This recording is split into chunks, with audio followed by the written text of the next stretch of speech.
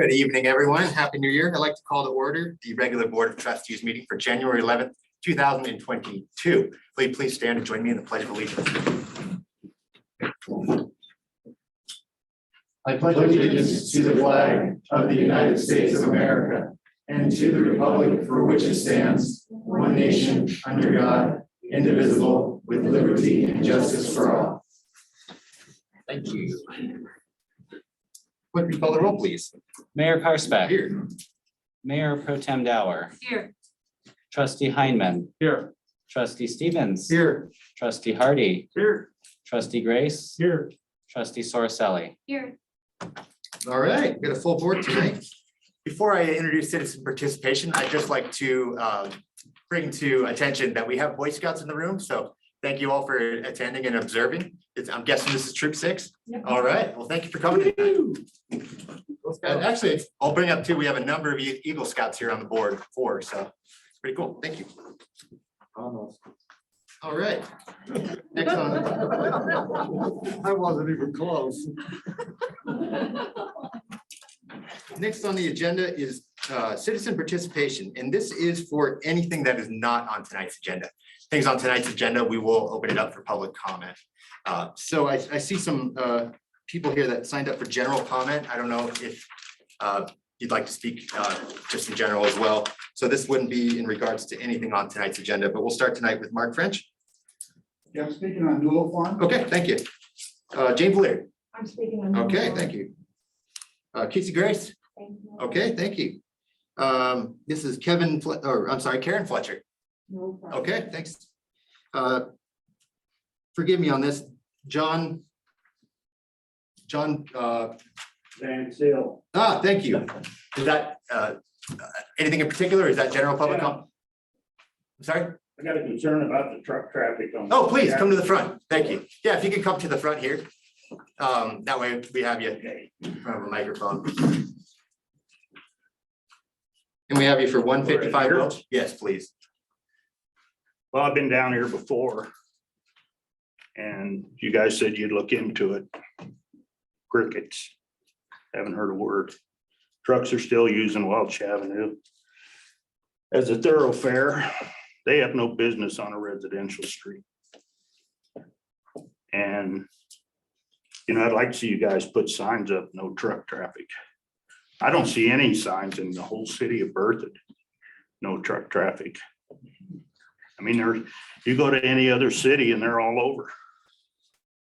So I'd like to maybe get a commitment from somebody about when am I going to get an answer?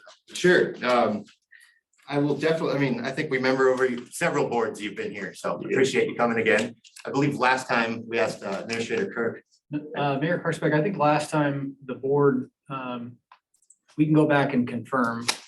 I thought the board had a brief discussion after the last time Mr. Vansel was here and decided that we were not going to put signs up on Welch Avenue prohibiting truck traffic. And so I'm sorry, I think maybe there was a miscommunication about who's supposed to follow up. I thought that Sergeant Anderson had agreed to do that. So if that didn't happen, I'm sorry that we didn't get word back to you, but I believe that was the decision you made at the last time this issue came up. Okay. That's what I remember. That's what I remember Okay. as well. Well, I think we should still, if Sergeant Anderson could follow up. I'll touch base with Sergeant Yeah, Anderson to make sure questions. that we get a chance to chat with him. Sure. Thank you. So you're just gonna have the whole town of Berthoud wide open to any kind of traffic? I mean, if it was in front of your house, you'd be doing something about it. And to clarify, just from memory, this is regarding truck traffic, the big trucks, Yeah. semis. Okay, if we've already had a conversation on this, I think the board has decided that for that area, we won't have any kind of speed sign, or I'm sorry, weight signs. But I do feel like that. I would just add that as I recall the conversation, it was that currently Welch Avenue is designated as a Main arterial. it's not an arterial, but it's a Collector. It's a collector. major collector. I It's a believe. major collector, and because of that status as a major collector, it is deemed in general public transportation plans as acceptable for truck traffic versus residential. And that was kind of the gist of the conversation, I thought, or am I off on that? No, I think that was part of the discussion, if I recall correctly. And again, I think, we'd have to go back and review the video from the meeting that we had this conversation last time. But I do believe we had a conversation a little bit about the functional classification of that road, but also that the Welch serves as a reliever for Mountain Avenue. That those two parallel roadways are kind of main thoroughfares through town. And while there's certainly residences along Welch Avenue, especially as you had a little, there's that stretch through downtown where Welch has some business traffic. And again, serves as a bit of a reliever for Mountain.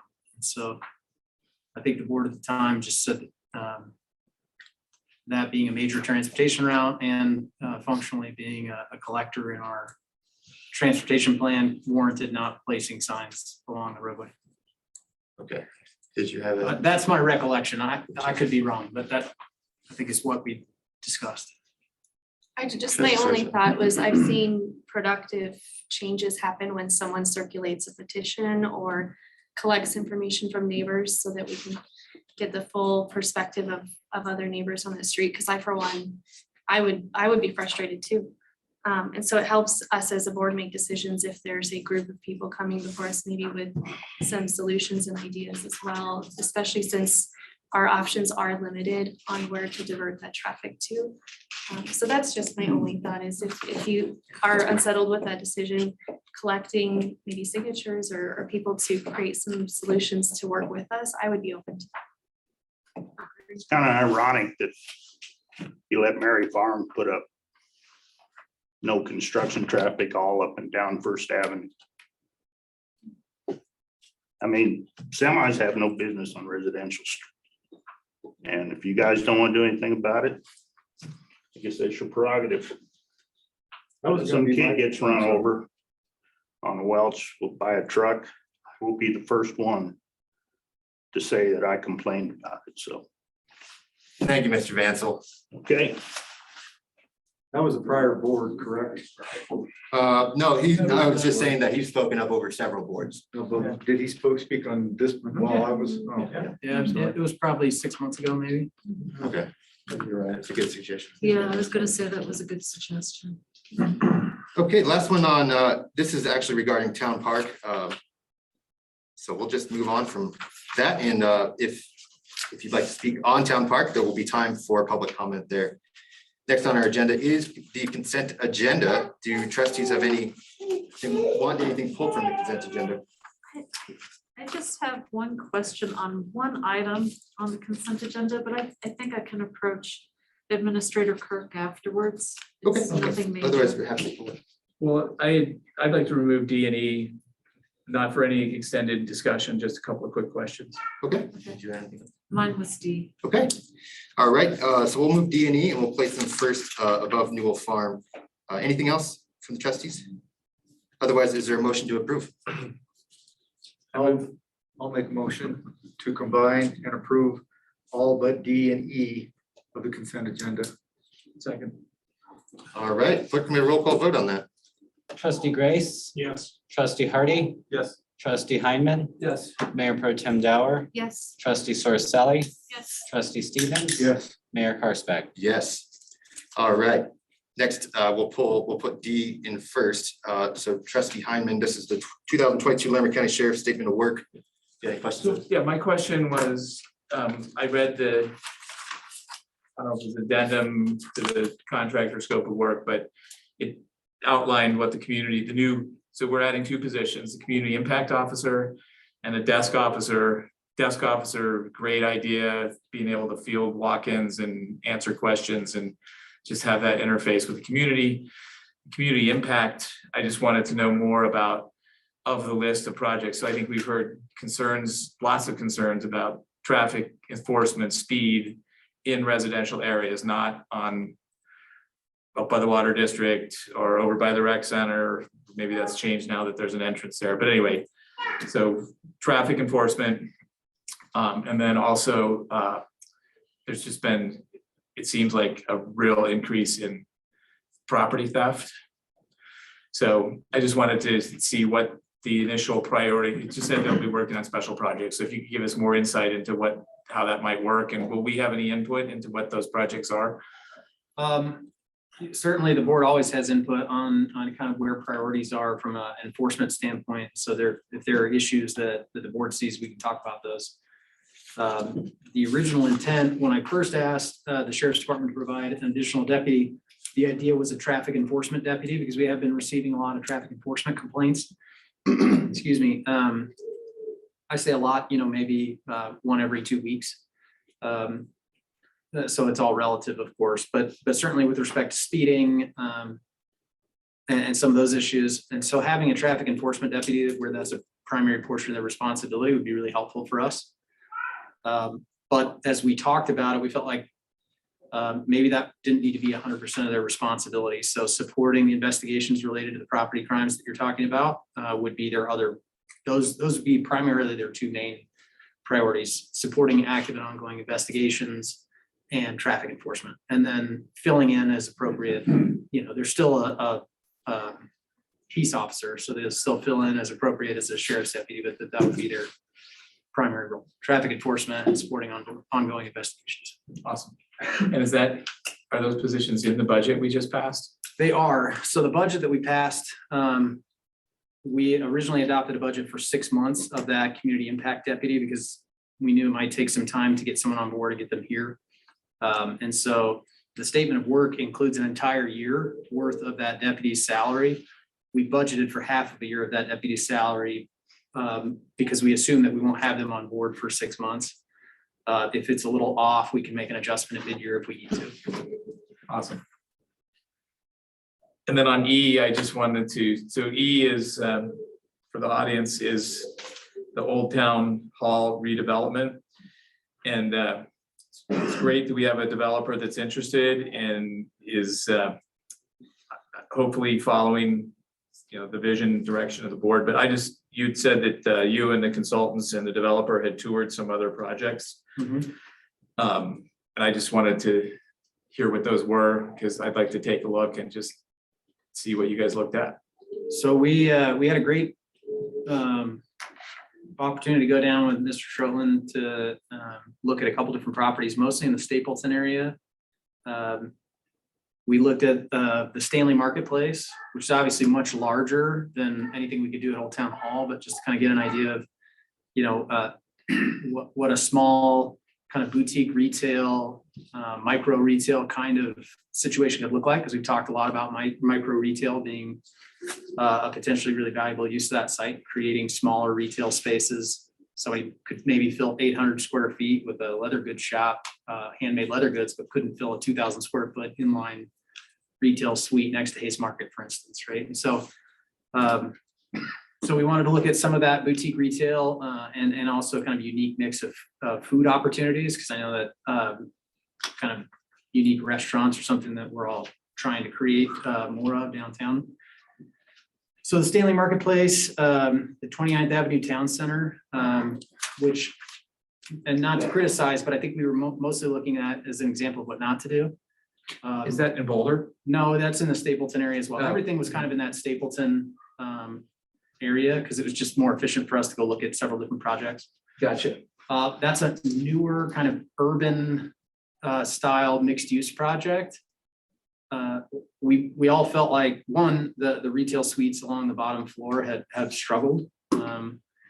And we took a lot away from the way that was all organized. I think it's one of those projects that looks awesome on paper, but that doesn't function as well as it could potentially. So I think we learned some things there by looking at that project. Let's see, there's a really unique, I say unique, but a really attractive small retail center at the intersection of MLK and Felton, I think is the name of the street. I'm sorry, I thought I wrote it down. Oh, I did. It's on the other side of my page. Fulton, sorry. MLK and Fulton down there in Stapleton. That one had a really cool ice cream shop that had been built in a very small retail suite in the middle of this kind of creatively arranged, very walkable retail center. And it had a couple of cool restaurants, some boutique shops, and this really awesome ice cream spot that we felt like looked a lot like what you could do with the feed store. Nice. So that was kind of a good example there. And then we went to a place called Oneida Park, which is an older, probably late 60s, 70s, I'm not sure the date, but if I had to guess, kind of traditional retail center. But that's been kind of updated. And I wouldn't say it's the most attractive thing on the planet. It's actually pretty ugly, in my opinion. It's that kind of 70s stucco, strip mall. But it's been freshened up, different paint, different signage. But what we were looking at there really was kind of more of a mix of uses in the way that they've laid out some of the public space on the site.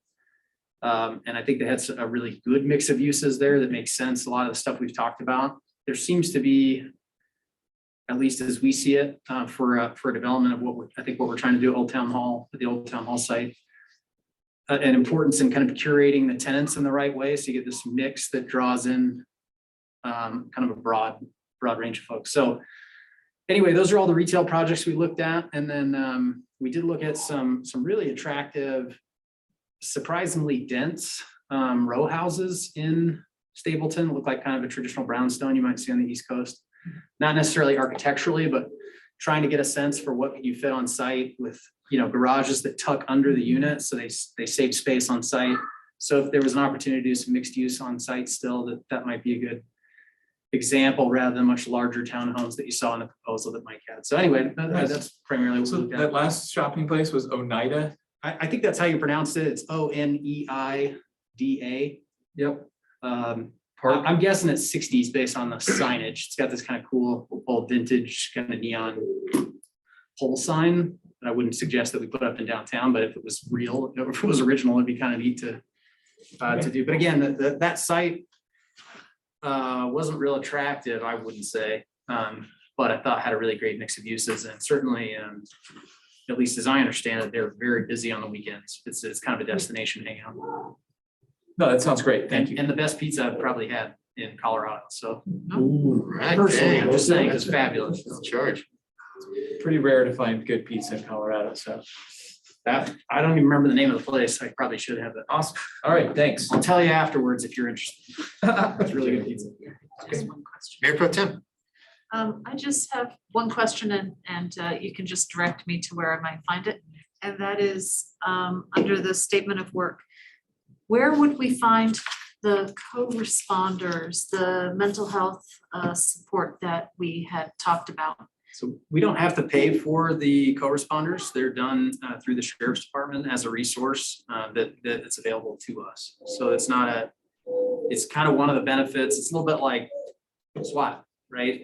If we had a SWAT team incident where we have actually had instances where the SWAT teams have been deployed, we don't pay for those. They're not called out in our statement of work. It's just one of the benefits of having the Sheriff's Department that we could never do on our own. Is there, so I didn't see like anything saying, oh yeah, we're gonna support X number of hours with this mental health support person, co-responder. Is that something that would be put in the scope of work, or are we just beholden to, hey, do you have somebody for 20 hours a week? So right now they are part-time and they're based out of the Berthoud Squad office part-time during the week. And we could increase that. I think right now both the co-responder and the Sheriff's Department felt like it was a good service level for where we're at. And if the Sheriff's Department wanted to do away with that service for some reason, I think that's something we would definitely talk to you about and talk about how to make sure that doesn't happen. We're just not in that situation yet.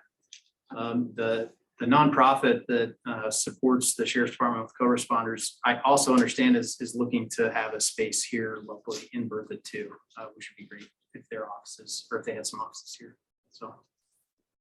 So do we know how many hours approximately we have right now? I'm not sure off the top of my head, but I think it's 3 days a week that they're down here. Is that? Would it be helpful if I could look and chat about it? Yeah, please. Please. Yeah.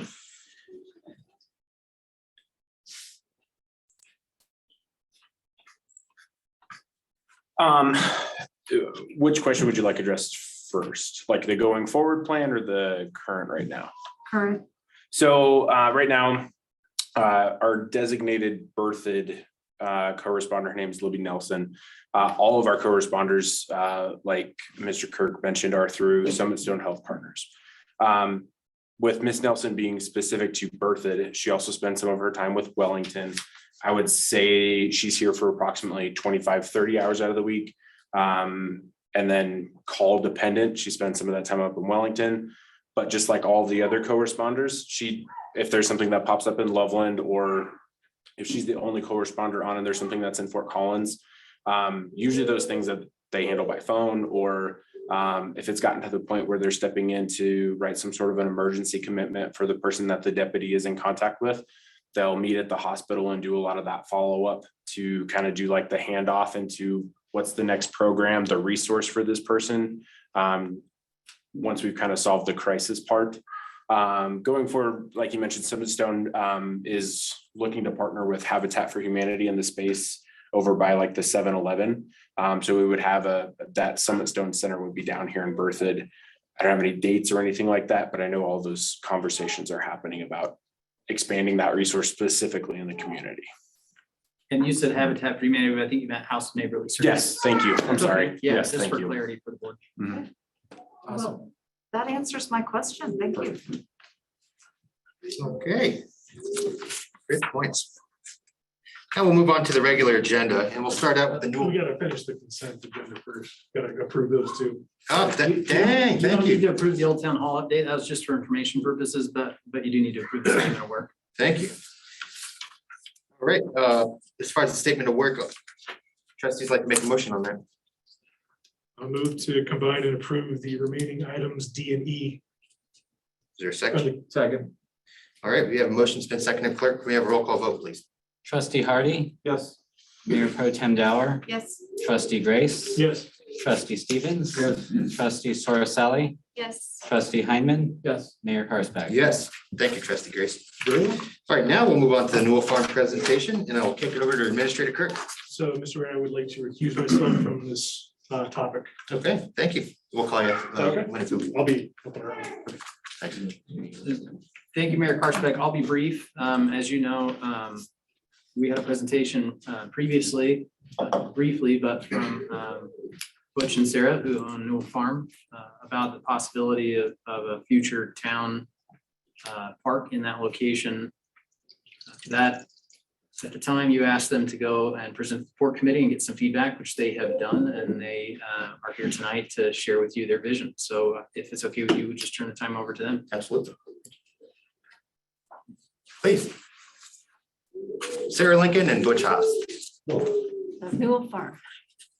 Do we have to give our address? No, but it might not hurt if you'd like to. We already said it's Newell Farm, so. Yeah. Well, I'm Butch Hawes. I live at 236 East State Highway 56, And I'm Sarah Lincoln, living at the same place. Thank you. together. All right. Okay. And we have a 12.5-minute presentation so as to ease as much of your pain as possible. Because for us to stand up here and speak is, well, it's painful for us anyway. So roll video. I'm Sarah Lincoln. And I'm Butch Hawes. Thank you, Mayor Karspeck, town board and town staff for taking the time to consider this proposal. After receiving unanimous approval from the Port Committee, we will now present our vision and plan for Newell Farm this evening. Butch and I find ourselves at a fork in the road. Farmstead subdivision developers are making requests of us. Commercial developers are making good cash offers. Our farm concert patrons, many who live less than 10 minutes from here, want Newell Farm preserved. And we have our own opinions as to what should happen. The bottom line question for you tonight is, do you want to secure Newell Farm for a future town park? Because that is our vision. And we've been moving toward that goal for the last 4 years. We know Newell Farm is prime commercial property and we could greatly benefit financially from that. But we believe that the heritage behind Newell Farm is priceless to the town and the residents of this valley. We're committed to working with the town to preserve this historic jewel for future generations to enjoy, just as we've enjoyed it. This is taken from the 2021 Open Space Plan. The green arrows are parks that already exist. The red arrow is Newell Farm. Just to the northwest of Newell Farm is Green Lawn Cemetery, which, according to longtime residents of the area, is the de facto eastern boundary of Berthoud today. That's evolving rapidly as the town grows to the east and south. In just a few years, Newell Farm will be nestled among new development that will encompass houses, businesses, and a variety of additional amenities for the citizens of Berthoud. Preserving the open space and parkland of Newell Farm is, in our vision, paramount to the successful and smart growth of the town's eastern corridor. Standing at the south fence of Green Lawn Cemetery, you can see the historic farmhouse built in 1879 in the center of this picture. We fondly call it the money pit. This graphic comes directly out of your 2021 comprehensive plan. The plan is great, by the way, and thank you for that. This section of Highway 56 where Newell Farm sits is planned for suburban business. That's the new verbiage for commercial development. It's also part of the Mountain Avenue Overlay Project, shepherded by Roger Sherman and BHA Design in Fort Collins. BHA also designed our original site plan for Newell Farm, and they're thrilled that we're considering this important step toward the preservation of our site. Now, we want to be clear. There's nothing wrong with suburban business here. It's not inappropriate for a coffee shop to be built across the road, or a tire store, or even something like a Tractor Supply. These types of businesses sit across from Wagner Farm Park on the west, and that works for a gateway into town. The point is to keep this Mountain Avenue corridor as rural as possible within a commercial or suburban business paradigm. This picture and text also comes directly out of your comprehensive plan. It shows that suburban business, while being commercial, also allows for green space and public spaces like an event venue. If we could So why not have hold a that park presentation with real quick. You got Thank it. you. That's the picture. We'll see if it goes. I see, okay. already existing outdoor amphitheater here? And why not add a visitor center, senior center, performing arts center, or library? You approved this farmstead master plan last November. To the west of Newell Farm is a commercial pad with retail and restaurant space as well as townhomes. Keep in mind that the Mountain Avenue project will require green space in front of these establishments, as Trustee Heineman reminded us when we were at the port meeting in early December. South of Newell Farm will be over 700 homes, and a school is proposed to be located to the southeast. As an important side note, there is an HOA park within Farmstead west of Weld County Road 1. It is not open to the public, and it has light industrial and retail to the north of it. To get back to the east side of Weld County Road 1, we've been asked by the current developer if we consider granting some of our land to their irrigation lake and allowing a north-south access road through Newell Farm to Highway 56. In November, we told you that these were merely lines on paper, and they still are. Nothing has been negotiated or agreed to. But this is a good example as to why we're here tonight. If the town owned Newell Farm, the town would be in a position of strength with current and future developers as to what happens to this parcel. The westernmost parcel is the original homestead, which sits on 5 acres. And that alone would qualify as a town park. The house stands here beneath 140-year-old trees, surrounded by beautifully manicured lawns and gardens, and an existing amphitheater that has been in constant use for the last 19 years. It's basically already a park on its own. The adjoining lot to the east is 1.25 acres with an additional access point to Highway 56. The easternmost lot is 6.5 acres. Currently farmland managed by our tenant farmer. Purchase options are numerous with 3 separate lots involved.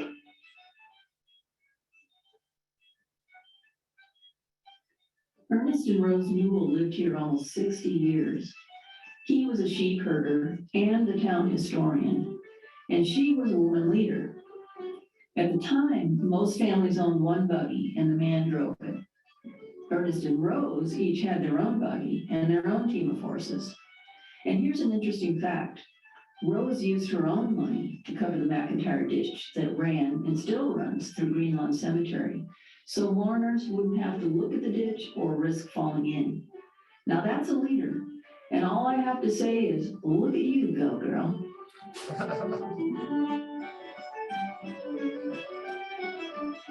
An important component to our Newell Farm vision is that it bookends Wagner Farm Park west of town. This slide demonstrates what we mean. Note how the look and feel of Newell Farm in the top photos is similar to that of Wagner Farm Park in the bottom photos. You see a 7-Eleven across the street from Wagner Farm Park, and there could be businesses across the road from Newell Farm as well. And wouldn't it be wonderful to have farm parks on both the east and west gateways into a sweet rural town like Berthoud?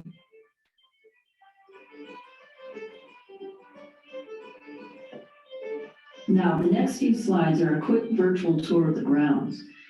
This slide shows the house and the front yard. We currently live in the house and we plan to for years to come. The catalpa tree on the right was designated as the second largest in Weld County 10 years ago. And the honey locust to the left is one of the largest that our arborist, Chris Scraw of Scraw Tree Care, has ever seen. Many of these trees are well over 100 years old, and we take really good care of them.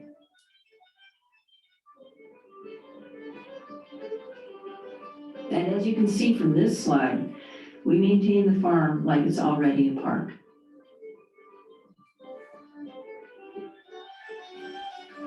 This is a view of the amphitheater. The stage is 40 feet wide and 28 feet deep, with a professionally flown sound and lighting system to satisfy the demands of even the most finicky touring acts. We easily seat 500 folks in complete shade, and our parking areas handle all the vehicles within the site.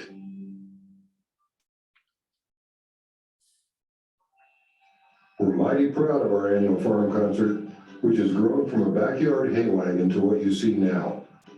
Last year's show sold out in one day, so we know the community loves and looks forward to their time at Newell Farm every summer. We'll celebrate 20 years of concerts this year, and we featured acts like Michael Martin Murphy, both John McEwen and Jimmy Ibbotson from the Niggerty Dirt Band, Bernie Ledden from the Eagles, cowboy crooner and actor Don Edwards, and cowboy humorist Baxter Black, just to name a few.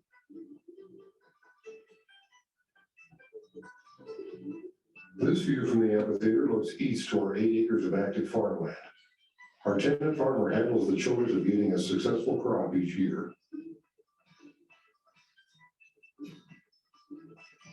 This photo shows the view corridor to the southwest from the edge of the amphitheater. On the left is an old granary outbuilding that was repurposed to create the Ranger Station recording studio. This is a world-class facility with 2 Grammy nominations and an Emmy win to its credit.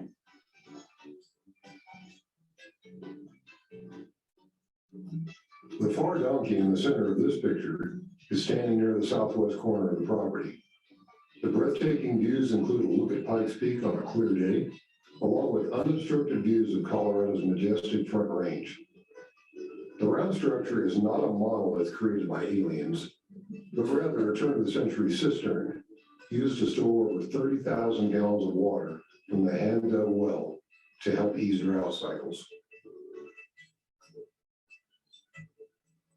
This picture looking to the west toward town shows the incredible views of Mount Meeker and Longs Peak. Green Lawn Cemetery is on the right with all the trees. This field, which is east of the farmhouse, is the part of Newell Farm that could be used immediately by the town. Over 7 acres of open land are ready for whatever town leaders might envision. With 2 access points to Highway 56, the possibilities are numerous and exciting. As you can see, we've spent a great deal of time exploring how Newell Farm fits within the framework of our town trustees' stated goals. As you read through these bullet points, let your minds look to the future. 5 years, 10 years, 50 years. What will Berthoud become? A still charming town that chose to fight for its historical significance, its heritage, its open spaces and trails that help residents offset the reality of density and development? Or will it just be another town along the road with a visual identity that could belong to any other town along the Front Range? Mayor Carspec, trustees, and town staff, you're here to make the decisions that shape a town's destiny. Something will be built eventually at Newell Farm. Wouldn't you like to have a say in what that is? The options to make this happen are many, and the window of opportunity is now. We are easily reached and more than willing to meet with any person, group, or committee to work together to make this vision a reality. We love this town, and we're proud to call it home. Thank you again for your time this evening. Fantastic. Thank you very much. Trustees, though this is not a public hearing, but I'd like to treat it like that. So any questions for the presenter? But first, Administrator Kirk, just for the audience here, this is a presentation with possible direction. Yeah, I think from a practical standpoint, if the board is interested in us working with Butch and Sarah on putting a town park there in the future, our direction that we would ask from you would be to, at our next meeting, have an executive session where we talk about what that deal might look like, and then work with them on putting together or negotiating some kind of property transaction. Thank you. Trustees, do you have any questions for Madam Lincoln or Mr. Haas? Or I'm sorry, if you have anything else to add before we ask questions. Okay. All right, well, seeing none, we'll move on here to public participation. Pardon me, I hate to look at my electronics here, but I got to push open my stopwatch. Just like the other presentations or the other agenda items, we will keep it to 3 minutes or less, and I'm a stickler on that, so I apologize if I have to cut you off. I'll give you a thumbs up at about a minute. I'm sorry, 2 minutes and 30 seconds. So if you need to finish up. So we can start with Mark French. And though I have all this information, if you could please state your name and address. May I remove my Yes, mask please. to speak? My name is Mark French, and I'm president of the Berthoud Historical Society. And I would add that I'm a fourth generation resident of Little Thompson Valley, who's observed the growth of the community since my birth in 1951. First, I'd like to compliment Butch and Sarah for such a fine presentation that points out the numerous reasons why the town board should take immediate action to ensure that Newell Farm becomes one of Berthoud's town parks. As president of the Berthoud Historical Society and as someone who over the past 20 years has watched Newell Farm become one of the most important musical venues in northern Colorado, I echo all of Butch's and Sarah's reasons why the specific parcel of land east of Berthoud in Weld County should become a town park. To add to their presentation, I'd like to speak to the significance of the Newell name in the heritage of Berthoud and the history of the community. Even though local history buffs know Peter Turner as the man who platted a new town site for Berthoud in 1883, it's important for us to know that men like William Thrift Newell risked their financial resources to construct a handy ditch irrigation system when Berthoud was still located its original site on the Berthoud or on the Little Thompson River bottom. And also build a flour mill for local farmers after the town was moved from the river bottom to its present day site in the 1880s. Newell had been a lumberman and a miner in Central City for nearly 20 years before he moved his family to the Little Thompson Valley in 1884. After purchasing the homestead of Judge M.D. Whipple, he moved his son Ernest and Rose to what we know now as the Newell Farm, a place where Ernest and Rose lived until they retired to town in 1957. For many decades, Ernest was one of the community's notable farmers, sheep feeders, and sugar beet growers. Along with his wife, Rose, he was a pillar of the Berthoud community from the 1880s through the 1950s. According to Berthoud historian Helen Fickle, the Newells were also among the last residents of the Berthoud community to give up their horse and buggy and purchase an automobile. In the past, every small town in northern Colorado was well known for gateway properties that marked each end of town. Berthoud has grown rapidly, and establishing Wagner Farm Park as a western gateway to Berthoud set the table, so to speak, for the bookending of Newell Farm Park on our eastern gateway. Members of the town board, I applaud your vision to bring Berthoud to the new millennium with Wagner Farm Park.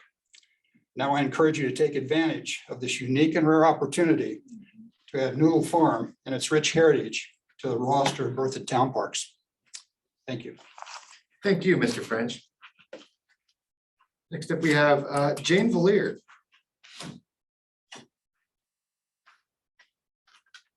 Madam Valier, 980 Mountain Avenue, is correct? That's correct. Okay, thank you.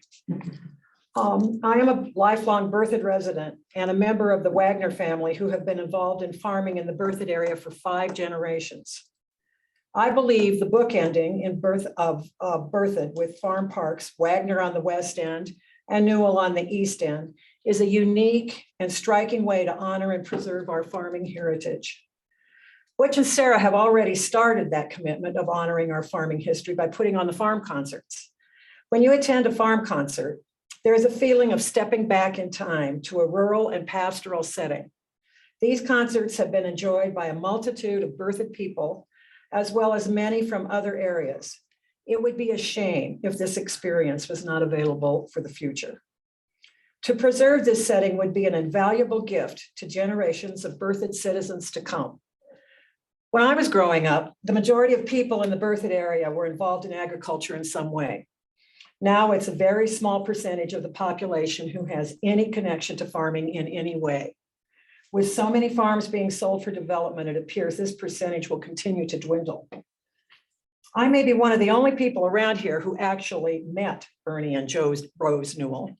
Admittedly, I was very young and they were very old, but my family knew them and held them in high regard. I know that Ernie in particular would have wanted this kind of preservation to occur so that we don't forget our roots. He valued history and worked throughout his life to assure that our heritage is not forgotten. It would be a great tribute to his efforts to preserve his farm. If nothing else, I want you to consider and be mindful that once open land like this is gone, it's gone forever. We've seen it happen again and again, and we will continue to see it happen. I strongly encourage you to seize this opportunity to work with Butch and Sarah to create a space that will be valued, appreciated, and cherished by the future generations of Berthoudites. Thank you. Thank you very much. Any more news on this? Next is Casey Grace. Mayor Carlsbeck, Yes. could Karen Fletcher go? Oh, sure. Okay, I'd yeah. like to give a little bit of her time to Casey. Okay. And just for the public, you can combine if you need to, so do 5 minutes on that. I'm Karen Fletcher, live at 305 East Iowa Avenue in Berthoud. My husband Paul and I moved from Denver to Berthoud in August of 2017. Shortly after moving here, we heard about a farm concert that was very popular and always sold out, but that was all we knew. Because Paul builds and restores guitars, we have friends in the area who are guitarists and involved in music.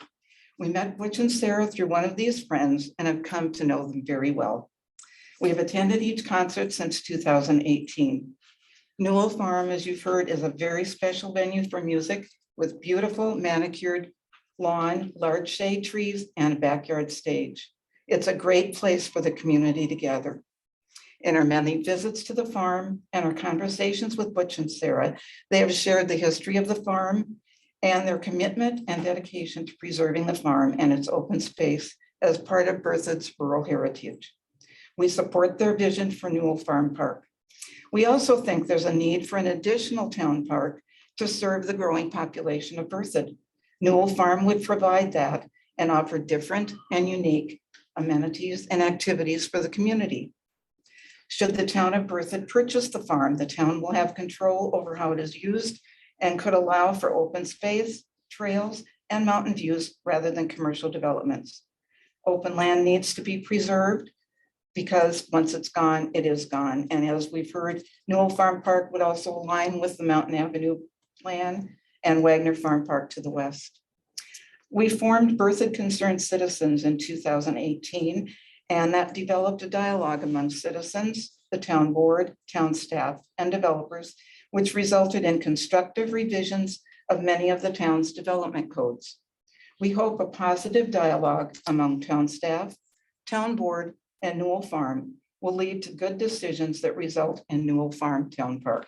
Thank you. Thank you. Okay, next would be Casey Grace.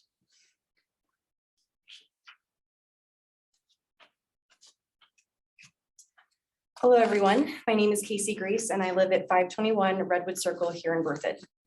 I am daughter to Butch and Sarah Lincoln and a mother to two beautiful children. I've been a resident of Berthoud for a total of 12 years. Since the farm concert's inception, I have contributed as a clueless teenager, a voluntold volunteer, a performer, and now an official employee of Newell Farm. In total, I've been present for 10 annual farm concerts. What started off as assisting with odds and ends during the concert turned into managing the parking crew. Now, Mike and I are the vendor and volunteer coordinators, so Dad and Sarah can focus on bringing the magic to everyone. That summarizes my relation to Newell Farm and also helps highlight the responsibility I have voluntarily taken on to continue making the farm a unique experience. This house and land was previously my home, and I want the residents of Berthoud to feel the same warmth I did and still do. This historic piece of land has served so many purposes in its lifetime. It's been a home to both the Newells and my parents. Dad and Sarah got hitched on that very stage you saw. The farm concert was born out of love for music and commitment to the community. This year, it's the 20th anniversary, and it's going to rock. Between patrons, volunteers, vendors, and musicians, we'll accommodate around 500 people. All of this on the beautiful plot of land within our town. Many of you have been able to attend the farm concert and can relate to the serene feeling you get when you're there. A hot day in August, shaded by huge trees all over the property, soft, well-kept grass to sit on and dig your toes into, the beautiful view of the Rocky Mountains, your friends and the community surrounding you, and of course, a rocking sound and light system with no bad seat in the house. Now, we want to continue to be good stewards of this land by offering it to the town and the people of Berthoud. Our goal is to be able to provide another avenue for our children, friends, and family to have a place to gather, a resource to potentially add a community center or a larger library. I know many of you empathize with how challenging it's been raising our kids here because we lack the activities to keep them entertained. We've had to go out of town to Loveland, Longmont, or even Fort Collins. Here are at least 13 acres available to add amenities as the town of Berthoud sees fit. Dad and Sarah have been approached by developers offering cash for this land, and they've declined these offers. It just doesn't feel right to either one of them for it to be sold to a commercial concern. 4 years ago, when Dad and Sarah revealed this vision of Newell Farm, the one they're sharing today, I was overcome with joy and tears of happiness. I knew it meant there was a chance I wouldn't have to watch the house and the trees be bulldozed down. We keep teasing Dad and Sarah that they're crazy to keep up with that much grass and gardens, but deep down I know they do this because they want to provide the best experience for the community they love. Thank you for allowing me to speak tonight. It's important to me that you hear the love and support I have for Newell Farm as I feel it in my heart. I think it would be a great addition to what the town of Berthoud owns and operates. I think the history behind it needs to be kept and preserved, and I think it would be a great resource to continue to bring the community together. Thank you. Thank you. And this concludes those who have signed up. Do we have another list, or if anyone else who would like to speak on this didn't have a chance to sign up, please raise your hand. Mayor, Yes. there were, I think, 3 emails that also came with this. Can those be read in the record, or are they already in the record? They're in our packet. Right, they're in our packet already, and traditionally we don't speak up to emails. Thank you very much. Clerk, do we have anyone online? No, we do not, Your Honor. Okay, well, that concludes public participation. We'll bring it back to the board for final discussion and possible direction. And we can go, let's see here, let's go left to right. Stage left. Yep, Mesa.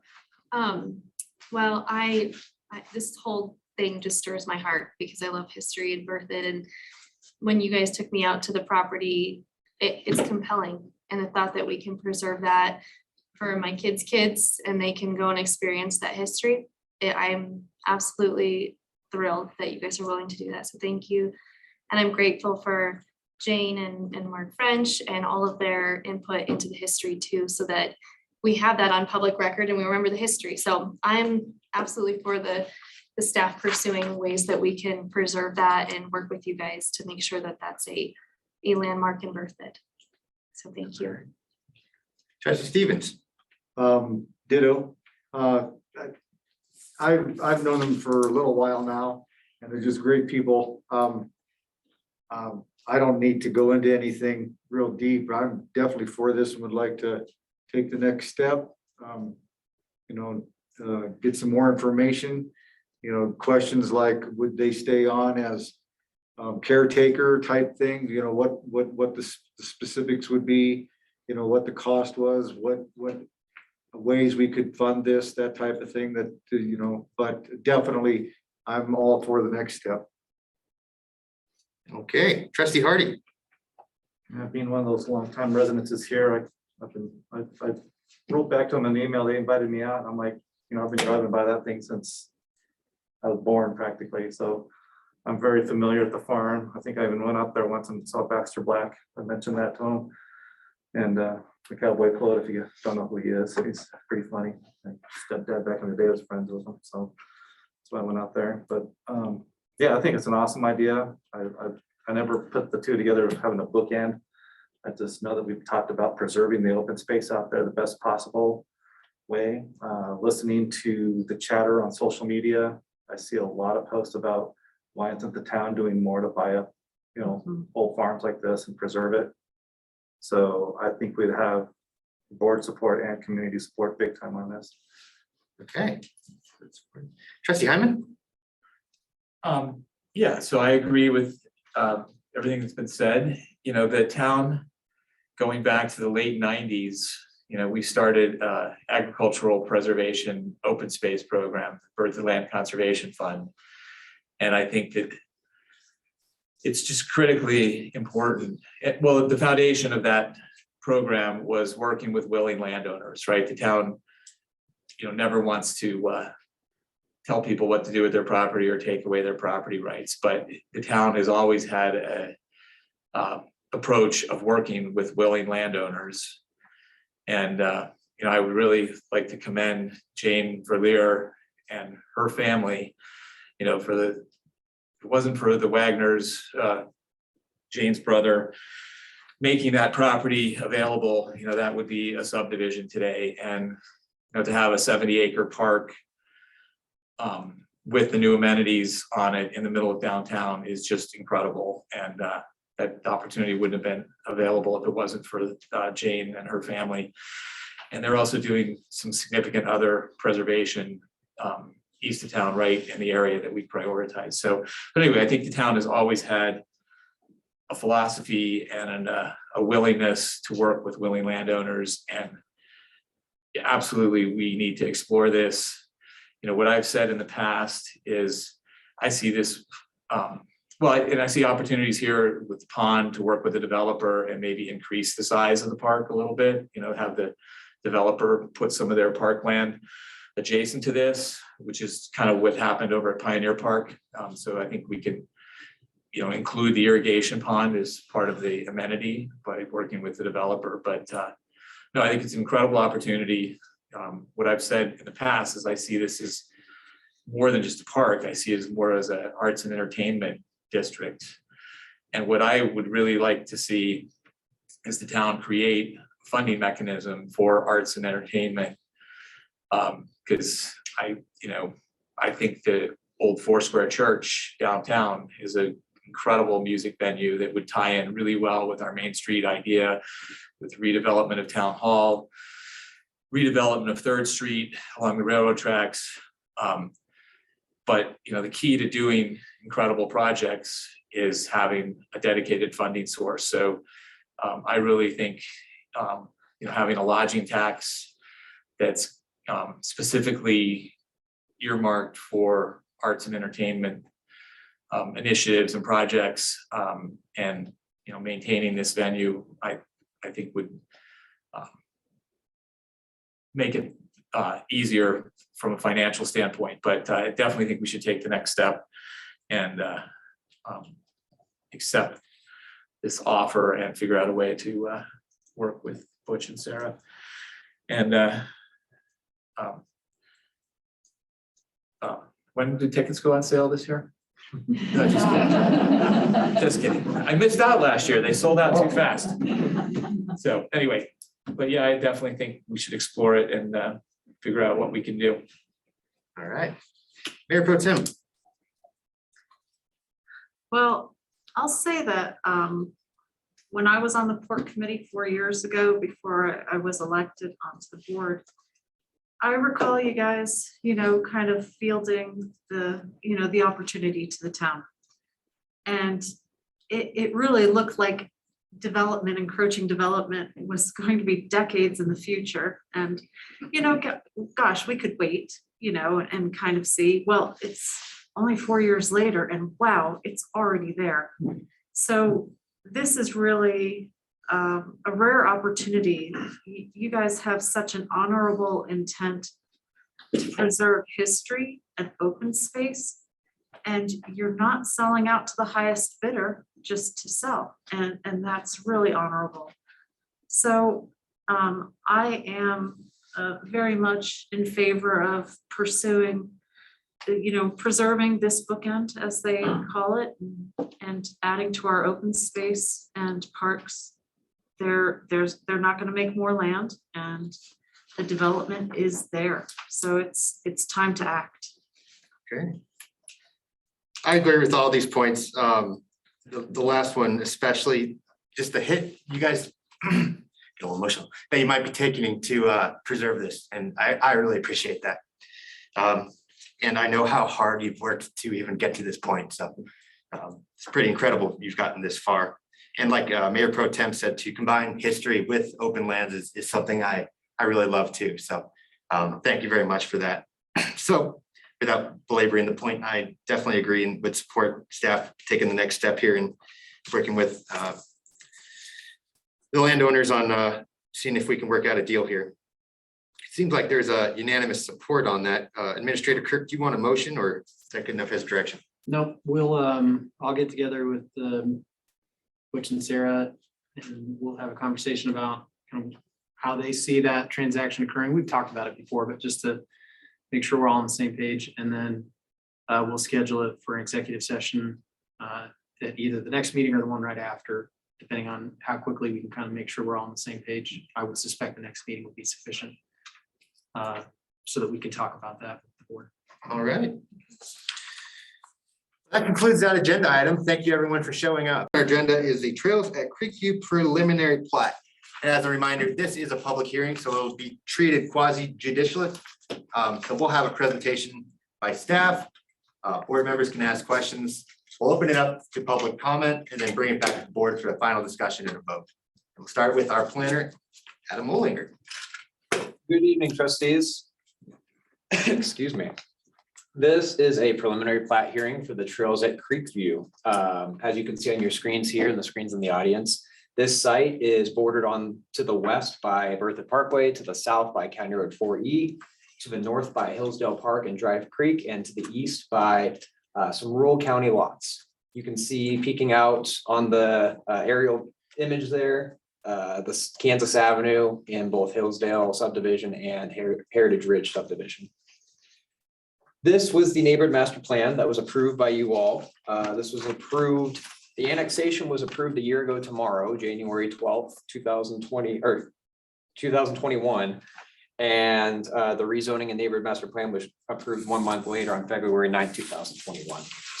As you may remember, the applicant came with 3 different proposals for the area on the north side abutting Hillsdale Park. And this was option C, the option that you guys chose between the proposals. This one, as you can see, compared to the other one, has less development, less buildable lots on the north end, and more open space, a larger buffer, and a bigger, larger connection of trails abutting Hillsdale Park. This is the preliminary plat request that they have provided. As you can see, it is almost identical to the initial approved neighborhood master plan from last year. The only real changes is it incorporated option C on the north end, up along Creighton Street. This property is 141.3 acres. It is zoned, it was rezoned to a mixture of R1, single family residential, and R2, limited multifamily last year with its neighborhood master plan approval. It's surrounded to the west by R1 single family detached zoning within the Harvest Ridge subdivision. To the north, mixture of R1 and R2 zoning, that is Rose Farm and Hillsdale. There's also a county lot separating it from Rose Farm. Then to the east and south and southeast or southwest, excuse me, is all rural farming, agricultural, county estate lots. On the preferred land use map from our comp plan that was approved last year, it's depicted as all as suburban residential. So categorized by lower density development, more auto oriented while also being walkable and bikeable, trails mixed along throughout the project, a standard suburban development that we see elsewhere in town. So like I mentioned before, this is the preliminary plat request. As you can see, this is for 481 new single-family detached lots and attached residential lots on the 141 acres. The only main difference between this project and the one that was approved as neighborhood master plan level is this one has one more lot, which is well within the 5% land use difference that is allowed in the code between neighborhood master plan and preliminary plat. So with the preliminary plat, it's designed to build on the conceptual layout of the neighborhood master plan while also establishing that preliminary surveying, engineering, landscaping, etc. So as you can see here, there is a mixture of single family detached, which would be the larger lots, as well as single family attached, so a mixture of townhomes and duplexes. The townhomes and duplexes are primarily focused nearby Berthoud Parkway in the southwest and extending just a little bit on the eastern side of the subdivision as well, so they're not concentrated in one space.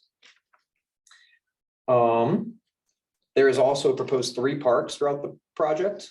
The first one being along the northern edge or northwestern corner of the property. So this is up in this area of the site. As you can see, this is abutting Hillsdale Park. They also have another one in the northeast portion, or excuse me, this is an extension of the original one.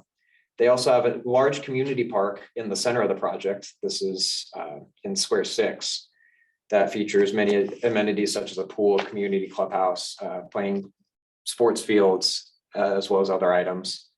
And then there is also a small pocket park in the southwest corner of the site, as seen on spot 8, just to the south of the proposed single family attached area.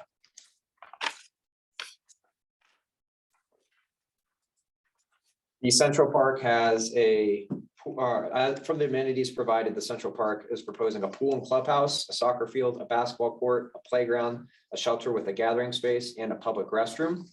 The Pocket Park in the northwest is proposing a small shade structure with nature place cards and over 15,000 square feet of native areas and trails. And then the Southwest Park is proposing shade structures with picnic tables, a volleyball court, and 15,000 square foot of grass turf areas along with trails. The applicants also provided 3 open space elements. They are an additional pocket park. They're only required the 1 pocket park and community park. They've provided the 2 pocket parks, a greenway around the entire site, and an expanded buffer area.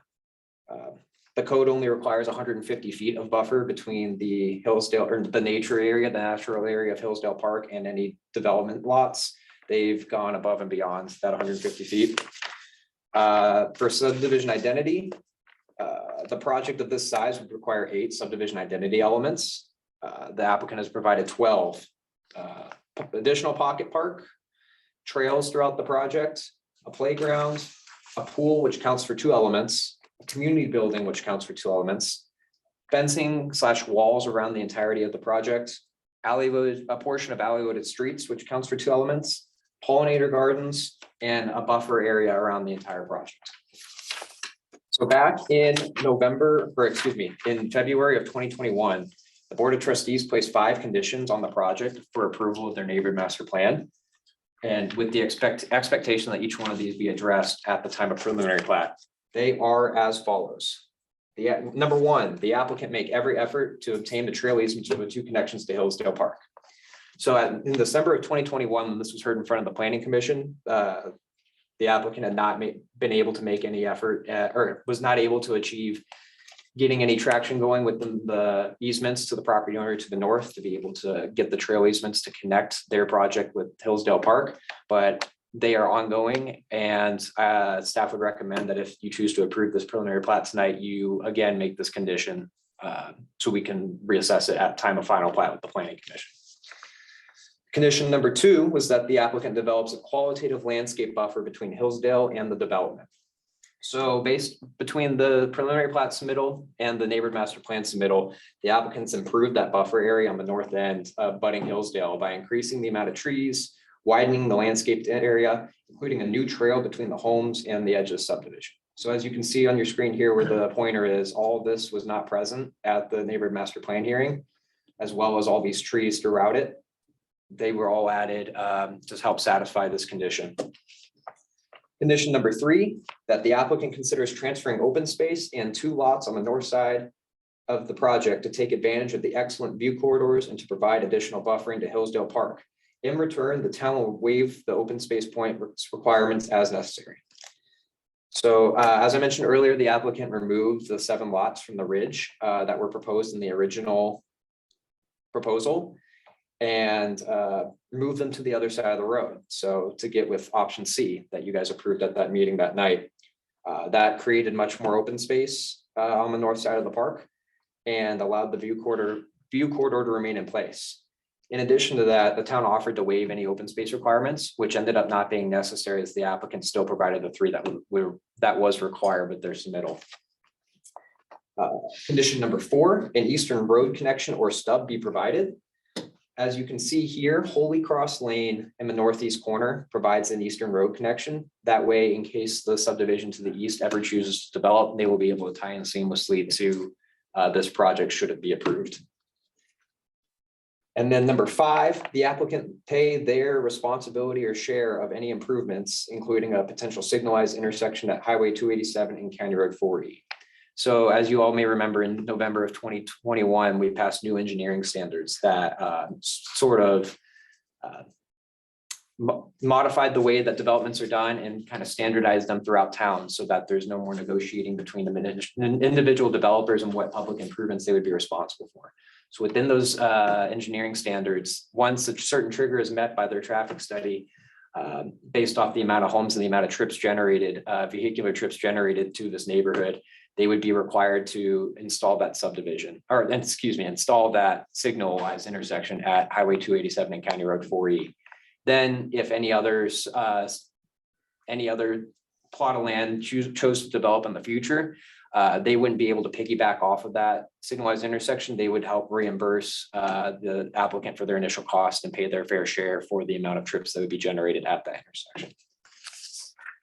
So as you can see, all of the 5 conditions placed on most of the 4 of the 5 conditions of approval placed on the neighborhood master plan were met by the applicant at this round. The only one that has not been met yet was making the effort to obtain the trail easement. They're continuing to make efforts with the property owners, from what I understand, and they'll probably be able to speak more into that tonight. But I would recommend making that an additional condition of approval if you choose to move forward with this project tonight. So moving forwards, the preferred land use map, like I mentioned before, designates this area as suburban residential. And so with only 3.4 dwelling units per acre and the suburban development pattern categorized by front-loaded properties, walkable, bikeable streets that are also able to be traversed by serviced by vehicles as well, and plenty of trails and parks throughout the subdivision and not concentrated in one area. This satisfies the suburban residential district within the comprehensive plans or future land use map. And then at the December 9th, 2021 meeting, the planning commission voted 5-0 unanimously to recommend approval of the Trails at Creekview preliminary plat with the conditions staff has recommended on the project.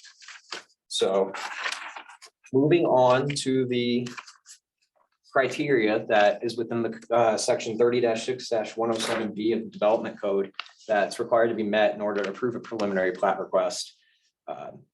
They are as follows. Number one, the preliminary plat represents a functional system of land use and is consistent with the rationale and criteria set forth in this code. Staff believes that this preliminary plat request is a functional system of land use, has different housing densities mixed in throughout the site instead of being concentrated in one area. It has a modified grid pattern that allows for easy access, both by pedestrians, bicyclists, and automobiles, while still being functional and not cutting each other off in, cul-de-sacs or dead-end streets. And then also they've dedicated an expanded portion of open space adjacent to the natural area of Hillsdale Park. Criteria number two, the application is consistent with the approved concept plan and incorporates the town's recommendations and any conditions of approval. So as you can see, this application is almost identical to the approved neighborhood master plan. There, almost identical to the approved neighborhood master plan, with the only exception being that it took into consideration option C that was approved. With the new street to the south, that kind of smiley face shaped one, as well as the expanded buffer. This to a T represents the approved neighborhood master plan. And they've also satisfied all the applicable conditions placed on the approval of the neighborhood master plan. In addition, the open space on the north end of the site was increased in size and improved with the garden and trails, which resulted in the movements of the 7 lots of the modified street directly to the south. Number three, the land use mix within the project conforms to Berthoud zoning district map and preferred land use map and furthers the goals and policies of the comprehensive plan and board plan. So like I mentioned earlier, the land use mix fits within the suburban residential character district within the comprehensive plan. And the property was rezoned in February of 2021 to allow for this development. In addition, the land use mix conforms to the port plan by expanding the trail along the western side of Berthoud Parkway further south, as well as providing likely potential trail connections to Hillsdale Park, and by creating 3 new parks and miles of new trails throughout the site for Berthoud residents to enjoy. Number 4, the utility and transportation design is adequate given existing and planned capacities of those systems. We don't have any problems servicing this proposed development. They will be able to integrate seamlessly with our existing utilities and infrastructure in that area of town. And any impacts to the existing utility and transportation services will be required to be updated or improved by the developer per the engineering standards we passed late last year. Number 5, negative impacts on adjacent land uses, including but not limited to solar axes, heat, dust, glare, traffic, and noise have been identified and satisfactorily mitigated. So the biggest issue that was brought up during the public comment period of the neighborhood master plan and both the planning commission and board hearings last year and early last year and late 2020 with this site was the proximity of the houses to Hillsdale Park and their open space. Staff believes that with the expanded buffer, they've helped mitigate this as best as they could. They've taken into account option C that you guys approved last year and kind of rolled with that to help, alleviate some of those concerns of development populating the entire hill behind Hillsdale. Number 6, there is a need or desirability within the community for the applicant's development, and the development will help achieve a balance of land use and or housing types within Berthoud. So as I'm sure you all are aware by now, Berthoud, like the rest of Northern Colorado and even the United States in general, is experiencing a massive housing shortage with the price of a standard home in Berthoud rising to costs that many residents can no longer afford. If this project's approved, it would add 481 new homes to help reduce the strain that has been placed on the housing market. And these homes wouldn't all be single family detached. There would be a mixture of smaller homes like townhouses and duplexes, as well as the standard single family to allow anybody who's looking for whatever product type, whether they're just starting out and don't have anything yet, they're established and are looking for a family home, or they're retired, looking to downsize and live in something new. And then finally, number 7, the applicant has addressed comments received from the public during the public comment portion of the process. So this was mailed out at its initial preliminary plat submittal after the approved neighborhood master plan. This was mailed out to all property owners within 500 feet of the site per the development code. Staff received no public comment. It was also mailed out, an invitation to this meeting was mailed out to all property owners within 500 feet of the site. We didn't receive any public comment via phone calls, emails, letters, or visits in town hall. I'm not sure if there's anybody here to speak tonight on it, but as far as staff understands, there was no public comment for this portion of the process. I did include in your packets the public comment we received from the neighborhood master plan portion from last year. But that was all from before the master plan was approved. So all in all, finally, staff recommends a motion to approve the Trails at Creek View preliminary plat, finding that it satisfies section 30-6-107B found on page 6 and 7 of your staff report with the following 2 conditions. Number 1, the applicant continues to make every effort to obtain the trail easements for the 2 connections to Hillsdale Park. And number 2, all lots abutting an alley must be rear loaded from the alley. Thank you. Thank you. Is the applicant here tonight? To add anything? Sure. Is Kristen gonna come on or no? They said she was gonna be virtual. Yep, I can get her to come on here. All right, hello. Give us 1 second here. We'll try to turn the volume up. Sure.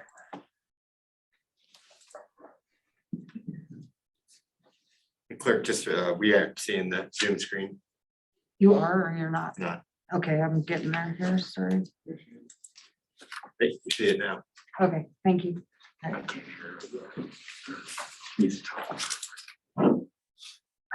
Christine, I need you to talk so we can hear you. Sure. How's the volume? Can everyone hear me? We're getting there. Just gotta talk louder, Kristen. I can talk as loud as you need me to be. I've been told I can be loud. All right. All right. So everyone can hear me. Is it okay if I go ahead and share my screen now? Yeah, if you can state your name and address or your business address, please. You bet. My name is Kristen Turner. I'm with TB Group and we're at 444 Mountain Avenue in Berthoud, Colorado. Thank you. You bet.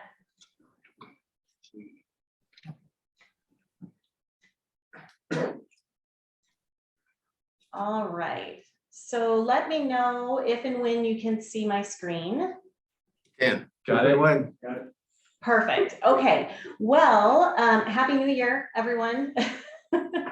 We are glad to be bringing this project back in front of you to share a little bit more about these last steps we've taken. And I'm just going to share really quickly who with our team is here and where everybody is so that when we get to questions, everyone knows where to find them. So obviously I'm virtual and online tonight, and Robbie with Northern is also virtual and online. So if we have engineering questions, we'll find him on your screen. And then I can only see a handful of the chairs that are out in front of them, and I can't see any of their faces, but I know that the rest of our team is sitting there. Maybe they're waving at you right now. Jim Rickheimer and Lee Lowry are the developers for the property, and they are sitting out in front of you. And Ruth Rollins is our traffic engineer, and I believe she is also sitting out in front of you. So our team is kind of split today, but everybody is here to be able to answer questions when we get to that point in the evening. So with that, I will go ahead and get started. I think most of the faces that I've seen here have been involved in all the previous meetings about this project, but there are a few new ones. So just quickly to go over where in the world this site is located. The western property boundary is at Berthoud Parkway. County Road 4E runs along the southern property boundary, and Rose Farm sits just to the north. For some context for you. And when I move my mouse, are you able to see the hand on the screen as well? Yeah. Yes. Okay, excellent. Got to test all those things before you get started. So Adam did an amazing job of sharing kind of the details of our project. And really what I want to do is kind of tell you a little bit more about our favorite things about this proposed development. So I'm going to start with open space because I think visually when you look at this plan, you can really kind of see it right off the bat. We've got a pretty significant open space buffer that runs all the way around the property, and you can see areas where it opens up a little bit more, and then it might neck down a little bit, and then we get these larger spaces again. So we think that's going to be a great amenity both for the residents that live in this neighborhood as well as all of the adjacent neighbors to just create some nice transitions between the neighborhoods. In addition, you'll see that there is a really significant trail system planned for this community. We have a mix of soft surface trails and concrete trails so that there's different options for people on what they're looking for their day and their walk with their dogs or their kids. But you'll notice that there is a community trail that runs along Berthoud Parkway. And then there will be a sidewalk that runs along County Road 4E. So both of our roads will have pedestrian connections that run all the way through the length of them.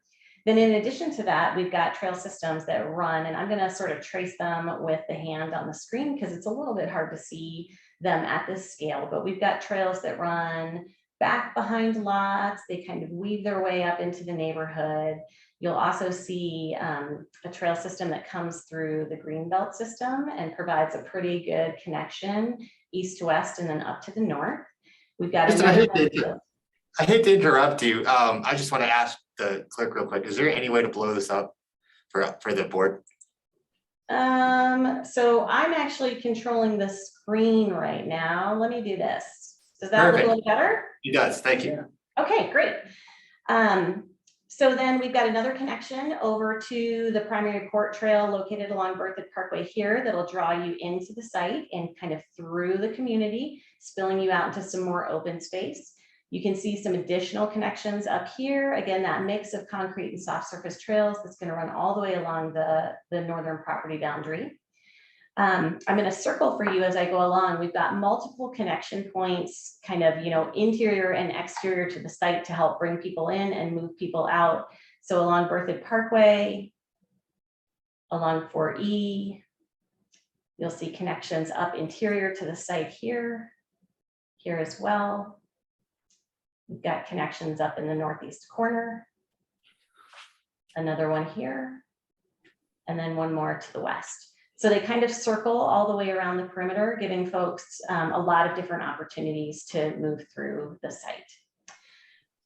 So our trail network here, we've got about 2.5 miles or so of trails that are off street, moving through common areas, open space, parks, things like that. So a really significant trail network. In addition to that, all of our sidewalks are designed obviously as detached walks. And we're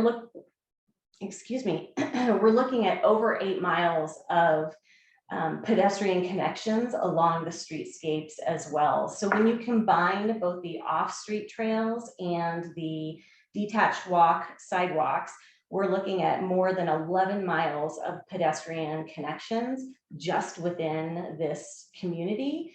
And then quite a few connections, externally, so that there are future connections to development as it develops in the future, to help connect the rest of the community to this subdivision as well.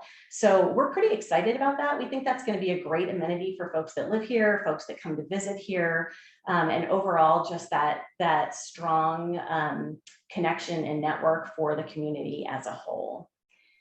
So the next piece I wanted to talk about was just generally the layout. And I think, Adam showed you the neighborhood master plan and this plan. And so really what you're looking at is pretty much an exact replica of our neighborhood master plan. Obviously, we did make the change in this northeast corner to adjust the street network and the lots to reflect the option that you selected as the most desirable option for the town. So we heard what you were saying about the importance of this area. And that's exactly what we did. We implemented that into the northeast corner of the site. So you'll see in this area, we opened up all the lots here, removed those, and we actually slid the streets and the lots down to the south a little bit to create some additional space up in here. This area is the only section of the site that's just slightly different from the rest of the plan in that we don't have green belts that run behind the back lots, just of these couple of blocks right here. And what that did is that allowed us, excuse me, to create that additional space and use that space along the northern property boundary. Then if you move back into the rest of, I'd say 2/3 or so of the site, you'll see the rest of the community was designed so that all of the lots are backing to green belts. So you get that feel, it feels more open visually, it appears to be more open. It just creates a really nice aesthetic that you don't have a shared fence line along your backyard. So you'll see that all of these are backing to green belts in this portion of the community. In terms of product type, we are including 4 different product types on this site. So single family detached, which is going to be the pale yellow that you see, duplexes, which you'll see along Berthoud Parkway, and then some more centrally located, a townhome product across from the park. And then we've got several different pockets of what we're calling a cottage style, single family detached, or a small single family detached, similar to what's at Prairie Star. So a lot of diversity in product type, which, you know, we're seeing this not only in Berthoud, but everywhere. There's a shortage of housing. There's a lack of diversity in the product types that are out there, and it's making it so hard for folks, especially who are trying to break into the market and get those first homes, to have that opportunity. So this neighborhood will help contribute to providing sufficient housing in Berthoud and providing a mix of product types. And we've kind of sprinkled them about as well. So you'll see them, you know, kind of north and south of that R1, R2 line. You'll see them on both sides of the park, different locations. So, you know, rather than a project where you have just, you know, a single corner that's been saved for a different product type, we've really tried to integrate them into the overall design and really focus things around this community park in the center as well. So moving on from here, I want to talk a little bit about the parks. In the center, you can see we've got a neighborhood sized park. This is about 5.6 acres or so in here.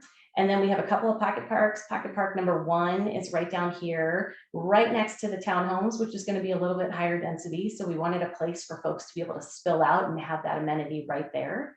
And an additional pocket park up at the north end. This is designed as a more passive recreation area. So it's a little quieter. It's intended to be able to enjoy the natural beauty, and eventually there will be 2 connections. There's one planned here and another planned here to connect to Hillsdale Park. And then throughout the site, you'll also see that there's green spaces that are incorporated into the plan as well. So while we have, you know, designated pocket park areas, there are a lot of green open space areas that are, you know, opportunities for folks to spill out and play with their dog or let their kids run around and throw a Frisbee. So moving on to our parks. This is, let me zoom out just a little bit so you can see this. And then if you need me to zoom into sections, just let me know.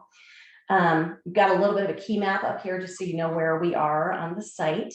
But this is the neighborhood park that we are proposing. And, you know, I think you may remember when we talked to you at the neighborhood master plan stage of this, we were really interested in being able to dedicate this neighborhood park to the community. And so town manager Chris Kirk did take this plan to the port committee for us, and they reviewed it. They looked at the design we originally proposed. They talked about, you know, what are really the needs of Berthoud right now? What are we looking for in our neighborhood parks? And so we have taken that information and implemented all of those uses into this park. So this park the design has been adjusted based on all of the feedback that we received from the port committee. And that's what you're seeing here today. Give me 1 second for some water. Okay, so you'll see in this park, we are showing large green areas sufficient for soccer fields. There are shade structures with grills and picnic tables. You'll see basketball courts, pickleball courts, which are, for anybody that drives by a pickleball court anywhere nowadays, they are constantly being utilized, so very popular. A community building and a pool. A large area for play structures. There are restrooms. You'll see there's a whole network of trails that kind of weave through the site. Again, there'll be a mixture of concrete and soft surface trails. So, ways for folks to create loops if they're out just trying to get their daily exercise, in addition to having that street network that runs all the way along the perimeter here. In addition to that, these streets are designed to allow for on-street parking around the park.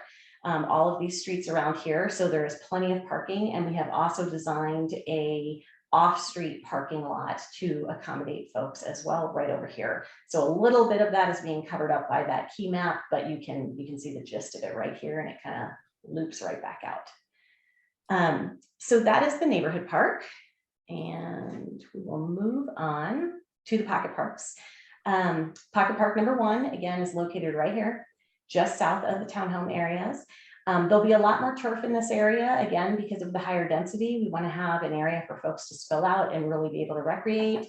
Sand volleyball courts, shade structures, picnic tables, planting, trail systems that integrate the pocket park directly into the layout for the townhomes as well.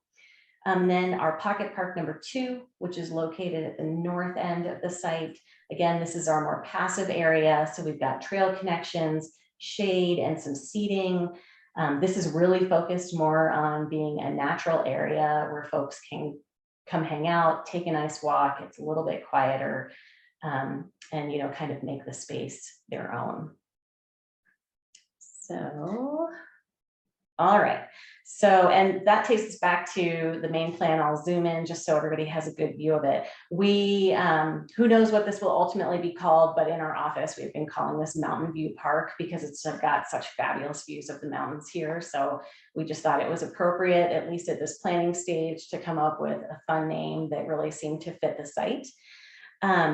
So when you look at this site, I mean, something that we're really proud about, the standards have been in place for a long time. And while we did some work revising this section of the site in collaboration with you, there's a lot of this plan that we brought forward from the very beginning that has been kind of above and beyond what the town is looking for in their developments. And so when you look at this plan, we have about 40 acres of open space. There's so much open space, which is great. We have almost double the amount of park space that is required on this plan. And, we think it's right for this community and for Berthoud as a whole. What we're showing here is, the right mix for this neighborhood. So we're excited about the fact that we can provide that much park space in this subdivision. Subdivision identity elements, we looked at what does this community need? Obviously we had some minimums, but we are well above and beyond what's required for the site. And we're happy to be able to provide those components to this site because we really think it's going to make it a special and a unique neighborhood and just a great addition to Berthoud overall. So at that, those are our favorite things. I will leave it there. I'm sure that you guys have some questions and I can leave this up for while we're talking, or I can bring it down whenever you'd like me to. But I will stop talking now and turn it back over to you so that our team can answer any questions that you might have. And thank you for the time tonight. Thank you. Is there anyone in the room that would, please come to the front and anything you'd like to add? Sure. Can I take this off? Yes, please. Thank you. Okay. Jim Righeimer, one of the developers, and my partner Lee Laurie. We started our first project here was Heritage Ridge. We're very proud of Heritage Ridge. A lot of ups and downs getting it done and a lot of learning curve on Heritage Ridge. Our biggest learning curve was green belts and how do you keep them native. When I first heard native, I thought well, just let it be. It doesn't work that way. You really got to plant it and grow it and water it. After a couple of years, you don't have to water it anymore, but you got to kind of get it going. And so we learned a lot about it. With regard to some of the questions that were brought up and staff brought it up, With regards to the connections across the Wilson property, they're both like 225-foot connections is what it is. We've actually been talking to them for a while, and I said this at the planning commission meeting, but the patriarch and matriarch of the family both passed away literally, over the holidays, both within a week of each other. So, it's just not a good time with the family and the trustees and all that, but we don't see any issue with it. It's literally 225-foot strips. We don't see any reason why you're gonna walk across it anyway. What's the difference if we put the path in there? So I want you to know that we're working at it. We can't make them do anything. We'll do everything we can to get them to come forward. My all concern is always like when you have disruption in a family with people dying, if it drags out the process. Because our requirement is that we do everything we can to get it done, but we can't bring bring the horse to the water, but you can't make them drink. So we'll do everything we can on that, but that was the one issue. I did see that she did bring up the fact it is pickleball, because Adam, you forgot about the pickleball. That's important in there. And as you had with the presentation before us, we've always, my partner and I have always really gone out of our way to make a neighborhood that we'd want to live into and have the kind of open space. And so there's certain calculations are required to have open space. We go above and beyond that. We did the green belts behind every house in there, except for where we moved it back because of the Hillsdale residents, moved the property back and took those 20-30-foot green belts out to give it to their side for more buffer. But we've always kind of gone over and above because we're very proud of our community. So we really want to. Mr. French was sitting here and I read his book, and people may not realize this, but we all know the story about how the town was down in the hill and down below, and then the town got moved up because the trains couldn't go up the hill. The reason Heritage Ridge is called Heritage Ridge is because from there you can see the heritage of the town. You look down and you see it. At the top of Heritage Ridge, people may not know unless you drive up there, that the property owners had their barn and their house up there with some large trees, and we designed it and graded it that there's a 1-acre park up at the top there with the original 100-year-old trees that we kept on it to make sure we did it. So we're looking at this project basically the same. It's more of a hill. So one of the things that when you look at it from Hillsdale, from anywhere else, it's up a hill to get up to where the houses were. And so all the agreements they talked about, we agreed to one agreement that they forgot, and Trustee Heineman, we discussed it before. We agreed to have a 1-story requirement for 7 lots, 2 to the right side, and 9 lots, 2 to the right side, 7 to the left side, and until the lots started kicking, out on angles. So that wasn't brought up because maybe it wasn't in there, but we did have that agreement, so we'll have to do some sort of height restriction. Yeah. I don't know the technical stuff on that. I don't want someone's roof line also coming down, but basically they can do a 1-story house with a walkout below. And I think that's basically it. It's a 5-acre park that we're building, we're paying for to your standards, the community standards. We've added more things than were necessary in the park. But the problem with these drawings is they're like on little sheets of paper. A pencil is 40 feet wide, a marking. That is a 5-acre park, long-wise, that looks straight up at the mountains that will never get blocked because you have so much space in there. And in the community, you need to have a place to have your own soccer fields that the city owns so they can, program them for games and tournaments. You have one space to go to, everybody kind of goes there, but you do need to kind of spread it out. And so our thing from day one was we need to get a park up to the 5 acres. And so the park's there. One of the things that I don't want any confusion on, the clubhouse and the pool is part of the Metro District. So it is open to the public in the fact that a Metro District property is quasi-government, and there can be a fee charged from the Metro District. That's a fair fee for people to use it. The people in the Metro District use it for free. But it is the responsibility to be taken care of by the Metro District, including the small clubhouse. It's very small. But that's it. And I'll take any questions if you have any. Thank you. Trustees, any questions? Just raise your hand. Trustee Grace. Okay. So I guess this is kind of quasi comment.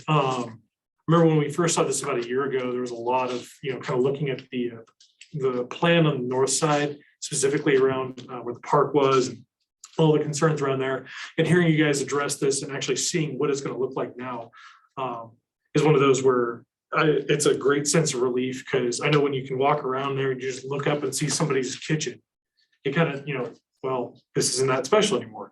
So thank you guys for definitely listening to this for us. Actually, to that, one of my first questions is, do you have I guess like an artist rendition or like a 3D model of like, if you were standing down there, like this is kind of what we're expecting this to look like from the bottom or inside Hillsdale Park? We don't have one, but I've been through the park many times. It is a much steeper hill than people. I mean, if you're walking in the park, you're not seeing any houses. You've got to, literally stand back and look up the hill. Think of how we have Fifth Street that came down through Heritage Ridge, and there's some of the houses up on there. It's more like that. I think it's one of the reasons we decided to go with the one-story houses, so they wouldn't be as bulky on the side of the hill. Right, there. and the specific vegetation kind of blocks sight lines up there. Right, so as you go up the hill, it's a lot easier when you do your plantings to actually block things as they go up, correct? But yet you don't lose the view for the people in their houses. Okay. You also brought up metro districts to handle plowing. I'm only mostly interested because you said it was on a hill. It is on a hill. Want to make sure that metro districts, this is going to be one of those where you'll have your own kind of plow situation like Prairie Star will, specifically like the alley load homes. Because I'm what, say it again? So plowing in yes. the area, that's going to be taken care of by the metro district specifically as well. The alley loads were Correct. Okay. Next couple of questions, I guess, are more traffic or parking based, so. Mr. Rager, is it possible you to come up here? Sure. For future posterity that can They can hear it better. hear you better, Okay, exactly. sorry. Get you on camera too. Oh, wow. Right? I gotta go to the diet as I see this video. The streets that are connecting into County Road 17 or Berthoud Parkway, there's 3 of them. And that's great for getting people in and out. My concern is it's a 2-lane road. Are you gonna be allowing any kind of shoulder turn in or turn out to kind of get people in and out? Or is it just straight up, you go in and you might have to sit on County Road 17? That's why the smart person Ruthie's here, the traffic person. I do whatever she tells me to do. Gotcha. So, Ruthie? Good evening. My name's Ruth Rollins. I am with Rollins Consult and did the traffic impact study for this project. I can get my computer out and pull up the traffic study. We do have deceleration right turn lanes into some of those access points. I'm sure we have it at the center access point, okay, because that's more one of the main accesses. And we have some southbound left turn lanes that also will go into the project site. So I looked at all the access points around this and used Berthoud's criteria to look when do we need a right turn lane and when do we need a left turn lane. Wherever we needed it, we're putting it in. Okay, so there's a little bit of, essentially you're widening the shoulder a little bit to get cars to be able to turn in or possibly evenly. Okay. Yes. I know one of the things we also brought up about a year ago was adding in that light at 287. That traffic study, has there been any results off of that? So part of this next process will be me identifying when that's triggered. We know long range future by 2040, it looks like we're going to need a signal there. But I need to figure out between today and 2040 about how many homes can be built and what growth can occur when the triggers for a traffic signal are warranted. Okay. So, okay, I guess my question was, the traffic study is what you're saying is it's going to be coming up. It's just, it hasn't taken place yet. It's planned to take place. So for the next, the preliminary, the final plat, Right. the final plat will have that information. Okay. Yep. So that's just a short memo. I've already done the full traffic study for long range future. This will be a shorter, when is that signal going to be warranted? Because we have specific warrants that we need to meet before we can do that signalization. Okay. the street parking. I know you were saying earlier in your presentation, the area around the park is designed so that people can actually park right next to that park and get out and do stuff. Is there going to be parking allowed streetwise through the whole subdivision or just around the park, or kind of a mix and match? The local streets are designed for on-street parking. So when folks are there during the day and want to park in front of the park or, you know, in front of a friend's house that they're visiting, on-street parking is designed as part of that street section. Okay, so all the streets around there, they're capable of handling on-street parking? Correct. Okay. Correct. I guess the last question is actually relates to parking specifically, up north, that kind of quieter nature area close to Hillsdale Park. There's no parking spaces there, and I get why, but I'm just thinking in terms of getting people there. And if it's like kind of a destination place to be where people can pull up. Lover's Lane, come on. Well, it's on a hill. I'm not saying it, you're saying it. It's around my way, I went. I'm just making sure that was by design, so that people would actually be able to pull up and kind of get next to other houses there. Well, there's 7 houses were removed, so those are like 55-foot lots, so right just in front of that whole area. You're, say it's 20, you're like, what, 10, no, 20, 50 foot times 7, you're like 14 spaces. You know, just on the street on the one side and then the other side without bothering the people on the other side. Okay. Okay, well, that actually answered all of my questions. Thank you. Thank you. Other questions? Trustee Hyman. Go ahead. So this is a question for Adam, but the turn lanes, all of the traffic requirements are mandated by our code, right? That's not at developer discretion. So I anticipate their half of the road would be, widened, shoulder improved, turn lanes put in. Are they gonna, all 3 of those gonna be full movement intersections? I don't know about full movement intersections. Like Ruthie was saying earlier, that comes down to final traffic study at the final plat phase. We do know that they will have some turn lanes. But yes, you are correct. They're all down to our code. Baseline's traffic engineers reviewed it, their traffic study, and found no issues with you. All the math checked out, everything checked out okay. And yes, they would be the ones that are responsible for installing those turn lanes, widening shoulders, any other improvements to Berthoud Parkway or Henry 40. Okay, so the sidewalk on the south side, is that a detached sidewalk? Detached 8 feet, because 4E is a minor collector, or either a major or minor collector. It'll be a wider side. It won't be the 4-foot sidewalks or 5-foot sidewalks you see on the local roads. It'll be a wider sidewalk, not quite 10 feet like you see, on Mountain in front of Wagner Farm Park, but it'll be like the ones that we're installing right now on Berthoud Parkway. But not a 3-foot sidewalk. Correct. Okay, so the easement, Mr. Rickheimer? Yeah, Righeimer, sorry. I always want to add an extra syllable in there, Righeimer. I couldn't pronounce it, I was 15, so. Yeah, no, that's okay. So you had said that the gap between the Hillsdale property, which is a town park, and your property is 25 feet. Say it again, the gap. The strip, the Wilson's land between your project and Hillsdale is Parts of 25. it, there's 24 acres, there's between 25 and 50 feet, there's a skinny little strip. Right. And then they have the whole, everything like in Rose Farms, that whole low level, so it's actually 24 acres, but right there, it's, I may be off 30 feet or something, it's not just a strip of land that they use as a road to get to their other property. Right, perfect. Thank you for bringing up the 1-story limit, because that was left out of the motion inadvertently. So I really appreciate you guys agreeing to that without having it formally in the motion and living up to that. Kristen, can you show us which lots that 1-story would apply to? You bet. It would be 2 right here. And then it would be 7 counting in from this open space area. So 1, 2, 3, 4, 5, 6 to right here. Okay. To here. Okay. So is it possible that you might be willing to do a couple more on the east side till it really turns the corner?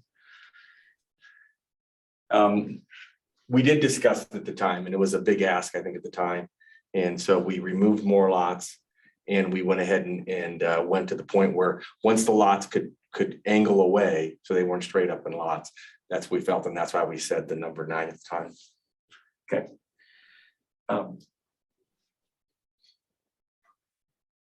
So Adam, what's the town code provision for houses backing to parks? Because as we're about to hear on the town park discussion, there's potential conflicts with park uses and neighbors whose backyards abut parks. So we don't really have any specific regulations regarding the residential properties abutting parks. The only real thing is that any development has to be greater than 150 feet from natural areas as a buffer. So, Well, probably not relevant to this, but a long time ago, we did have a provision where parks, major parks needed to be fronted by streets. So I don't know, and that's another discussion, so. Can staff comment on, so Holy Cross is not really a through street.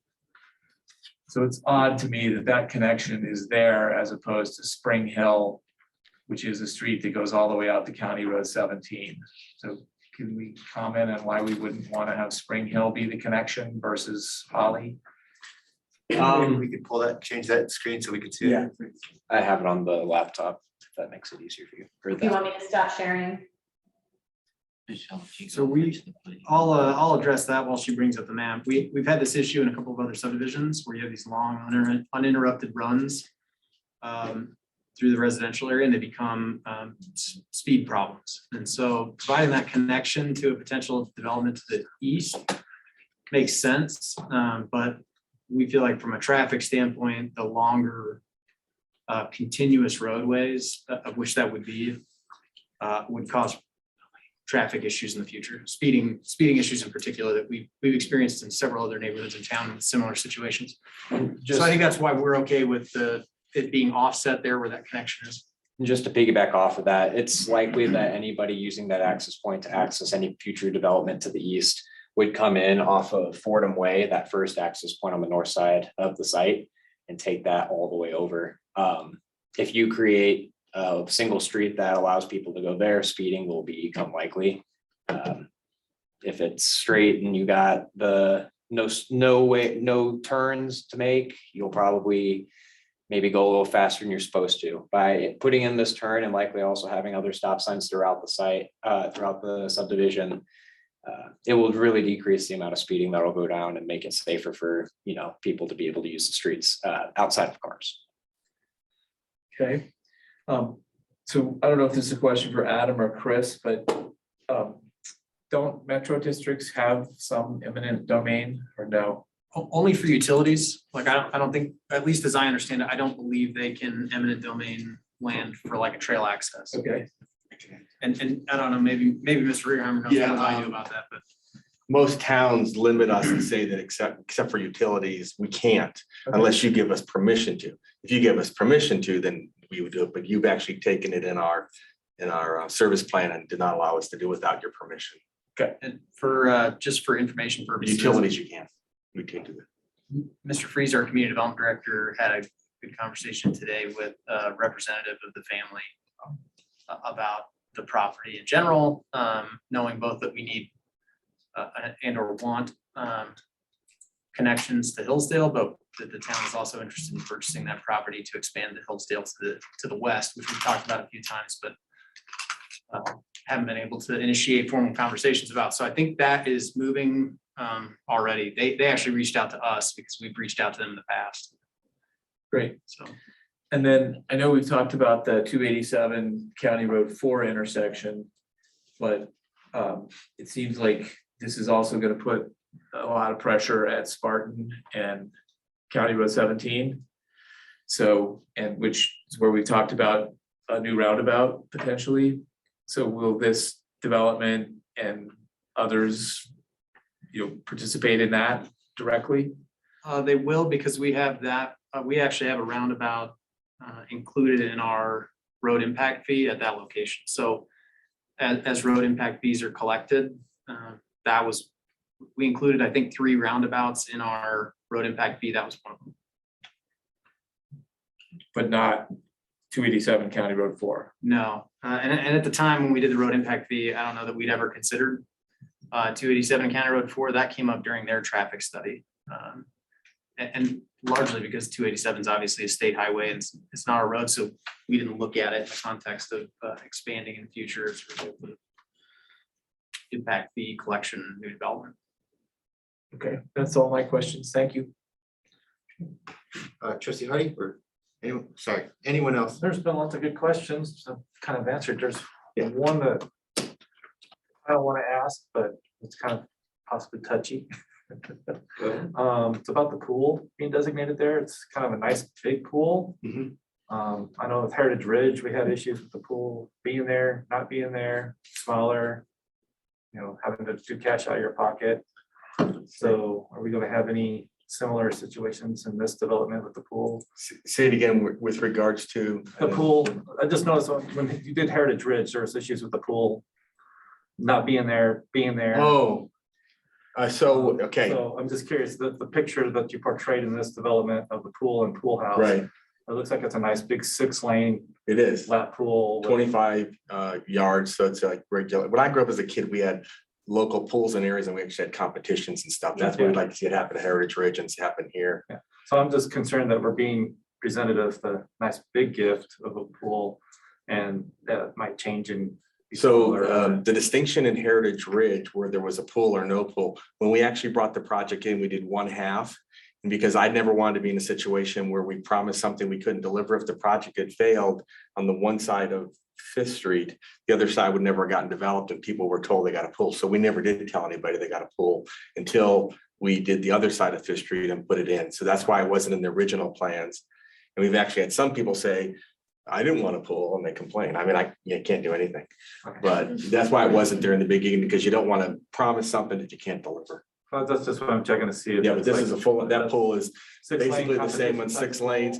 It'll come with the, what do you call it, the lanes, the whole thing. So, yeah, and we'd like to have competition and all. Looks like you've provided some cement on one side. You probably put some stands over there for meets if you wanted to compete in there possibly. Absolutely. Okay. And for clarity, the pool in Heritage Ridge is a 6-lane, 25-yard pool also. Okay. Similar size. Other questions? Everything's been answered except for one. Time frame of this park. When will it be built? It's in our first phase, so, or second phase, but we're doing 2 phase. We're grading the whole thing at one time. Okay. I learned all about weather and winters, and you got to start up again, so you grade it all at one time. And then we'll be doing the first 200 lots, which is basically the first 2 phases of which the park's in. Okay. Yeah. So I had a good dirt man over there with you, so. Expensive dirt, man. Not because I knew where he took his math class. Other questions? I do. All right, Mayor Pro Tem. Thank you for coming up. I had 3 questions that you answered before we even started, so. However, I have 2 more. One was a letter from some constituents asking about some of those older existing trees. Now, I'll preface that or follow up with that, knowing that cottonwoods historically, as time goes on, they're a mess. They drop dead limbs, branches break off in storms, that sort of thing. But are there any plans to save any of those trees? And the second part is, with the trees that you are planning on putting in, are any of those trees going to be larger trees versus just the smaller ornamental trees? So on the first one, the questions come up many times about the older trees that are back there. They're not actually on our property. Oh, Yeah, okay. they're actually, so they're always, I've had a bunch of calls and I've always said, they're not on our property. We're not taking down any trees along the Hillsdale, property there. There's a couple of trees that are large that are also on 287. And if we think we have a big enough buffer and they can be saved, they'll be saved. If the city tells us to widen the road and we take them out, then we do. But we always try to keep a bigger tree if we can. And then the last one, there's certain amount of size you have in that, and some you use bigger and smaller. I don't know. I'm not the horticulturist on it, how many go in there. But I mean, I hear what you're saying. You want to wait, 5 years or 7 years to have a decent sized tree. Oh, actually, what I'm talking about is, trees that top out at 20 feet or trees that top out at 30, 40 Yeah, street feet. tree, yeah. So Yeah, you're saying to have a taller tree or? yeah, taller, larger shapes. Yeah, I'm not. We a tree definitely person, but- have, we definitely have trees on the plant list that are big. I mean, it'll take a while to get there, but that will Right. be in that 50, 60, 70-foot range. We actually have cottonwoods on our plant list as well. Those only get used in very specific areas. They tend to be more in detention areas. You have to place them so that when they are 60 feet tall, they're not anywhere near a lot. Or people. But we definitely have the bigger trees planned along streetscapes and also in the open space areas. So we try and focus our ornamentals to be closer to parks and trails, like entries to trails, planting beds, things like that. So they're a little bit more human scaled there. That's where we get our pops of color and our cool spring flowers and things like that. But we like to use those big trees out in our open areas for sure. Excellent, okay. And then, let's see. Fencing along the, on Creighton Street. The homes that back up to the natural area, Is that the North Street, by the way? the North Yeah, Street, okay. yes. Those are Jesuit universities, by the way, all those names. Oh, got it. So my question is this, it seems like if people were to put up, say, picket fences, 6 foot tall, that sort of thing, that it would take away from the natural area. Are there any, is there any requirement that those be open? Yeah, we only fences, allow split rail? the 4 foot split rail fence is all we allow. Excellent. And then last one is the development that is on the west side of 287. Is it the overlook at Dry Creek? What's the name of that No. one? You mean Harvest West of- Ridge on? the- Harvest Ridge. Harvest Ridge. Thank you. Not west of 287. West of Berthoud Parkway. West of Berthoud Parkway. Yeah. We had kind of talked about, our neighborhoods connecting to each other by trails. And that one is a little bit isolated. Are there any plans to try to connect the trails across Berthoud Parkway and connect them with some sort of road striping or something like that, just to denote a location that pedestrians could cross over? It looks like it's really just barely on this site, just barely east-west connection could be Yeah. possible there. It's really at the very top end of our site. We're providing trail connections along Berthoud Parkway and out to Berthoud Parkway.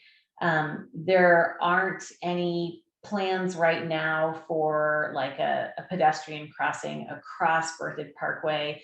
I think that would require more analysis because of the road classification and the amount of traffic that moves through it, of where that would even be appropriate.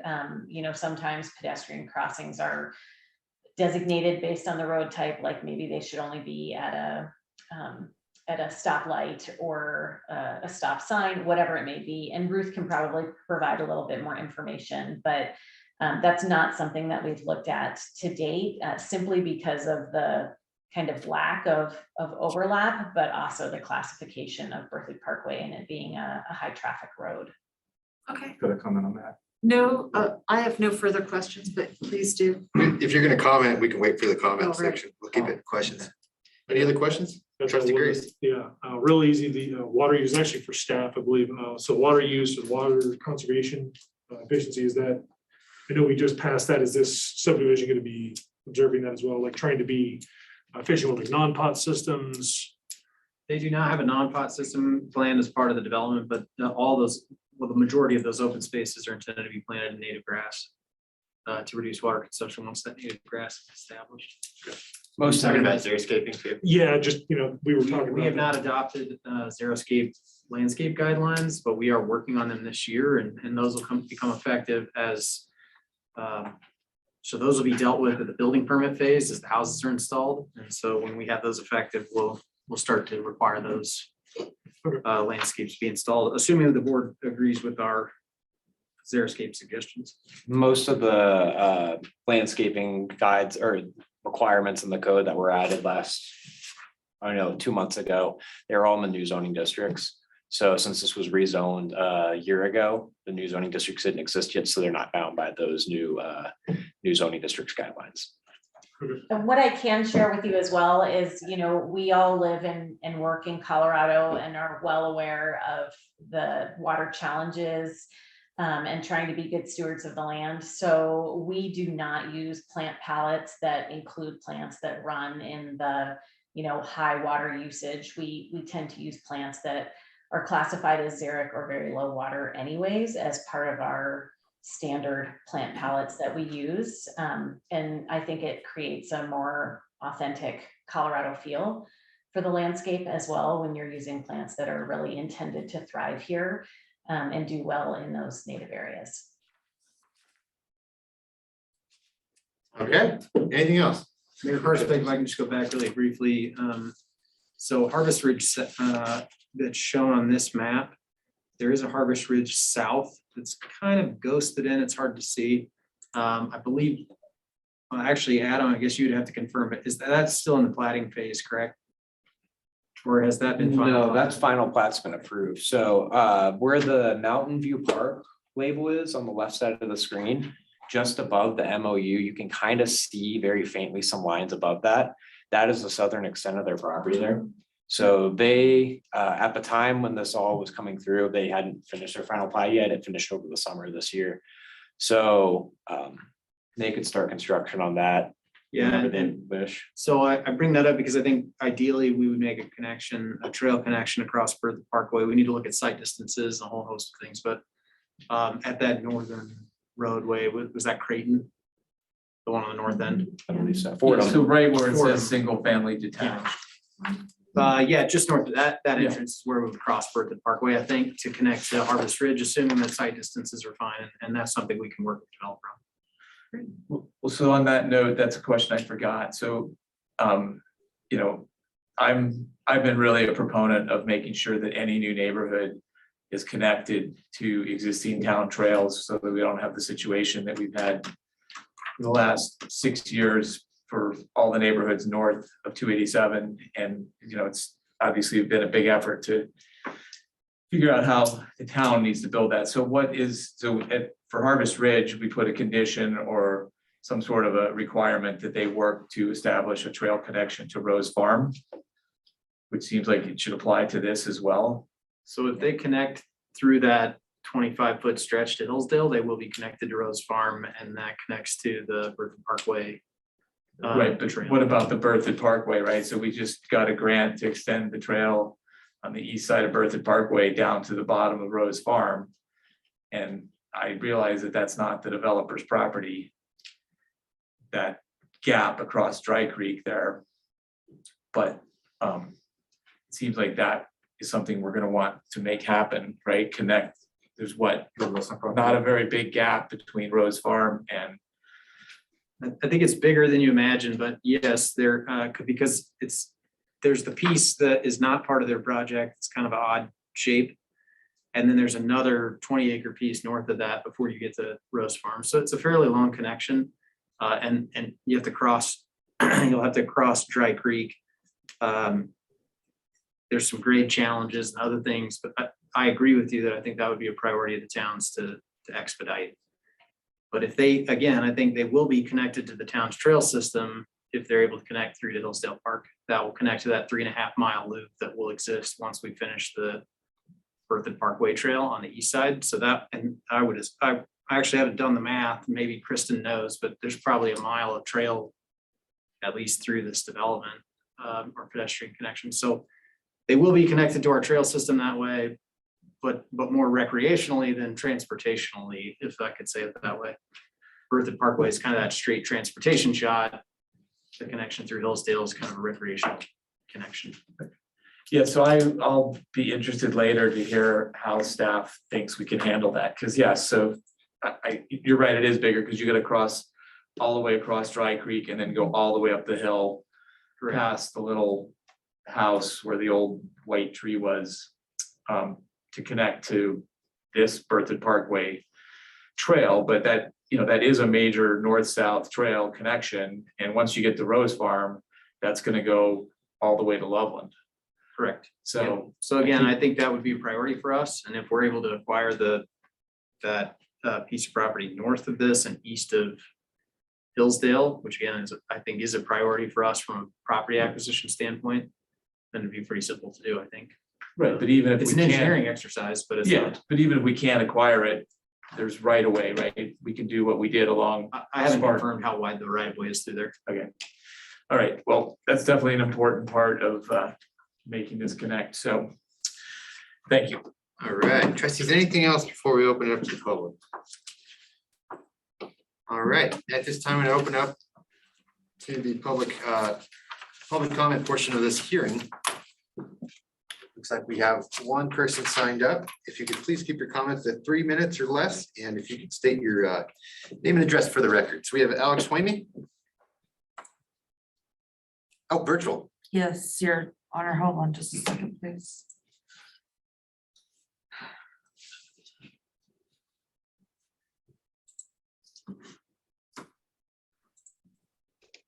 How did you sign up virtually?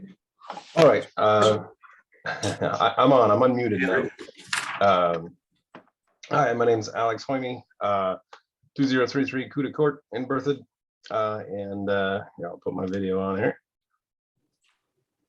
Or maybe not. I have some questions and comments in regards to the interaction between our development on the, there we go, on the west side of the road, west side of Berthoud Parkway, and this project. I guess one of my main comments or questions has been posed a few times, but I guess as we get further into these details, I just need to get more information on how the interaction is going to happen. Actually, our south portion of our project is under construction right now. The roads are being constructed, and utilities are about to go in. With the positioning of the two roads that connect to Berthoud Parkway here, it seems that there's going to be some overlap between the left turn lanes of our project and the left turn lanes of this project, going in opposite directions, which may or seem to potentially be an issue. Maybe it's a question for Ruthie and how that has been addressed, and I guess I'd be interested in seeing more information on how that will be resolved to eliminate that conflict. And I understand it's not a Q&A, so that's my comment. All right, thank you. I didn't look like we have anyone else signed up. So I'll offer the opportunity again, if there's anyone else here in person that would like to speak to the public comment portion. And we have no one else signed up virtually, correct? Check the chat. There's a hand. I have one more person. All right.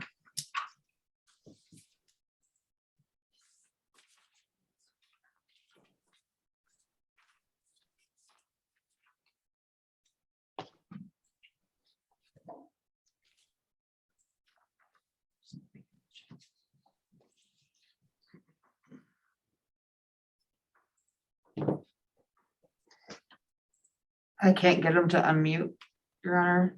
Can they unmute themselves, or you're in control of that, aren't you? Yeah, I asked them to unmute, but it's not, I don't know if they're not seeing that. All right, the public speaker would give you an opportunity here to unmute yourself, the one that signed up. It's a little red microphone, you just click on it.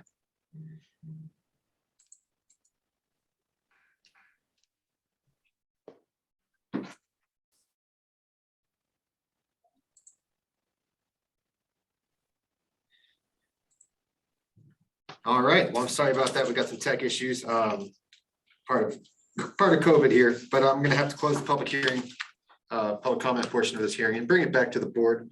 Any final questions for the applicants or staff? And then we'll go into deliberation. Oh, first, could we have, yes, to answer Alex Fleming's question, please? Hello. Yes, that question did come up and I did a specific analysis of those two streets. So you know what he's talking about, a southbound left versus a northbound left and them potentially back stacking into each other. And I took the numbers from that gentleman's traffic study that they did for their project and our numbers. And that's not going to be an issue. So I did do an analysis of that, a special analysis. Can you point out on the map where that is occurring? Because I don't think we can see the road You that know, Alex is talking about. And I don't know if we can see it on this map either. I can see it on the screen, although it is faint. But I believe that the road that Alex is talking about is just north of Fordham. Is it going there through the O on Berthoud Parkway? Can you? Yeah, it's right next to the small single family name sign, just north of that, those wordings in there is where it comes through. So about 4 or 5 lots up from the center access point within the Trails of Creek View. Yeah. Master plan. I keep getting the names wrong. Sorry, that's Spring. So right there. So the, like behind. So basically, the turn into Harvest Ridge is halfway between Creighton and Spring Hill, just about. And so that wouldn't require, what you're saying is it wouldn't require one of those center lanes that, you know, sometimes called suicide lanes that would allow more time and more space for people to merge. It doesn't require that. We would have, there would be striped, an actual striped. So it would look like this, it would go like this. So this would be for this direction. And then the other side of that right here would be for that direction. So we'd specifically stripe those 2 turn lanes in there. Okay. Yeah. We would not want to call it a suicide lane. Yeah. Just any other questions? All right. Yep, so we'll now go into that portion where we can make some comments here and move into deliberation, and we'll start out with trustee Hardy. Well, one comment was, if it's gonna plant those cottonwoods, I would like to recommend that they be seedless. I'm sure that would be the case. Yeah. Cottonwoods are the death of me. And then the other one is if we're doing a crossing on Berthoud Parkway over to Harvest Ridge. Every time I see this stretch of road, I always think of Nico and Tyler. Yes. The accident happening right there and just that visibility issue coming southbound. If we did do something like that, it'd be kind of nice to not only get the flashing signal crossings, but maybe double up the flashing lights so it's further down the road to the north so that southbound traffic is aware that there's a crossing. You know, so there's one near the crossing and then one further back to get that traffic slowing down would be a concern of mine. So, but yeah, that's my biggest concern with crossing right there. And of course, you know, traffic turning left and right, you know, making sure that we have those lanes widened so that there's actually a through lane so that we don't have sudden braking and crashing happening there. That's one thing I keep picturing in that little section is all. So those are my 2 comments on that. Everything else, all the other questions were answered. And so I think I'm good. Okay. We'll just go right to left now. Trustee Sally, how do you feel about this? Well, I appreciate the buffer to Hillsdale. I think that is a huge visual change from the last plans we saw. So thank you for that. And the parks look beautifully done. And I think it just looks really well put together. I think last time I was griping about having the subdivision there, and I just have to say that for having it there, I think it's going to be an asset to the town because you guys have done a really great job with the different dynamics there. So thank you. Thank you. Trustee Grace, how do you feel? Totally much better feeling about it. Seeing all the changes, seeing everything kind of pushed through, the height requirements. Very much a fan of what it looks like now, and I'm like all the answers from all the questions that I had. So All right, trustee Hyman. Yeah, so I don't remember exactly what the discussion was on the one story. I think originally the intent of my suggestion on that issue was to have basically all the houses north of Creighton be one story. So basically everything backing up to Hillsdale. And hopefully the future open space, if we can acquire that to the west. So my suggestion, I think I can live with the 7 lots on the west side, and I do appreciate the changes that were made, because it's definitely an improvement to have the bigger buffer, and I think losing the 2 green belts in those 2 blocks is definitely a positive trade-off to expanding the buffer. And I also think this 25 feet, you know, it's not developable, it's not useful. So I would certainly hope we can work with the landowner and acquire that to expand Hillsdale to the west, and also to incorporate that 25-foot buffer in addition to what's in this development. But my suggestion would be on the east that we do lots on block 4. So if you go to the preliminary plat submittal, which is page 69 of the packet, it shows the block and lot numbers. And I know that, you know, developer doesn't agree, but I think that on block 4, we should have lots 1 through 7, not just lots 1 and 2. And I'm sure that diminishes the value of the lots somewhat, but I don't really see that as a big ask in the big picture of 481 lots. And I think, you know, because of the grade on this site, it is going to loom. I mean, this is going to be a mound of houses looming over Hillsdale. And I think the public should know that, you know, this land was annexed and zoned PUD. How long ago? Long time ago. Yeah. 15 or 20 years. I don't recall. Yeah, so 15 or 20 years ago, this land was annexed and zoned and had property rights long before it came to this board. And we have certainly, and the developer, to their credit, has made lots of improvements in improving that. But I think adding 1, 2, 3, 4, 5 more lots to the height restriction will make a big difference.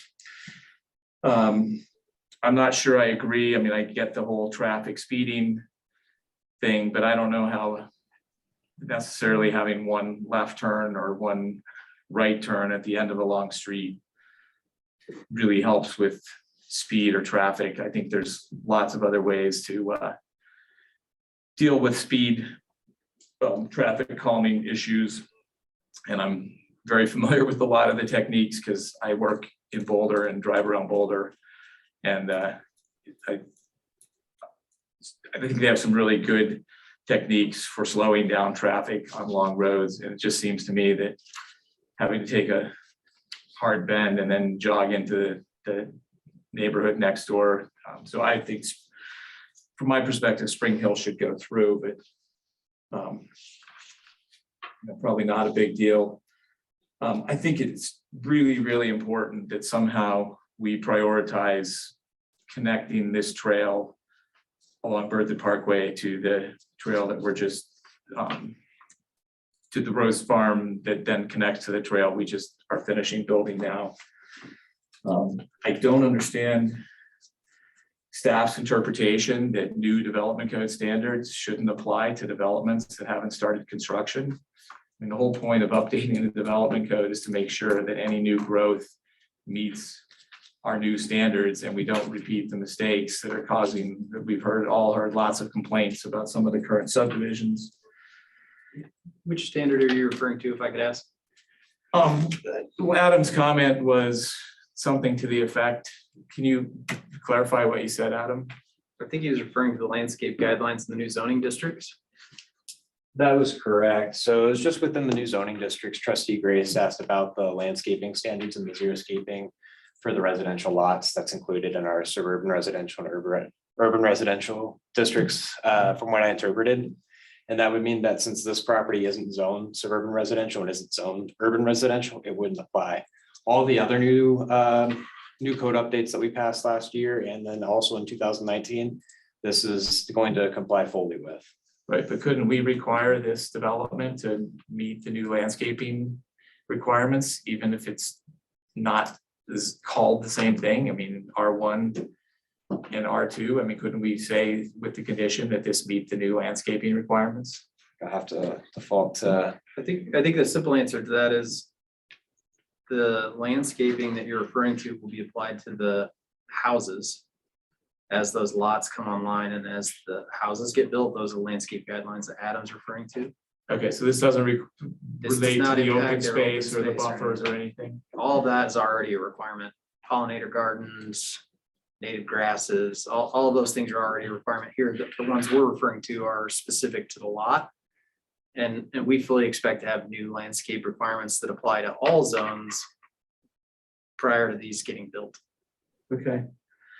And then this is not related to this development, but I think in general, I think we should look at our development code. I think if you look at this park without the backyards facing the park and having streets around all four sides, I mean, that is what a neighborhood park should be, right? If you look at parks in other cities and in Denver, they are surrounded by roads, not surrounded by houses. So, and like I said, it's not related to this, but I just think that that's not good planning on the town's part to have backyards backing up to a major activity center. Anyway, so Chris, can you elaborate on what we would need to do to make sure that the trail connection happens along Berthoud Parkway? Are you asking to require the developer to do it or that we do it? Well, so I said this before, but I see that trail connection the same as connecting a water line or connecting the street or widening the street. So, you know, as a critical infrastructure. So yes, I would like to see us require the developer to partner with us to make that happen. I understand that may or may not be possible, but I'd like to hear staff's perspective, you know, so, you know, we're going on 8 or 9 years with no trail connection to the north. So what can we do to make that trail connection happen in a timely fashion that means that when there's 481 houses and a couple thousand people living down here, they have a way to ride their bike to town without cutting through Hillsdale? I think the town board just has to ask us to prioritize that. We have a large number, $6.5 million worth of trails in our park and recreation impact fee. That part of that parks and recreation impact fee is trail specific, right? And with the idea that we use that money to close gaps and to create additional trails and connections throughout town. So to me, I think it's a policy decision from your perspective, the town boards. If you want to ask us to adopt an ordinance that requires the developer to install the trail connection, we can. I think we have both the means and the mechanisms to do what you're asking. You just have to tell us to make that a priority, which I think we would anyway. We would make that recommendation to you. And that would not be a part of the motion for approval. That would be a separate direction. I think so, yeah. Okay. If you want the town to do it. I don't know that we can require, I don't know if we can or can't legally require the developer to make that connection across property they don't own. It's a little similar to the other connection to Hillsdale, though. At the same time, we may have the existing right of way to install that trail. So how does again, it work may- for a sewer or water line easement? So the Metro District does have the power to condemn for utilities, not trails. I don't believe, and we need to confirm that, but I trust Mr. Righeimer's interpretation of the Metro District's approvals or authorities that were granted by the town and their service plan approval. But Just to clarify it, the fact that you have utilities allows you to do it. You don't need a Metro District for utilities to bring a water pipe or a sewer pipe through. So it's not necessarily that. But in general, if you want the Metro District to do it, you can't. But as a property owner, they can bring a sewer line through. They go to the court and they say, we need to put a sewer line in, and they come back with a figure and say how much it's supposed to be, and you just do it. Okay, so to where are the sewer and water lines connecting to Rose Farm from this project? Are those an opportunity for a trail connection along Berthoud Parkway? like I said, I think we may already have existing right of way along Berthoud Parkway, I just haven't confirmed that. So I don't know that there's any impediment to making that connection. If you want to require the developer to make that connection, you can make that a condition of your approval. We can confirm that we can legally do that, and then that would be that. My suggestion is that we can make that connection with the existing funds that we have. I think we see it as a priority as town staff. If you want to make that a priority for town staff above and beyond that, you can certainly make that direction as well. Well, I think for Harvest Ridge, we just said, work with town staff You did, to make the connection. you did. And I think that would be, like, I don't feel like I have enough information to just mandate it. And I certainly don't know what the cost would be, but I think that it is the same as critical infrastructure like the water and sewer line. So I definitely think it has to happen in conjunction with this being built out and not after. And I think that you guys should make that condition if the rest of the board supports that. Thanks. That was it. All right, trustee Stevens, I inadvertently left you out, didn't I? Yeah, you did. Yep, sorry about that. That's okay. I don't have much. I agree with Jeff as far as the lots, and those being single level homes, 1 through 7. I don't know how that can happen, if that can happen. Can I ask? Sure. Can that happen? Can it happen? Yep. What else do you need? I mean, I'm sorry. I mean, just like, it was a good point that trustee Heidman brought up about the trail, hooking that up, and cooperated is an interesting word, but there's a bridge there that goes over Dry Creek, and it's not just pouring a concrete path. So can we do that? Listen, in the end, we've always done what you guys want. Okay. So am I happy with 7 lots that can't be 2-story? The home builders who buy the lots have to figure into their total square footage price. That's how they kind of, they get more money for the 2nd story than it costs to build it. That's how they can pay so much for a lot. But in the end, we've done pretty much what you guys wanted. Well, the only reason is Hillsdale, you go on the backside, does not reflect the beauty of those homes from the front side. And I would hate for this to be the same scenario. Along the railroad tracks, so kind of know what I'm talking about. And that's kind of what I envision here on the backside, seeing these. Well, one of the things that we've done, and I don't know what your standards are, we don't build houses, but we require what we call 4-sided elevations now. That the back of the house has to have, 2 or 3 materials, and it's got to be in grade, it can't be just some straight pop out. So that's what we've been doing from a design standard, to just make it look nicer. Well, I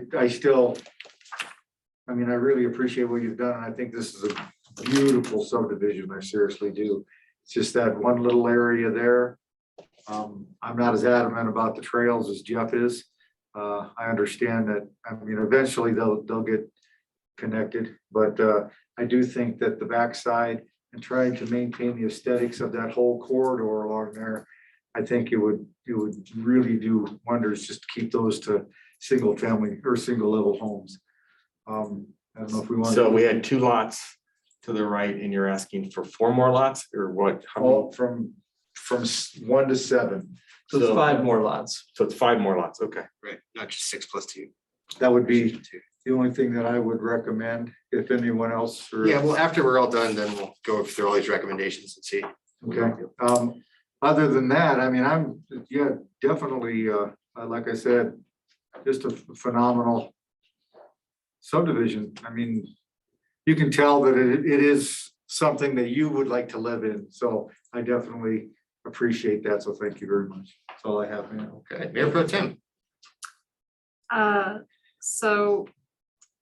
Would we be able to get a view a little farther out, a little higher elevation, so that we can see where the park is in relation to the homes on the north side? Where Hillsdale is? Yeah, where Hillsdale is. I want to see Hillsdale versus kind of the angle of the homes. Do we have any picture like that? You mean like a Google Earth map or a Google Yeah. map? No, we want to see the plat. Yeah, kind of a little farther out. Is there a higher. plat drawing that shows Hillsdale and Dry Creek? This one does. I mean, it shows a portion of it. I'm I not sure I want to see understand what more you're of, asking. I want You wanna to see more of Hillsdale. I see. Adam, they're looking at your presentation. So this is all we have. This was the neighborhood master plan from last year in 2020. The applicant, Kristen Online, may have another rendering, but as far as Oh, for no, this, I'm sorry. I was talking about, it was in our packet. which So one are you referring if you to? look at page 66 of the packet, that shows the trail shows the trail loops in Hillsdale. Are you referring to this? Is it the landscape plan or is it? It's Option C. And it's number Plan 4. adjustments, option C. This one? There you go. Yes. Okay. Okay. That helps a little bit. All right, thank you. Yeah, that is the view I wanted to look at. So in reviewing that, I also agree that 1 through 7, 1 story. I would support that, and I understand the developer's concern that it makes them less valuable because of the smaller square footage. However, it does make, they still are very valuable in the overall scheme of the park because they back to this beautiful natural area. So, you know, the value is proposition for those homes, even if they are ranch homes with walkout basements. I think the value proposition for somebody who would like to back up to that, you know, They give up in open square space. footage, they gain in view. Yeah, taking a They beautiful get the view, best view out so, of everybody in the whole development. so I would still support 1 through 7 on the east side, also being 1 story. I think it looks great. This is an excellent, you know, you guys really did follow through on the stuff that we had asked for. So overall, I'm pretty darn pleased. We have talked a lot on this board over the past several years about making sure that there are trail connections. It looks like you guys are doing the right thing by being a little more, taking a little more time to do the trail connections, the soft surface over to the natural area. On Berthoud Parkway, I would like to see the town, you know, put in a significant chunk of the funds to try to make that north-south connection.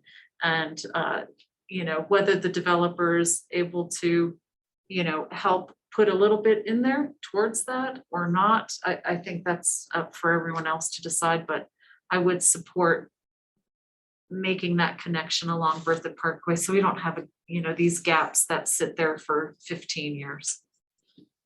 We agree.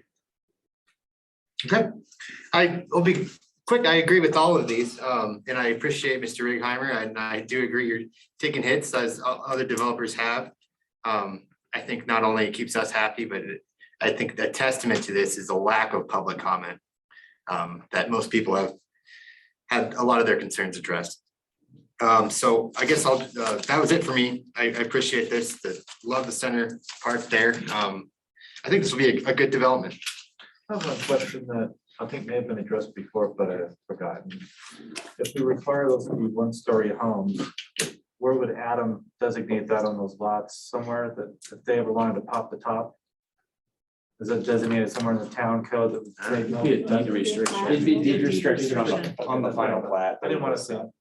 Yeah, that's the stupid question. No stupid questions. Oh, don't test me on that. All right. So the amendment or the conditions that I heard were beyond staffs. We're also working with the town on a trail connection, if possible, north-south on Berthoud Parkway. Also lowering to 1-story lots, additional 4 lots, so that was 1 through 6, is that correct? 5 lots. 5 lots. It's block 4, 1 through 7, and block 3, 1 through 4. So the developer originally had block 4, 1 and 2, and block 3, 1 through 4, and we're adding lots 3 through 7 on block 4. Okay. And then finally, a rapid trustee Hardy's point about a rectangular rapid flashing beacon to get you across Berthoud Parkway where Nico and Tyler lost their legs. Was that Did I hear that right? It's more of a concern. I didn't want to make it a mandatory thing. I mean, we could, but Why don't we add that to the work with the town to make the north-south connection and also to make a crossing to Harvest Ridge? that'd be a good package. Is there anything else? Was there also a Berthoud Parkway Trail connection? Well, that was the north-south. That's north-south, okay. So is there anything else that I missed? No? Okay. Anyone would like to try to make that? Sure, I'll make it. I'll move to approve the Trails at Creekview preliminary plat, finding it satisfies section 30-6-107B with the following conditions.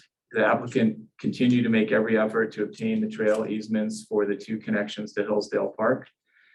All lots abutting to an alley must be rear loaded from the alley. That block 4 lots 1 through 7 and block 3 lots 1 through 4 are deed restricted to 1-story construction. And 4, that the developer work with the town and Harvest Ridge for the trail connection to Rose Farm, and also for pedestrian bike crossing between Harvest Ridge and the Trails at Creekside. Okay. All right, we've had a motion by trustee Hyman, seconded by trustee Stevens. Is there any final discussion on this? Yeah, so I do think overall, this is a good development. You know, the green belts were in lieu of alleys over at Hillsdale or at Heritage Ridge, but I think that those strips do add a lot of visual appeal, and they also are really good as far as wildlife. You know, not that this is a wildlife area, but if you just have backyards with fences, budding fences, there is no place for rabbits and foxes, and Hillsdale is a natural area. So I think that that's a great feature. The park is a great central neighborhood park, which will be a great amenity. The buffers around the edges are really important and will really make, 20 years from now, this neighborhood will look really nice. The only real drawback to this proposal is the grading, the natural grade of the site. And there's just really nothing that the developer or the town can do about that. So I think, mitigating and buffering Hillsdale and limiting those houses is a huge, it's just a huge step, to keep the view from Hillsdale as nice as possible with the development going in. And I certainly appreciate all the development, all the measures the developer has taken, and hope we can continue to work together. All right, we have a proper motion that's been seconded. Clerk, we have a roll call vote, please. Trustee Soriselli, Yes. trustee Grace. Yes. Mayor Pro Tem Dower, Yes. trustee Hyman. Yes. Trustee Stevens. Yes. Trustee Hardy, Yes. Mayor Karspeck. Yes. Is anyone opposed to taking a 5-minute break? All right, take a 5-minute break. We'll move on to our next agenda item, and that is the town park. And we do have some folks also that would like to speak on the issue. This is not a public hearing, of course. And we have our deputy town administrator, Jeremy Olanger, here to introduce him. Thank you. Thank you, Mr. Mayor. Good evening, trustees. I did make a self-note that I'm gonna have Butch and Sarah help me on my presentation going forward. The video in this presentation. music's really weak. Yeah. I will say before I start. We got the giggles, man. We have Bob McDonald with OLC Consultants firm on Zoom for questions. They couldn't attend they had other commitments and things, but Bob did carve some time on his schedule, and I thought I could handle this tonight. So he's on Zoom for questions. And so if you remember back in October, we got approval to go forward with updating and refining the original town master plan that you'll see. I don't know if it's up on your screens. It is. From 2018, we went through a public process with that, and that's with a different design firm, but as part of our total parks master plan, we did through a couple other properties of Richardson, Wagner, and Knievel with the town park redesign. So we took this plan and we got the approval to work with OLC. and start to refine this, upgrade this. As you'll see from the original one, there's, we incorporated, you'll see the next slide, when they put together the next plan. A lot of those things were, open space, keeping the shade, making some playgrounds, upgrading the playgrounds, opening it up, having a kind of a veterans memorial at the time. Pickleball was getting to be popular, tennis courts, even 3 years ago, and some off-street parking. So as we worked, as we started with OLC, they initially spoke with the Historical Society, had a great meeting with them, learned about the history of Town Park. So if we start, and I'll walk you kind of through this and hit the highlights. So they started with them, started working with staff, trying to work through definitions of interpretations. So you'll see the top right corner has a angled parking, which was lacking on Welch and Fifth on both sides. Has a medallion entry, big open space entry that comes in, kind of matches the main street design, corner entry. The corner here is just kind of a sitting, relaxing area. It's got a fire pit, maybe a meeting area. Got a small water feature to look at. In this corner, if you remember now, currently it's a small baseball field, and this is kind of where the infield's at. They made some notes to kind of continue that kind of tradition of those ball fields by maybe designing some plaques where the bases might go, build a pergola, maybe kind of looking like some dugouts. A focal point of the art sculpture might be where the mound might be or used to be, that sort of thing. So as we move down, it opens up into the meadows, and you got some food trucks here, food truck alley type. Food trucks are popular now, and come to events. And then basically you'll see a bunch of a healthy shade, healthy canopy. Mostly on this area will all be new trees. The intention over here is to leave as many healthy trees in Town Park as we possibly can. We're working with Josh, arborist. He's gonna go through and make sure that we keep as many as we can. The intent is not to take down any unless they're unhealthy and need to go. The Fifth Street entry at Bimpson, you'll see a Veterans Plaza with some benches, potentially a flagpole to honor those service individuals, a playground there by some parking. Heading into the Founders Green, which is an open space, possibly for events, quilt fairs, farmers markets, birthday days potentially is always an option as we get big, depends on where we want to move that to or keep it there. So that there's a big open space with a shelter as well. We move on to, another focal point of our piece here. As you come through and you'll see from east to west or from right to left on your screen is passive activities currently as it stands, the design stands today, passive activities into more active to the west. And so we'll move into picnic tables and shade and possibly here is where the old restrooms at or the one we just upgraded a couple years ago. So there's a potential for, a multi-use building using, more restrooms there or using that as a gathering spot with shade and kind of a crushed refined area for picnics or bringing your lunch or whatever and being kind of still in the passive area. If you wanted some quiet and read a book or whatever, that could potentially be corded off and into a beer garden of sorts or something if somebody wanted to have an event or a wine tasting or something like that as well. Heading into kind of the Welcome Plaza here, more parking. Parking was one of the things that we thought was lacking in the current setup of Town Park as an anchor area location for us in town. So you'll see the Welcome Plaza start to develop with kind of they list a promenade here and a shelter.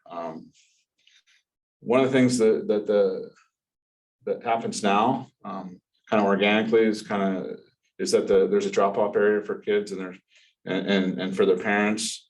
And so closing that opportunity with the pool and with this concept, we also talked about having just a drop-off area for if parents still want to come back through here and there's still an access and a gate to get to the elementary and that sort of thing, to still use that. Or potentially unloading zone for events and things of that nature. So that's why you see that. The venture playground, there's tree houses have been talked about in this area. This is where the old established town park is. The delineator is kind of, between the fences. If you see them now, the ball field fences kind of line up this way. So kind of a phase 1, phase 2 type thing as we talk through this tonight. So this is the established town park. Over here is that's why you see the most of the established shade and whatnot. Into the west area of another playground, ADA accessible.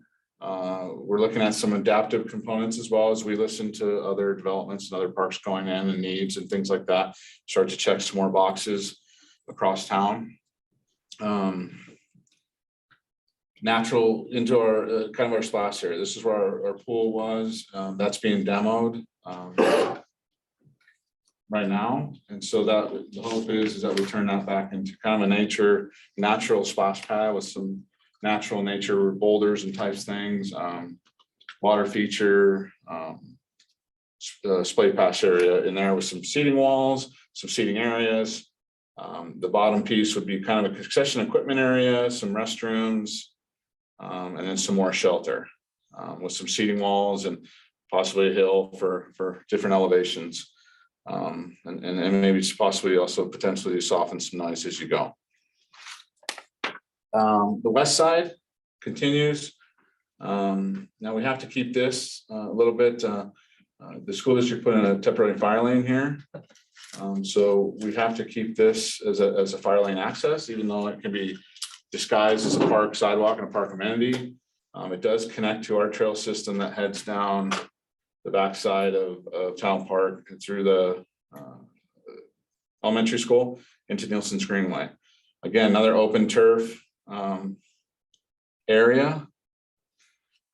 It starts to be more active, and what we're doing there is just upgrading what the existing is, and you'll see some pickleball courts and a basketball court. Obviously, a lot of screening, pulling those away from the residential a little bit was the first idea, trying to soften the noise and the environment and things of that nature, and so those have been designed and upgraded just because that's the components that we have existing, and that's what was in the first master plan as we went through that. So that's why you'll see that, and we'll get back to that, as most of you all know. We'll get back to that, probably this area most in just a second. And we can look at the precedent images as well. You'll see the natural bouldering of the right of the display pass area, creating like it should be there rather than something more non-aesthetic or not pleasing to the eye or doesn't feel like it belongs there. We want to incorporate boulders and natural stones and things of that, so it looks like it belongs in the park rather than off the shelf. But you'll see some of the ideas. These aren't like permanent decisions to go in, but what they're trying to do is take a look at the area, what's already in town, and build off that design and some of those elements as well. It was taken to the port. Staff has been working with them. OLC, they did go to port last month. So some of the feedback, and I just put up here so it kind of resonates. They did like the treehouse theme, not a lot of comments. They generally were very happy with the design overall. They're glad it incorporated the school drop off. That was important to some folks. And still has the large green spaces. And then also the parking on Fifth. The drawbacks, there was a lot of discussion of their meeting about the pickleball location and the noise level with the neighborhood and the residents, the homeowners that line that share that property line. They talked about maybe leaving that alone until future pickleball courts could be built. They talked about whether that's appropriate place. Mr. Bob Varkeen, 707 Welch is on the north side of the current pickleball courts today. He's on the corner of 7th and Welch. As you enter the park, he did come and speak at public comment, and he's here tonight as well. So that's great. And he talked about the constant noise and how it's tough for them to go outside and things like that. And I'm sure, I don't want to speak for him, but that's some of the comments, just so you're aware of those. So the kind of the feel is kind of, as you see right to left from Bimson and stuff, that they can come in. There's loops to be had, if you just want to take loops and you want to walk around loops, and you can do those. There's several loops to take. There's sitting areas if you just want to bring your lunch in. There's several ideas why these kind of came about. Different parts if you just want to sit, and there's frisbee with the dog or the kids, and there's different areas to get away from people if people are doing other activities and you have other spots to go. The splash area, splash pad is mainly because we're removing the pool and not to duplicate amenities elsewhere. That's as you see the splash pad. So the last thing is, we've had some discussion, some feedback about the pickleball courts and the hardscapes and the active amenities over here with the basketball. Staff, with Chris, we haven't had a chance to talk to OLC yet and let them know. But tonight, as we get into comments and things and discussion, I'm going to preempt it by saying staff's recommendation would be to remove the hardscape courts and the pickleball entirely, rather than have a discussion about where they fit within the rest of the park, mainly because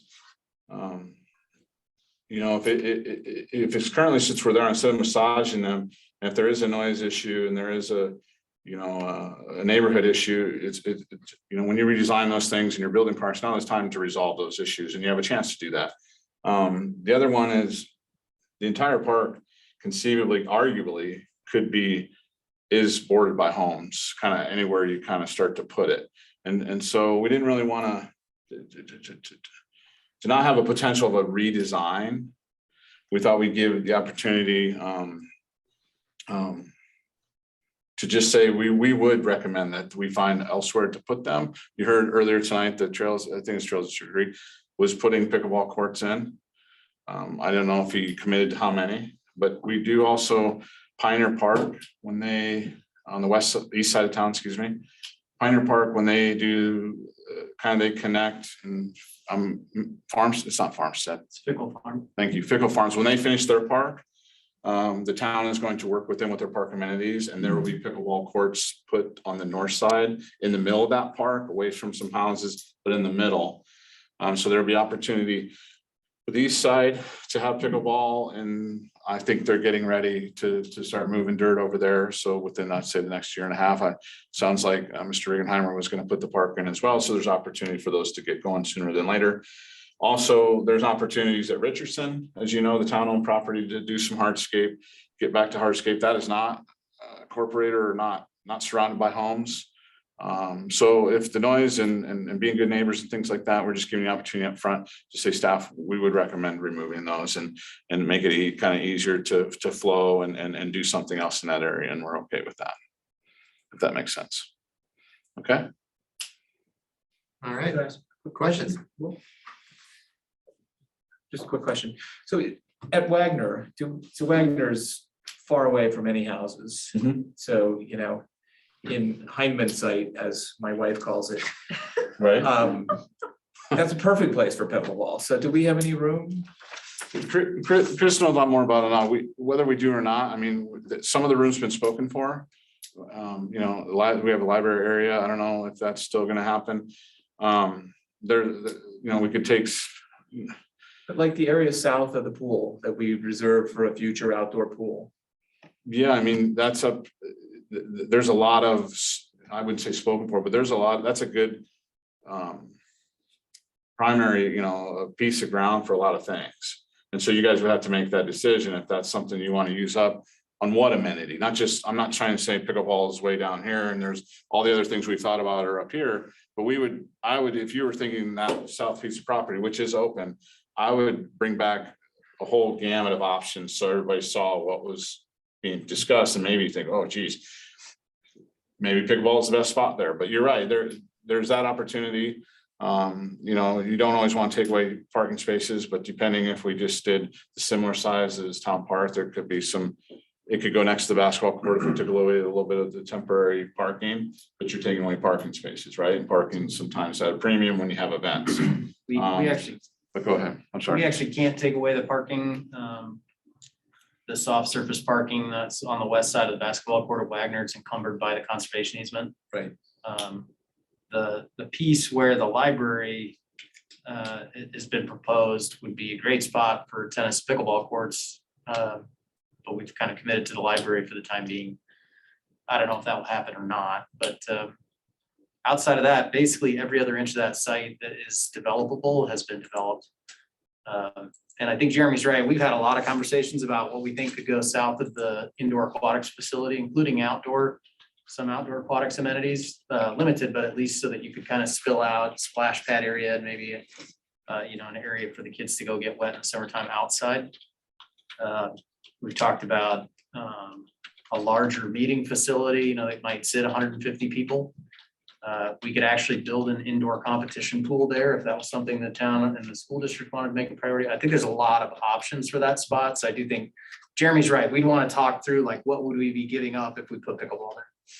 Okay, sorry, I didn't mean to sidetrack. That's not related to the park, so.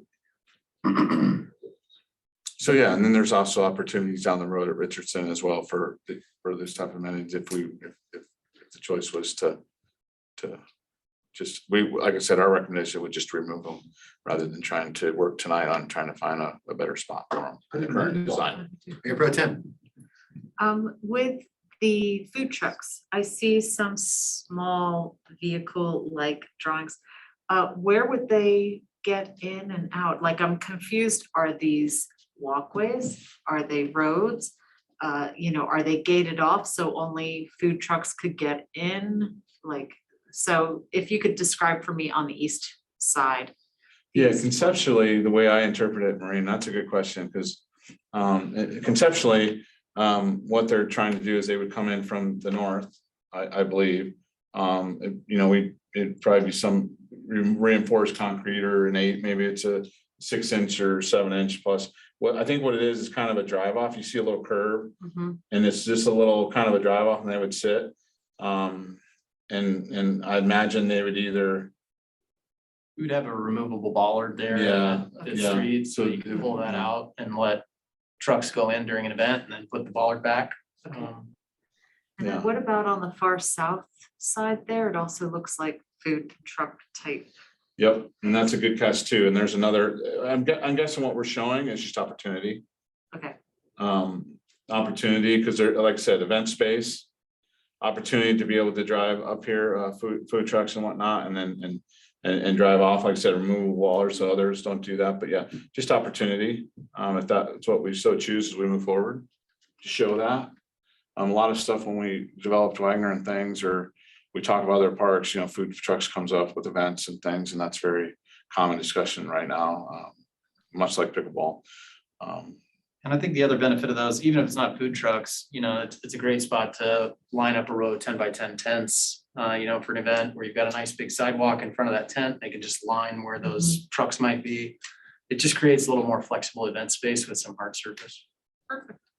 Okay, thank you. Trustee Grace. A couple kind of tying in with food trucks. Are there going to be any kind of power posts or any kind of shorelines so that if they need power or their generator goes down, is that going to be something that's provided in this park, or is it kind of bring your own or you're out of luck? Yeah, I would say we'd work through that, and the ability to do that, to put, you know, hardwire through there if that's what we're looking to do. When we got to the final decision, we talked, right now it'd be bring your own generator, that type of thing. But when you consider how many events we're going to do there and figure out, are we going to use this park like that as we look at our events in the calendar? You know, we have Wagner that we considered having a lot of space. It doesn't have as much shade yet. And neither will, we call it phase 2. Well, neither will this area for a long time. So yeah, generators at first. And if we wanted to hardwire something, we'd work through that through this community design process. Okay. I guess the only other question, the Founder's Green, kind of that southern area, where the other baseball field is, the bigger one. Yeah. One of the side benefits of it is it can fully get fenced in. So I actually see a lot of people out there playing with their dogs and stuff. Granted, I know we have a dog park southwest of this. And I know that's kind of like, we have a dog park, go to the dog park to play with your dogs. Was that something that parks considered at all, like having a fenced area so that people could walk in there with their dogs on grass?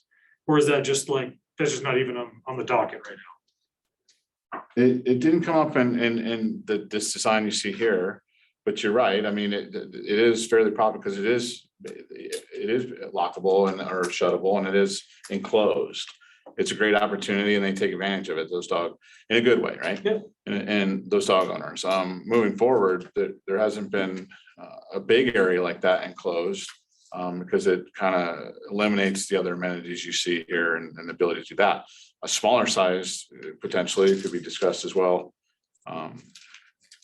Depending on, as we move design. No, I'm just curious if that was even brought up, if anybody was even interested in fencing off a grass area that. I don't think it came up during the port committee discussion. We talked about it briefly at the staff level. My opinion was that we have a new dog park. And that, fully fencing that space really it changes the nature of that space in the future. Yeah. Mostly because it's no longer kind of free flowing, especially in an event situation. Right now you have gates that you have to open, you funnel everyone into it. Just changes how people move through that space. Yeah, but look at what we do. I mean, If you prefer that to be a dog park, we can do that. We fence it off, we make entry points because we want to have a beer garden. So yeah, having something fenced in, but so having to set up a fencing every time we have an event. Well, so that picnic table and shade area is fenced with that intent. And in general, Be a flexible space in for general, beer fenced in gardens. grass area, I don't know if you're looking for this answer, but in general, for a fenced in dog park with grass, it was vetted in the original dog park with the port group. And it came conclusion of dogs eating grass is not good, the maintenance, the watering, the trampling of the grass and the use of it and what's the safest or the best product for dogs and their owners in a dog park. And so grass seemed to kind of work its way down to like a 4th or 5th priority with all the maintenance and the watering and being safe for dogs. Yeah, no, and that's, I totally get it, and I know. I don't want to deter you Yeah, from no, doing one, but I'm the concern I have on this is not the fact that it's not there, it's mostly just the fact that I know we're possibly gonna hear about people upset, like, oh, I was walking my dogs, we usually go here, we play Yeah, ball, I sure. can't trust them around other dogs. What are you guys doing? And I'm just making sure that the rule right now is we have a dog park, it's a little bit southwest, go there. End of the story, because we already have that amenity. That's all I'm saying. I will say too, as a user of that park on a Yeah. regular basis. Yeah. When people are in there with a dog, it basically becomes a one-person park, right? Unless there's somebody that's comfortable, because it's not a dog park. So when somebody goes out there with a dog, then it's no longer a baseball field, it becomes single use in that way. And oftentimes that person is in that area because their dog, they don't want to take them to the dog park because the dog's not comfortable around other people. That's not always true, but that has occurred to me more than once while I've been out there. And so I think when you make that a dog park, it becomes a little bit single use anytime somebody's out there, right? And then it's kind of this weird competition for like, well, I've got 4 or 5 kids out here, we're gonna play ball, but you're with the dogs, so this baseball field belongs to you right now. It just becomes this kind of weird. Anyway, No, just as a side note. Yeah, no, it's a valid point, and you're right, I guess my big takeaway in this is I just want to make sure that everybody's in agreement that fencing off a huge section of grass just for people walking by to play with their dogs is not the vision or anything we want in this park. Essentially, that baseball diamond that's fully enclosed is gone. We're not going to put anything like that back. And we're doing this intentionally, not just by accident. That's kind of the big takeaway I'm making from this. So we're not putting anything back for a fenced area current. And that's okay. I'm just making sure that that's what we're all in agreement with. So we're not having to come back and add more things in later. Because it's a huge waste of space. It's a 1-person park. It messes up flow. It does all sorts of weird things. And that's fine. I'm just making sure that everybody's okay with that too. yeah, and like I said, I don't mean to it's not a negative sense, but I see the bigger issue is replacing the amenity that's there, that's supposed to be there, the baseball field, right? We're taking away the baseball field rather than a place where somebody brings a dog that's enclosed. I look at it as that I need to replace, or the town needs to replace the amenity that's there, the baseball field that we're taking away, So the bigger amenity. But anyway, I get your points, absolutely. I just have a question or possibly a comment. Currently in town, we have the dog park and we also have fetch locations. And so fetch parks are ones where you have well-behaved dogs and you just throw a ball or frisbee or something like that. And it's not necessarily fenced in. And it seems like potentially maybe the meadow could be technically a fetch park for those dogs that are under voice or zap collar control. You know, but we do have the dog park already fenced in, and there are many times in the day when there's nobody there.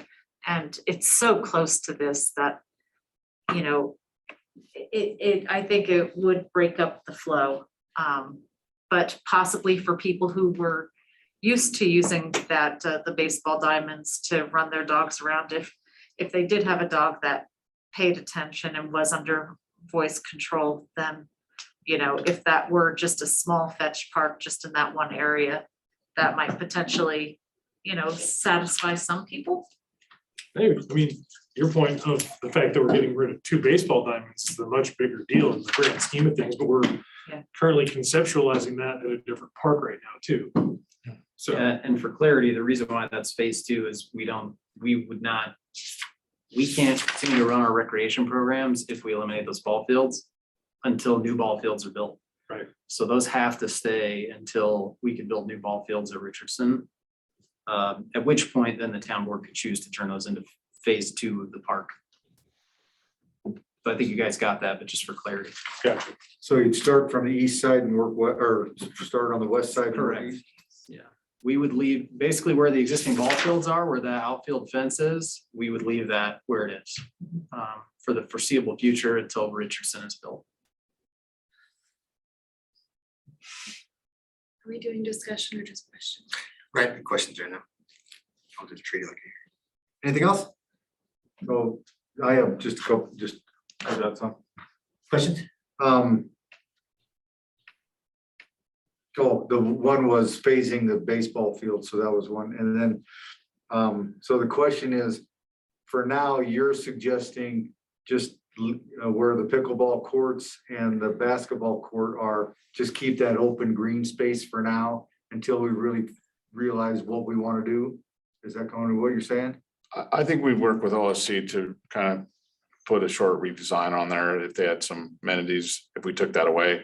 Because I mean, unless we just suggested that become an open green space or open greenway, and that's a need that we had in that area. I mean, I would suggest just looking at it and not being a professional design, but just being interested in my experience is some sort of pavilion or shelter that's a little bit nicer than just, 12 by 12, or it's a shelter that's rentable, to go over there and have that open space or front lawn in front of that while you're sitting with your birthday parties and have that ability to use the front with your family and. Place that probably hold like 80 people or something like that. Yeah. So, but I would, if we cleared that area, I'm sure OSC would help us put some stuff in there. And that would be probably the lean would be to passive, it sounds like, as we border those other houses. The other question is why the remnant, and maybe I'm just heartless, why the remnant of the baseball field, the design with the base mound and all that? Because I think people aren't going to bring Johnny there and say, Johnny, this is where the baseball field used to be. You can't use it. I mean. We just thought it was, I think they suggested it as a creative nod to what used to be there, nothing else. I think it's a plaza space that those that know will recognize as like, this is where the infield was, and those that don't won't care. And so it's just a nod to the history of what was there, but if you guys don't like that design, we can take that out too. I think it's a lot of fluff. Well, that's just me. I'm heartless. I apologize. That's all I have. Other questions? Yeah, I've got a question. One is on the pavilion. You showed on the founder's green, looking like a staged area. Is that something that you guys are gonna like wire up with lighting and sound system so that we can actually have concerts and such there? Not a full on, no, but you know, covered pavilion that could double as a stage where you could bring in temporary lighting and those kinds of things, yes.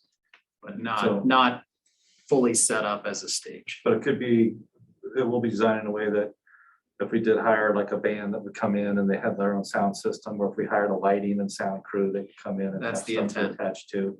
Correct. Kind of when you go to Red Rocks, we have the frame, but there's no sound system there. They bring it all in and string it up on rafters. Certainly not to the scale of Red Rocks, but similar in concept, yeah. And to keep it flexible, right, with the frequency of in a year, how often you're gonna be using, loaded Yeah, lights. 'cause and I mean, it'd be yeah. something nice that eventually maybe the town could purchase their own sound and lighting and then hold regular concerts there. Just community events, or maybe even screen movies over there, movie in the park sort of thing. The next part that goes in, I've kind of hit on already a little bit, that's whenever we do have events like concerts and movies in the park, people like to have their alcohol, and we always have to string out the orange fences. Is there some sort of planning that we can put that in place there to where we can have the fencing kind of already in place, but not in place, so it's not the orange construction fencing, but you guys could put up, I don't know, you mentioned bollards for the street thing, but like preset posts where you just plant a post already in a hole in the ground and then put some nicer fencing between those posts so that it's not there's, looking like a construction zone when we have an event with alcohol. I mean, you could move to panels and, you can move to paneling and panels. Those are a little bit nicer than the orange fence. And Just just trying depends to on the get a little- area and the expense you wanna. Let's try and get some little pre-planning there, because, it seems like right now everything's an afterthought, because we didn't have those rules back then. We could just serve alcohol in the park and it was cool. Now we have to put up fencing to designate where you can have your alcohol, so. You could probably walk down Fifth Street too with your. So maybe that's where we gotta work with Christian and get an open container law in the park there, and then we don't have to put up the fencing, right? Yeah. All right. Other questions? It's just a giant stab. All I just have one question. Yeah. How many of the trees are we able to preserve, if any?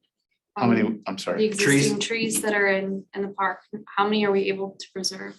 how many are we gonna save or how many we're gonna, the intent is to keep all of them to start. That's the agreement through this whole process. We haven't had a chance for, Josh feels regardless of any design or any improvements to the park, Josh already feels there's some that are unhealthy and there's some ash trees in there. There's already some, I don't know if dilapidating is the right word, but there are already some high risk trees, a couple. But he's gonna go through and assess all of them, and his intent as well is to keep all that we can. If we can keep 100%, we're going to, and they're gonna work around that. OLC in their side. Yeah, absolutely. Other questions? Jimmy, I have two. One is there's about, I think, 3 monuments in there. One to, it's a century of, it's like the original founders. I think it was 1880 to 1988 where they came together to save that. There's that big, almost looks like a tombstone or a headstone there. There's a smaller VFW one, I believe, to veterans. And then finally over by the Founders Green, there's a tiny little one that I just found from the 80s. So my question is, have you any thought of relocating those or preserving those somehow? Bob, if Bob's listening still on, if they did meet with historic, he may be a better expert to answer all that if he's on. If you heard that. Yeah, I'm here, Jeremy. Can you hear me? Yep. All right. Yeah, so good question. And yeah, the intent is to relocate those monuments in the park somewhere. We haven't identified exactly where yet. And what it was interesting when we met with the Historical Society, they didn't really have a good feel for where those came from or what the significance was, but obviously it's important to someone, and so it's important to us as well. And we'll find a good spot in phase 1 that we can relocate those to a permanent home. Okay, thanks. I can tell you there's people in the room earlier that have a strong connection to that. So I'm kind of surprised that Mark French said not, but But I do trust the Historical Society, not saying I don't. My other question was, I can tell you from my line of work, there is a frustration around food trucks and restaurants.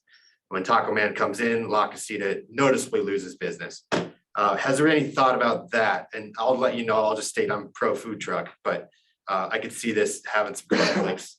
Not with just one restaurant, there's another one right next to it that showed me a Longmont ordinance saying anything within 200, it was like 200 yards needs to get approval from all surrounding property owners, just to prevent these conflicts.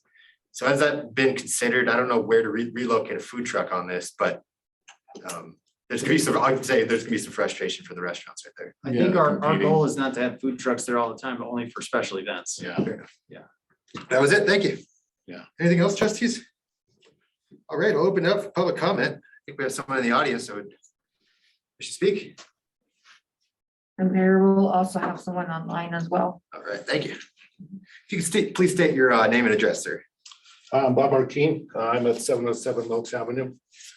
And just want to start by saying that I wholeheartedly agree with Jeremy's assessment on the pickleball courts. We're pleased to hear that those are being recommended to be removed from that area. I live adjacent to the existing one now, and I can tell you firsthand, it's a very noisy sport, and given the popularity of it, it's very continuously noisy sport. It's basically all day, every day, sun up to sundown. It's pickleball all the time. So I've looked at this site, and I'm, can it go anywhere? And I don't really see where it can go anywhere either. All the studies I've seen is recommend a 350-foot setback from pickleball courts to residential areas, and I just don't know how you can really fit that into this area. So we certainly agree with Jeremy's assessment on that, and we hope it moves forward in that manner. So great, thank you. Thanks. Anyone else in the room? You, Mr. Larson. Okay. Hello, can anybody hear me? You betcha. Yep. Hi, guys, Beverly Rice, 325 6th Street. I back up to the park. I have a quick question about, on the diagram, it shows some fencing that's gonna be put up. Am I right about that, around the perimeter? If you could keep going, ma'am, it's not a Q&A, but we'll have staff address these after all your questions are. Oh, okay, well, I can email you guys. We'll try to hit it tonight, just if you had anything else. I just have a question, is if the plan is to put fencing up around this park, will it run along the residents that back up to the park now? Will they be asking us to take our fences down? Is there any plan on that?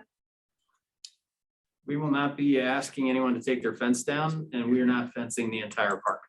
Great. And then my second question really quickly is the alley that's to the north of that. Several of us that live along that, our parking is on the backside of our homes with access to the alley. Is there going to be any signage at the end of the alleys to redirect park traffic so that it's residents only parking or anything like that? Or am I too far along in this process to ask this? Yeah, let's turn it into a Q&A. Just go ahead and answer. That's a simple consideration, right? I think that's up to the board. Alleys are public rights of way. They're not private driveways, but I mean, Aren't we it's up to you. doubling the public parking? There's a significant amount more parking Yeah, as a so we're result of. greatly increasing the parking, so it's highly unlikely somebody's gonna be using the alley, but we could certainly say resident parking only.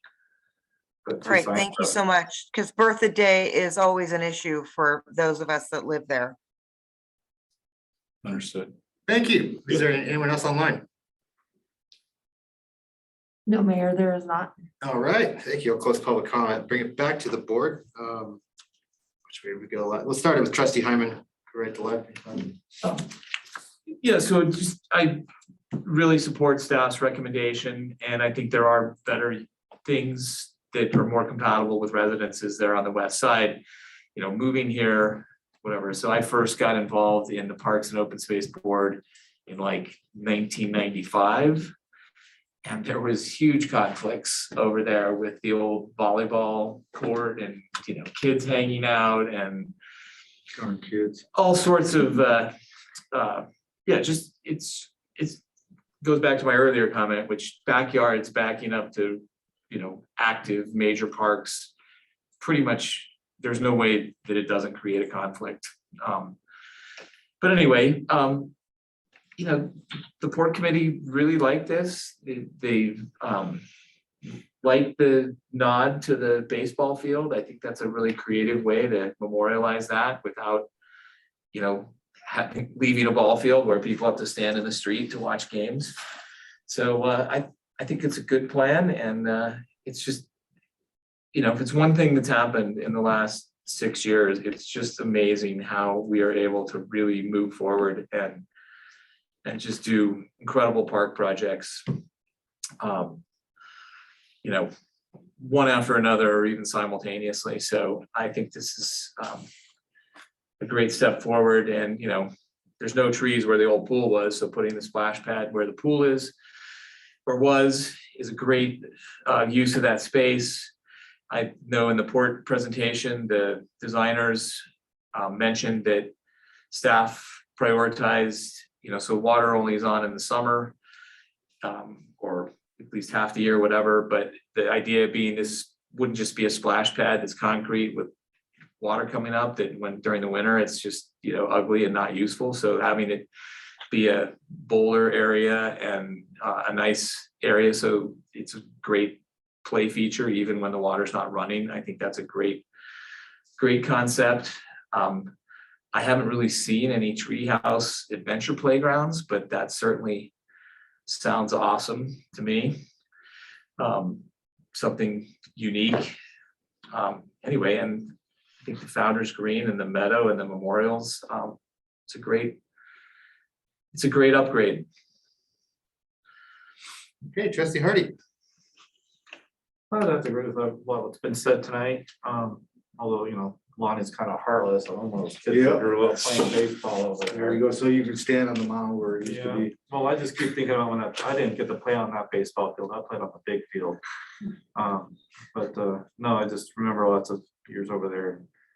I keep thinking, oh, that'd be kind of a nice little place to put a little plaque for Shirley Coons, who was a big advocate for baseball over there all those years. But I think me and Jeremy are probably the ones that know what I'm talking about. Unfortunately, but anyway. But yeah, pickleball's definitely noisy. I've been driving by and heard the click, click, click, but I think there's some other cool alternatives we could probably put in there. I noticed we're not doing the sand volleyball courts, but the basketball court I know has been concerned too with kids parking their cars, blasting their stereos, playing basketball. So I guess pickleball is louder than that apparently. So, I don't know, you know, maybe see another basketball court, or I don't know. Can we put miniature golf in? Can we do miniature golf? Put course. A public miniature golf? Be quieter. Yeah. Yeah. I actually like that. Me too. It's pretty I mean, it cool. sounds like there's actual support. Tim's volunteering to work the equipment stand in the summer. Bring your own ball. That they built a miniature version of the big golf course as a putt course out there. Yeah. But they never did, so I'm still putting my putt course idea out there, but that's usually pretty quiet, you know, not too loud. But anyway, but yeah, I like it. It's still playing. I think it's just a nice cleaned up version of the existing park. So it's sweet. And I'd love to be able to see us have a nice pavilion where we can have concerts and movies over there in that green. You know, have a nice place to hire bands in and do some concerts over there. I've seen some other communities that bring in some of these cover bands like the Long Run and stuff like that to come play. So, and being on the Main Street board, it'd be kind of a nice place to do some street, you know, events for Main Street even. So, but anyway, those are my comments. All right, thanks. Trustee Stevens. Just get rid of the baseball area, so. I understand it's a connection to the past, and it doesn't bother me that much. It seems like that's a lot of, could be expensive for, you know, maybe a little better use. I don't know. But anyway, if you want it, that's fine with me. As far as the pickleball on the west side, I like the idea of the pavilion, a rentable space, even if it's in maybe tie in a barn type pavilion. to kind of go along with some of the other themes and parks in town. I just, that's kind of what I envisioned for that, if you take those out.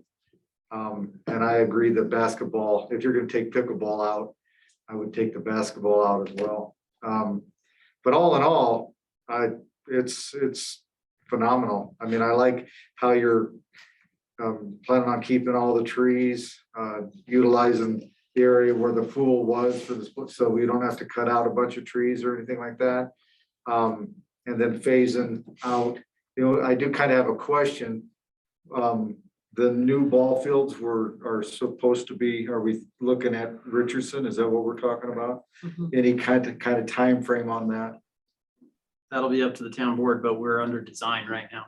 Okay, so that phase process I like as well. Nice job, Jeremy. We could play tribute to the two pools that the town's had over there. How's that? Yeah, we could. Put Johnny Weissmuller over there, right? Trustee Sorsili. So I'm kind of struggling with this design, and not because it's not outstanding, it's beautiful. But I feel like I'm supposed to say this because I feel like other people will relate to this, but I don't recognize our town park. And I feel like that's going to be hard on people who've lived here for a long time to just say, I don't recognize it. It's not at all. And this is coming from somebody who wanted town park to be redone for many years because it's been neglected, but to see the ballparks gone and just all of the changes, I think is like, it makes me want to pause and say, I really want community feedback on this, like a lot of feedback.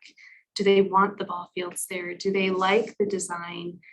I just feel like I am not equipped, knowing as many people as I know even in town and how they feel about things, to make this decision for them because it's such a landmark area of town and such a place where there's so much history and memories. And just upset with the pool, even though it was horrible, in horrible condition, right? That alone makes me think, I really would love to see a public forum with people from all demographics, people who've lived here for different years, to weigh in on this specific design and say, yes, this is amazing, or why, why is the ball field gone? Like just even me personally, just with some of the designs, I'm like, it just doesn't, some like the big pavilion structures, I'm like, that's just such a different shift than having the tree canopy, and all of the concrete is different than all of the beautiful grassy areas. So there's just a pause in me that says, I really want to hear from people if this is what they want their town park to look like, because it's beautiful and it looks like our options are kind of limitless. And I'm okay with moving the pickleball. I don't think that needs to be there if that's an issue for residents, because I want to be mindful of our residents. And I definitely want the design to flow with if we want to have birthday day there. And so I kind of want to hear from, I want more feedback too about, is this a good spot for birthday day? Because that's going to be an issue, I think, for people going forward. Like, where do we move this historic day location wise, and can it still be held here? So I don't know if that resonates with anybody else, but it just seems like a really big change. And I'd hate to do it without hearing from our people, if that makes any sense. Yeah, it does, because I mean, that's what I was saying. I mean, I may sound like I'm being sarcastic and joking, but I grew up playing baseball there starting at age 7. I know a lot of people that and I have, know yeah. Alan Casio and Shirley Coons, Bob Coons, people who built those fields, people who fell off ladders building those fields. My dad coaching there. Yeah, I mean, I've got lots of memories there too, but that's our job here tonight. This meeting is a public meeting. They are here, welcome to come and make comment on that. And this was posted and publicized. So, but it would be kind of interesting if we have a survey list, if you want to throw a survey email out there, we tend to get good responses on that. The thing is, we did But, do it. but this is our job here tonight extensive to try and do this here. And we've already done extensive surveys with our parks and what people want. And we go back to those surveys that we did up in the lobby and stuff like that. And they want a pavilion, they want a splash pad, they want park areas. So I think we're covering a lot of those things that we've already kind of done through public comment. So I think it's well done. And being one of the vintage Berthoud residents, yeah, it's gonna be hard to see the change, but you know, we're gonna get some nice new ball fields and keeping the trees and doing, I mean, the little ballpark mock-up over there, even though it's not the original ballpark. I think it's good enough. I mean, yeah, change is always difficult. And I have a feeling the residents around this are gonna be really happy because now they don't have to worry about baseballs hitting their roof anymore on the south side and closing off, you know, this Fifth Street for baseball games and all the noise. So, but I'm certainly. I'm gonna throw it back to trustee Sorsali. We Yeah, can, let's finish We gotta hearing finish. everybody's comments and then we can debate. I think I would just suggest change is easier when everybody's bought into it. And I think if we put this back to the community in some sort of public forum way, not just a posted meeting, because people don't recognize those one from the other. I think this is a big change and I would really like to have some sort of public forum that people could come here to town hall or have an online survey that's a little bit more Q&A where they can ask questions like we're doing tonight. And understand it so that they have buy-in, because if we're gonna make this big change, I want it to be with we're moving forward together. If that makes sense. anything else? Okay, trustee Grace? Great looking park, in agreement with the pickleball court, the basketball court. In terms of getting community feedback on this one, I can kind of see both sides. Like I know it's kind of centralized. I don't know. It's a timeless piece. Everybody can recognize it, and it's got a lot of sentimental value. But at the same time, we got to change with it. And nodding back to the original statement of the piece up north. I mean, it's two baseball diamonds right there. When they've got games going on, traffic is crazy, pedestrian traffic is crazy. And yeah, it's kind of part of what Berthoud is, but we also have the chance now to kind of grow past that and get smarter, because we're allowed to get smarter and learn from our lessons. Thankfully as well, it's going to be phased in. So it's not going to be the baseball diamonds are gone tomorrow and we're just going to have to sit there and look at a blank field. I think as this starts to move, people start realizing that there is actually a park back there. It's not just, dilapidated old park pieces that are broken or just covered in leaves. It's actually going to start getting some use again, some more visibility. And as people start seeing that, they'll start possibly buying in more to it. I mean, I would be curious to see what people have to say about it, but they have options. There's a port committee port looked at it. We're looking at it right now. We aren't even voting on it. This is just kind of like, does this concept fit or not? I mean, if people want to weigh in on it, by all means, I'd love to hear what their thoughts are, but I think what we've got right now is a really good starting jump off point. I'm sure it's going to get edited as we move on. Okay, Mayor Pro Tem.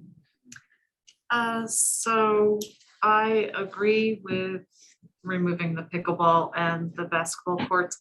Because if you look at the rest of the park, it's really a lot more passive, with the exception of the splash pad.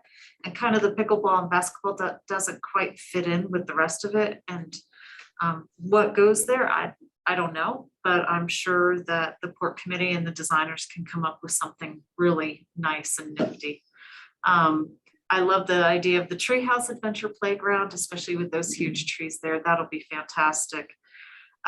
The amount of concrete versus the amount of green around the splash pad, it seems like it's going to be somewhat equivalent to what it was before with the pool there, because we had a parking lot there, we had the building itself, then the concrete pool, and the concrete pad around it. So it seems like overall, it might be a wash of green space versus hardscape in that area. So I see it as being pretty balanced. I like the idea that you guys talked about with the picnic tables and shade, and that area being a good spot to, cordon off for alcohol sales should we have, events. The Founder's Green, the thing I like about the Founder's Green is right now, when you drive down Fifth Street, you do see the old baseball fields, which the public has said, the more recent residents have said are not up to standards and they would prefer, more nicer new fields that are regulation and with parking and et cetera. So with the Founder's Green and the Meadow and the parking along Fifth Street, it makes it clear that there is a park back there. I have to say, I lived here for a couple years before I even knew Town Park existed, because it was tucked away and you couldn't necessarily see it from any of the main thoroughfares like, Welch, or even down Fifth Street heading to the elementary school. So in regards to public input,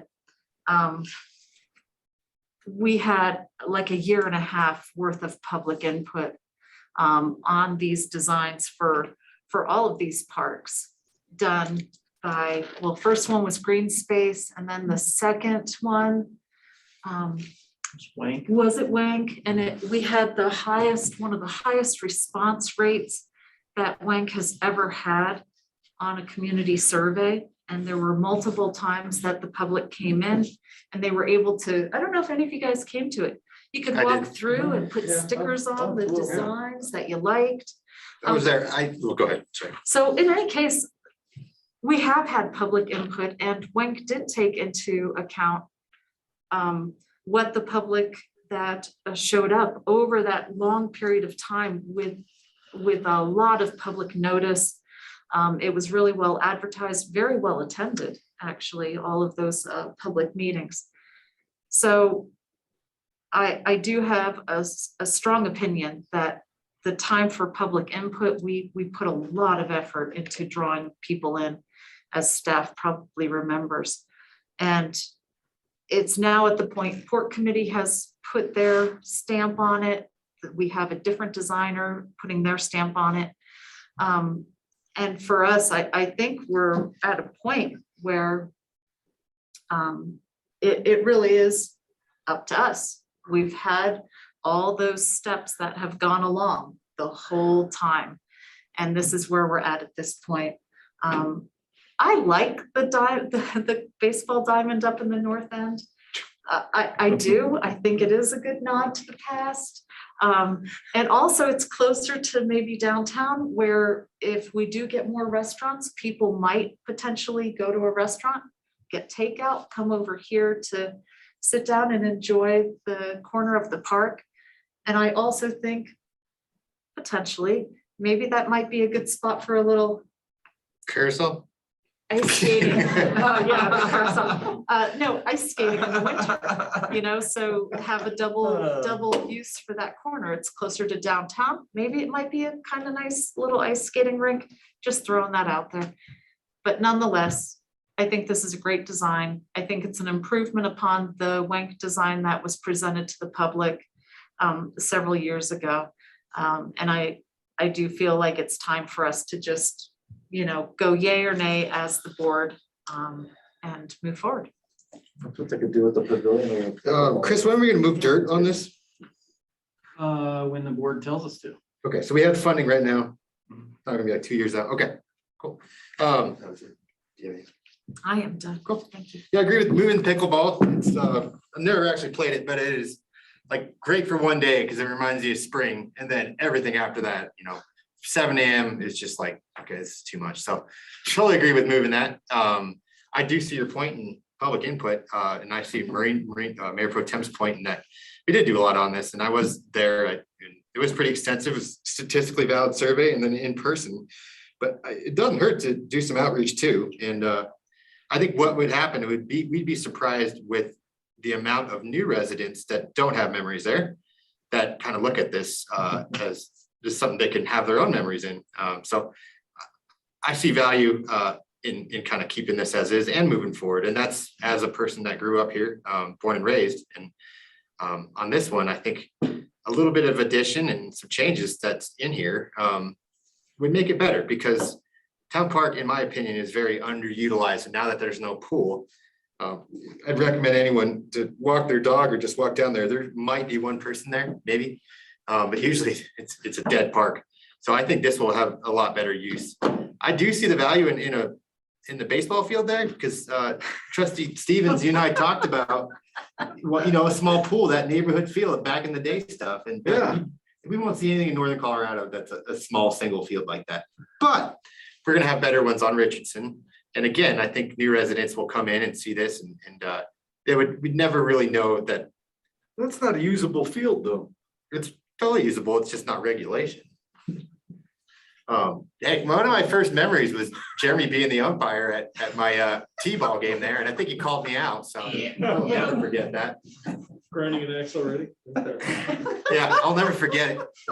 No, but I totally agree with moving into Richardson, more parking like Mayor Pro Tem said, so I like everything here. And I wanted to speak to the gentleman online. I was not saying at all that you didn't know what was going on, or Mark French does. I just know that there's a lot of emotions around those three, or at least those two stones up front there. And I know because I just recently found one in the back by Ivy. Yeah, I'm curious after the meeting to get chat with you. Yeah, well, I just think some of these have to get moved, right? But the problem is there's a lot of family emotions there. Yeah. Maybe we can find the owner of Yeah. whoever passed away in the 80s and say, hey, do you want this back? Because otherwise, we got to I redevelop think it. I know what you're talking about, the rock. Yeah, it's like a tiny rock. I just noticed, and they planted a tree behind it. So, Yep. and that's it. I don't know if it made any sense, but I support this. If I may have two more comments, and I say them not to be divisive, but to provide more information and about the ball fields.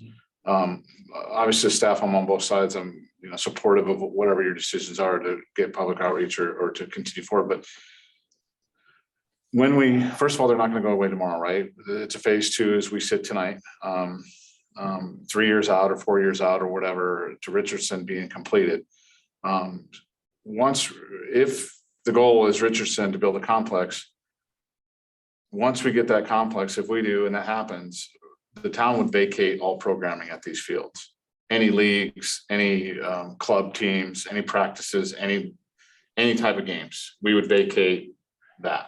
So there's that. What I'm saying is there would be a vacancy there. Yeah, And that's so those totally makes sense. memories would have to be just those. There would be no simple T-ball there times. to get emotional, That's to great. have memories about in the first place. So. The second thing is just what recently happened in the last windstorm, that was 80, 70 mile an hour, or whatever it was through town. And multiple ones over the years, both towns were lit at one time. Very successful fields, night games, concessions, shutting down the street, as Mr. Trustee Hardy stated. Lots of family gatherings, right, for ball fields. But over time, the north field, almost all the poles have blown over and not been replaced due to cost. Recently, in the last week or the week before, week and a half now maybe, the south, 2 poles went down, 2 light poles. There's 6 total. We did an assessment of the other 4. They're deteriorated to the point where it's kind of an emergency, not emergency per se, but a hazard to get them down immediately. Sure. So there's a cost to doing that.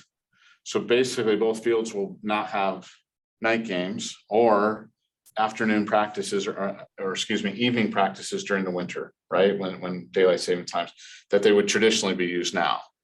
So those will go away. So the decision is as we do these things to keep them, if we put the lights back up, the lights aren't in the spots where they're supposed to be because the field's been moved over time. The backstops are. So, yeah, and I just want to So I'm not clarify trying back. I agree with you. I'm not trying to be divisive. No, not at all. I'm just providing more information. I was just because I saying see they're both sides. usable, Yeah. But at the same, I know that when Richardson's there. Yeah. And your point is great, that we're gonna transition everything over there anyways, so if there's gonna be nothing there in the first place. And that's gonna be phased too, so I totally agree with all that. I was just saying they currently are usable, just live close enough to tell you that they So are. my last statement would be if we do what you're saying or whatever comes out of this meeting of how we handle that, there would be money that we would need to put in to upgrade those fields if they were to stay. Yeah. But I just want you to know what our plans are. Sure. And I will say too, I do remember when we did the master plan for this site, Richardson and Wagner, back in 2018. Most of the public comment that I recall was youth sports groups who complained about these fields and said, we need better, we need more. These fields are not suitable for our needs anymore. We can never get enough space. It's a lot of the talk. I don't know if you remember this or not. I do, but I do. There's a very active. There was a lady very there, too. active group of folks who were like, we gotta build a ball field complex. Yeah. That was So- very So strong. just something to consider. Let me rephrase this. I think that it makes sense to redevelop this. My only point with the baseball field is I think it has a little bit of neighborhood value and I see it as being used. In the future, that was a great point, that it won't be because we're moving everything over to the other side. And so I'm very supportive of this whole piece here. I do think that since there's more residents here, they'll look at that and be like, oh, that's an awesome park. I think there's value in Trustee Soriselli, and I know you're social media savvy, and I get on there a lot, so is Trustee Hardy, of just throwing this pick out there and saying, hey, this is what's coming up. Not really a poll, but I think some of this stuff is just the shock of it coming in. If we can get ahead of this, like with the Just pool, get that was the an buy-in. issue. Yeah. Yeah, just get the buy-in, get the feedback, Yeah. let them see this updated plan because nobody's seen this. Yeah, so my point. This is new. I don't know about a survey or a poll. I'm just saying, throw this out there in an active, kind of engaging way. So I think you and I already talked about part of the pool thing was just shock people. Yes. So if we can get ahead and say, hey, this is coming up, I think a lot of people will be like, okay, process it, and then I'm fine with it. That's it. I Thanks. agree. Can I make a quick comment? Yep. So I agree with Maureen completely that there's been a ton of public input. You know, if you look at the original plan, which was the first slide, the original, and I think that was the wing concept plan. Yeah. What we're looking at tonight is essentially the same thing, that there was a band shell, now there's a founder's green with a stage. There's a memorial garden, now it's shaped like it was a memorial garden, the corner of Welch and Fifth, that was leading you into the park, now it's shaped like a baseball field instead of a rectangle.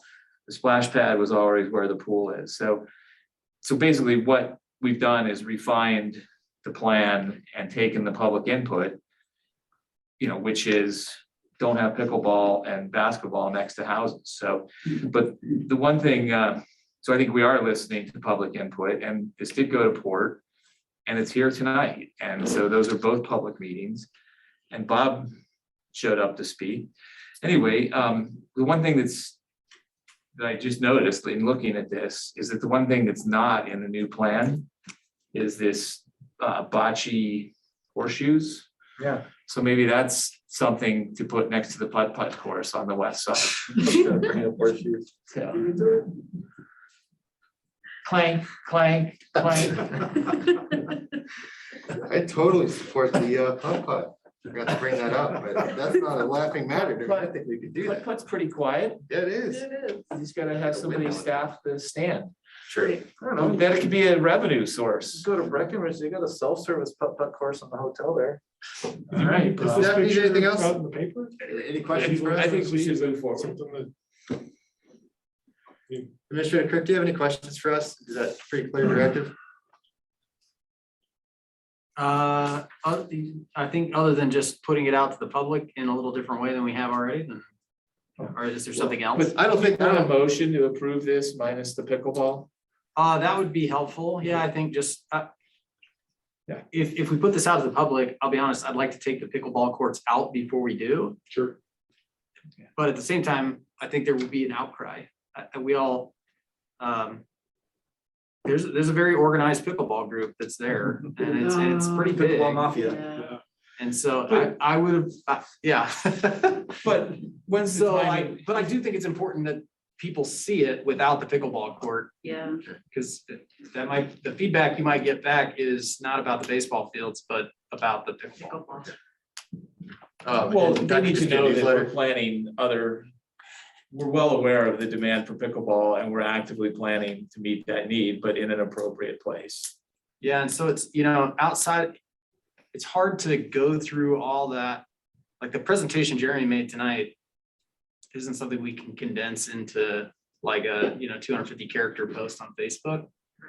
But maybe a press release to the newspaper, at least I think likely that would get published, that we could link to it on Facebook so that there's extra context there. I think we can figure out a way to do it. If that's what you guys the want us to do. meeting video, Tonight. right? They Yeah, can we can do watch that too. Jeremy's presentation. Yep. Yeah. Well, Would you like to move on that? yeah, So I move to approve the town park redevelopment concept plan, removing the pickleball, the basketball court, and staff to bring back options for the western space. I'll second. Oh, never All right, we have a motion, it's been seconded, a motion by trustee Hyman, seconded by trustee Grace. Any final discussion on that? Clerk, may I have a roll call vote, please? Trustee Stevens, Yes. trustee Heineman. Yes. Trustee Hardy, Yes. trustee Soriselli, Yes. Mayor Pro Tem Dower, Yes. trustee Grace. Yes. Mayor Karstback. Yes. All right, that's been approved. Trustees, I just want to throw a suggestion out there. We're about an hour past our traditional closing time, and I'm fading fast. You guys might not be, and I can continue. And we got reports after that. My suggestion, I want you guys' feedback is that we either do this with a special meeting or postpone to a date certain. And I also feel like I don't have enough information if this came out on Thursday. I appreciate, so Mayor Pro Tem and I met with Administrator Kirk, and those links were Mayor Pro Tem's idea. And I didn't even look through those links yet of Longmont or whatever, of Lambert counties or Boulders. But isn't the action item just whether or not to hire a consultant? It sounded like your other questions last week too, Yeah. of basically, where do you want to go with this? I'll be honest, I have about 1,000 questions. So I think I would agree with your suggestion. I would make the same, that we set this for a study session. And so just as a little preview, I was going to suggest that we have a study session on February 1st anyway. Now that already was to deal with another issue that I think will take a fairly significant amount of discussion, potentially, maybe not, maybe it's a 30-minute, but. Turn 35, talk about fracking. It's my birthday. Oh, I'm joking, no. you don't want to do that. I'll turn 35 talking about fracking, and I'm fine with that. We'll have cake at least.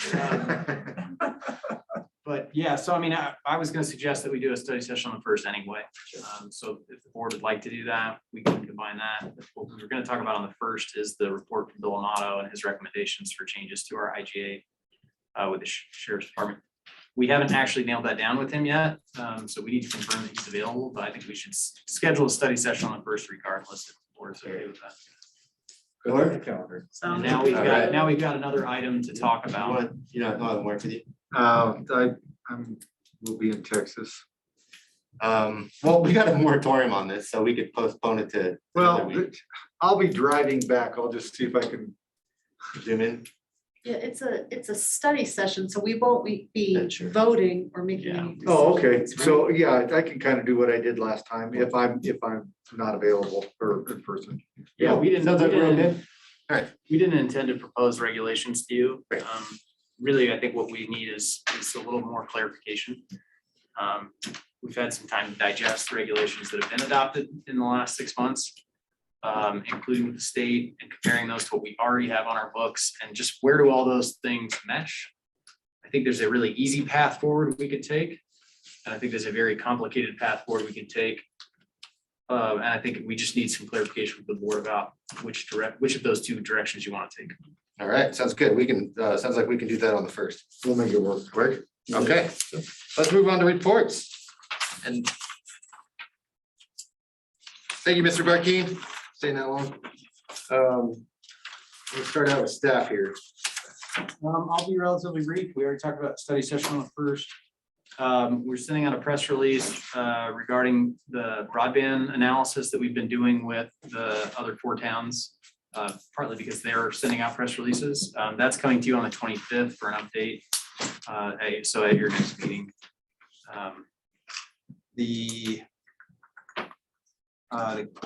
We will also be bringing you an ordinance as a follow-up to our study session regarding our raw water policy.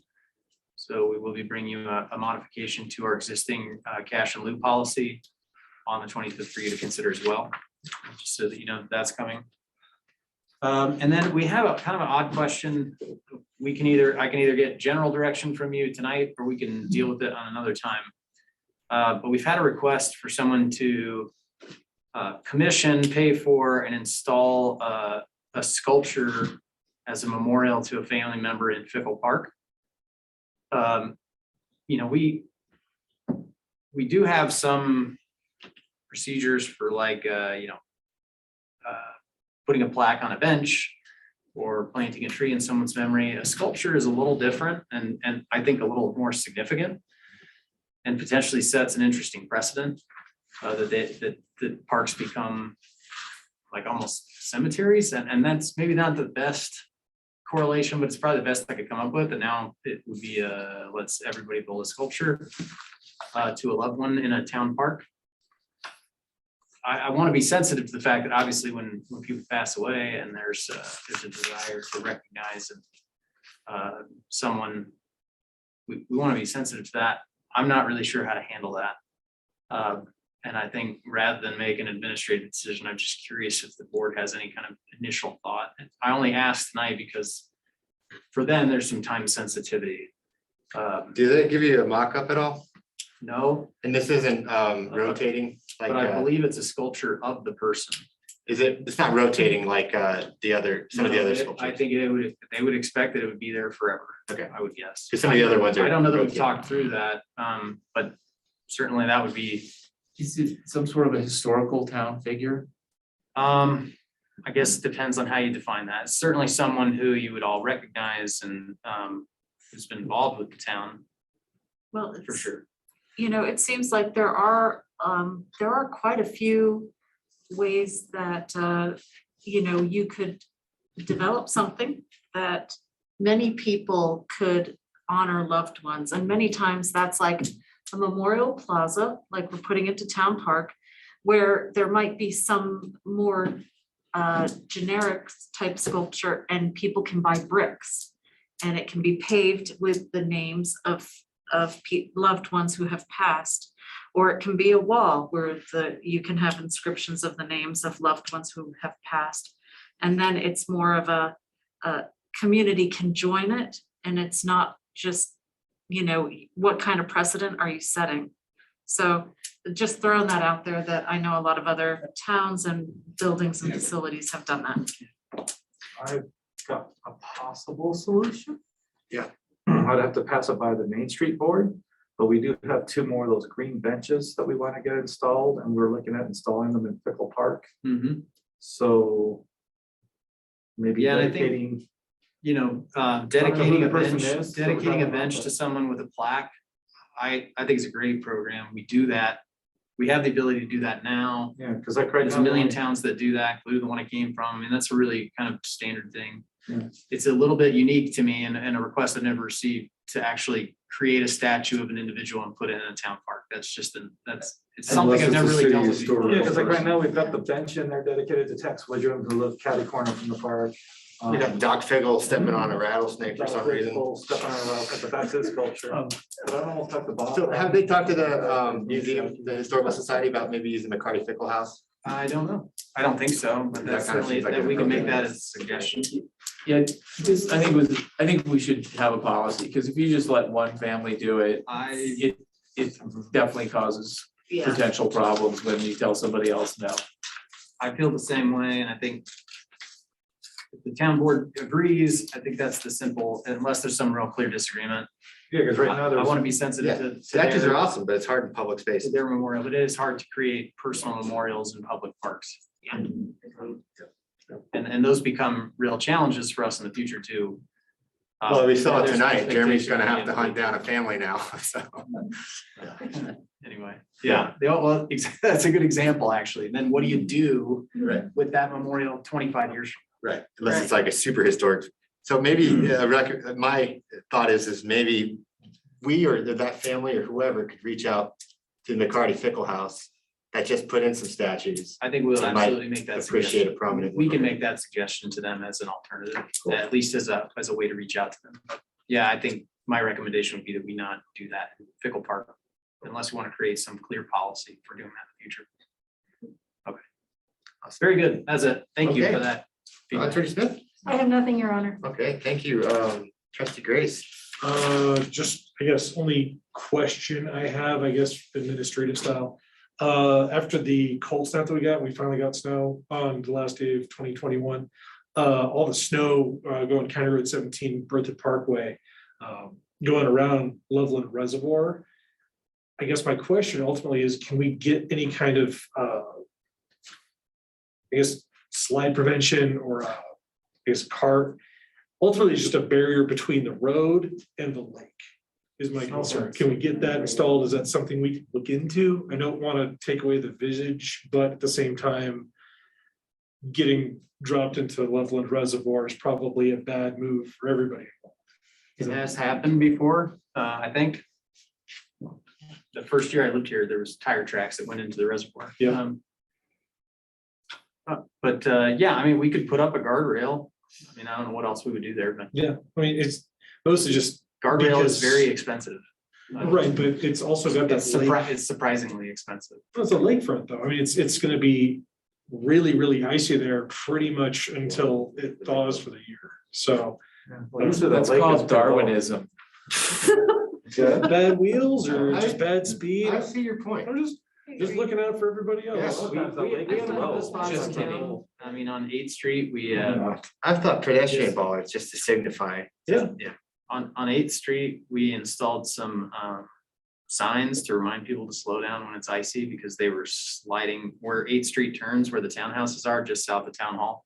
People were sliding up into the front yard of those townhomes. And they're always going too fast. I think that's just the simple reason. Not always, but I would suggest in the vast majority of instances, they're going too fast. And then we also prioritize that for de-icer or ice slicer. So, you know, I think we do that around the reservoir also, but I can double check with Keith, our public works operations manager, to make sure that that's an area where we regularly put down ice slicer around the reservoir and maybe put up some signs to remind people it's icy and to slow down. A nice raised crosswalk where Nielsen Greenway crosses would be awesome. Oh, on 8th Street? Yeah, anyway. Yeah. But that's Yeah, something we can do. it's a good question. But it's like, on my report. That's what I agree with. Yeah, went stop. Trustee Sorsili? I have nothing to report. Well, I guess I was gonna say, I had my daughter's birthday at the rec center. So we rented out the room and it was great. It was really expensive because it only covers 11 people and like, if I have our family and one other family, that's all it covered. Yeah. So if we have other kids come, like from school and stuff, it's like 25 people and you have to pay for each person additional. Oh, you're not paying for the room, You pay for the room and then you pay for each additional person that's gonna enter into the pool at all. Like even if like my dad sat in there, he had to pay. So I was just gonna make a suggestion that that's covered if you rent the room. And also it'd be lovely if serving on the board, we were covered for expenses there because taking a 4-person family, I can't go very often because it is kind of expensive. Yeah, that's just it. Trustee Stevens, I'm really thinking that. Just a couple things. Noticed the lights. I talked to Mr. Larson and Jeremy. The lights at Pioneer Park look like they're fixed. So nice job. Did you guys do solar or did you figure it out the 20-year issue? It's just, well, I think we got the parts in that needed to repair. They'll probably fry again, but we'll. Yeah, we repaired what's So there. optimistic, Chris. Well, I mean, I think they've been an ongoing problem, so I'm not expecting them to stay. And then, That's cool, that's great. But anyway, just to kudos, just, we talked about it, but I wanted to say it. To the public. I have a neighbor that took his little 4-wheeler out and bladed off some of the stop in front of stop signs and some other parking spaces for, do we have any kind of program to nominate a citizen? No, we don't. Good neighbor. Citizen of the year or something? So, yeah, something like that, just to give them a plaque and a gift certificate or Just the something. chamber.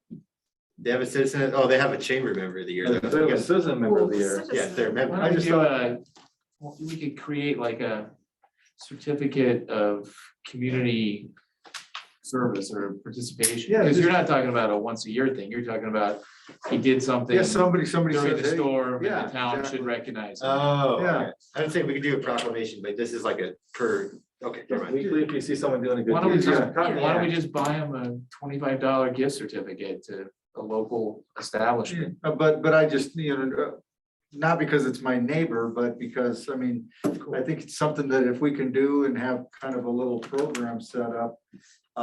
Just recognizing people, paying it forward or doing Yeah, something it's like the nice. one guy that I mentioned that was sweeping up debris out of the street. Citizen of the month. Yes, yeah, whatever. Anyway, just an idea. We haven't done a proclamation for an individual in a very long time. I think some of these people probably deserve one. so- Well, it might not just merit quite a proclamation, but like I said. A citizen of the year does, I mean. Citizen- but- no, but yeah, I mean, typically. citizen of the month. Yeah, I agree. As opposed to citizen of the year. I totally agree. But yeah, buy them a gift card to, like I said, one of the local, rotate around. We could buy them from different places. Yeah, okay. Okay. Anyway, yeah, his last name Or birthday escapes me bucks. right now, so, all right. And then back on the truck traffic on Welsh, I understand that gentleman's issue, and I don't remember that meeting. My question, it brought up a question, when Spartan actually goes through, that's gonna end up being I mean, I know it's years down the road, but that's gonna be the new thoroughfare all the way through town.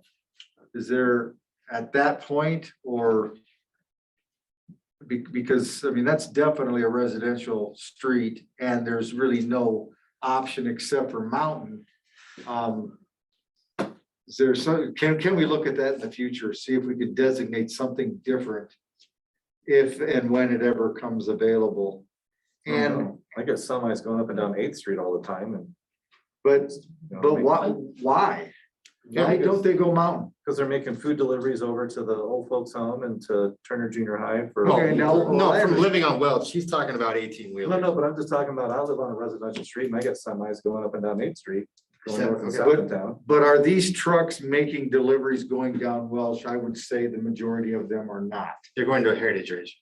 Yeah, I think even that is probably unlikely now because there's very little building left going on Heritage Ridge. If anything, it was construction related. you think it was construction?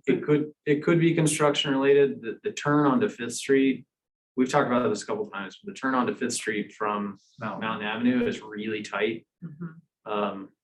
Especially when you're turning onto Mountain. It's a little easier to make the turn off of Mountain, but turning right onto Mountain, you either have to go all the way out into opposing traffic.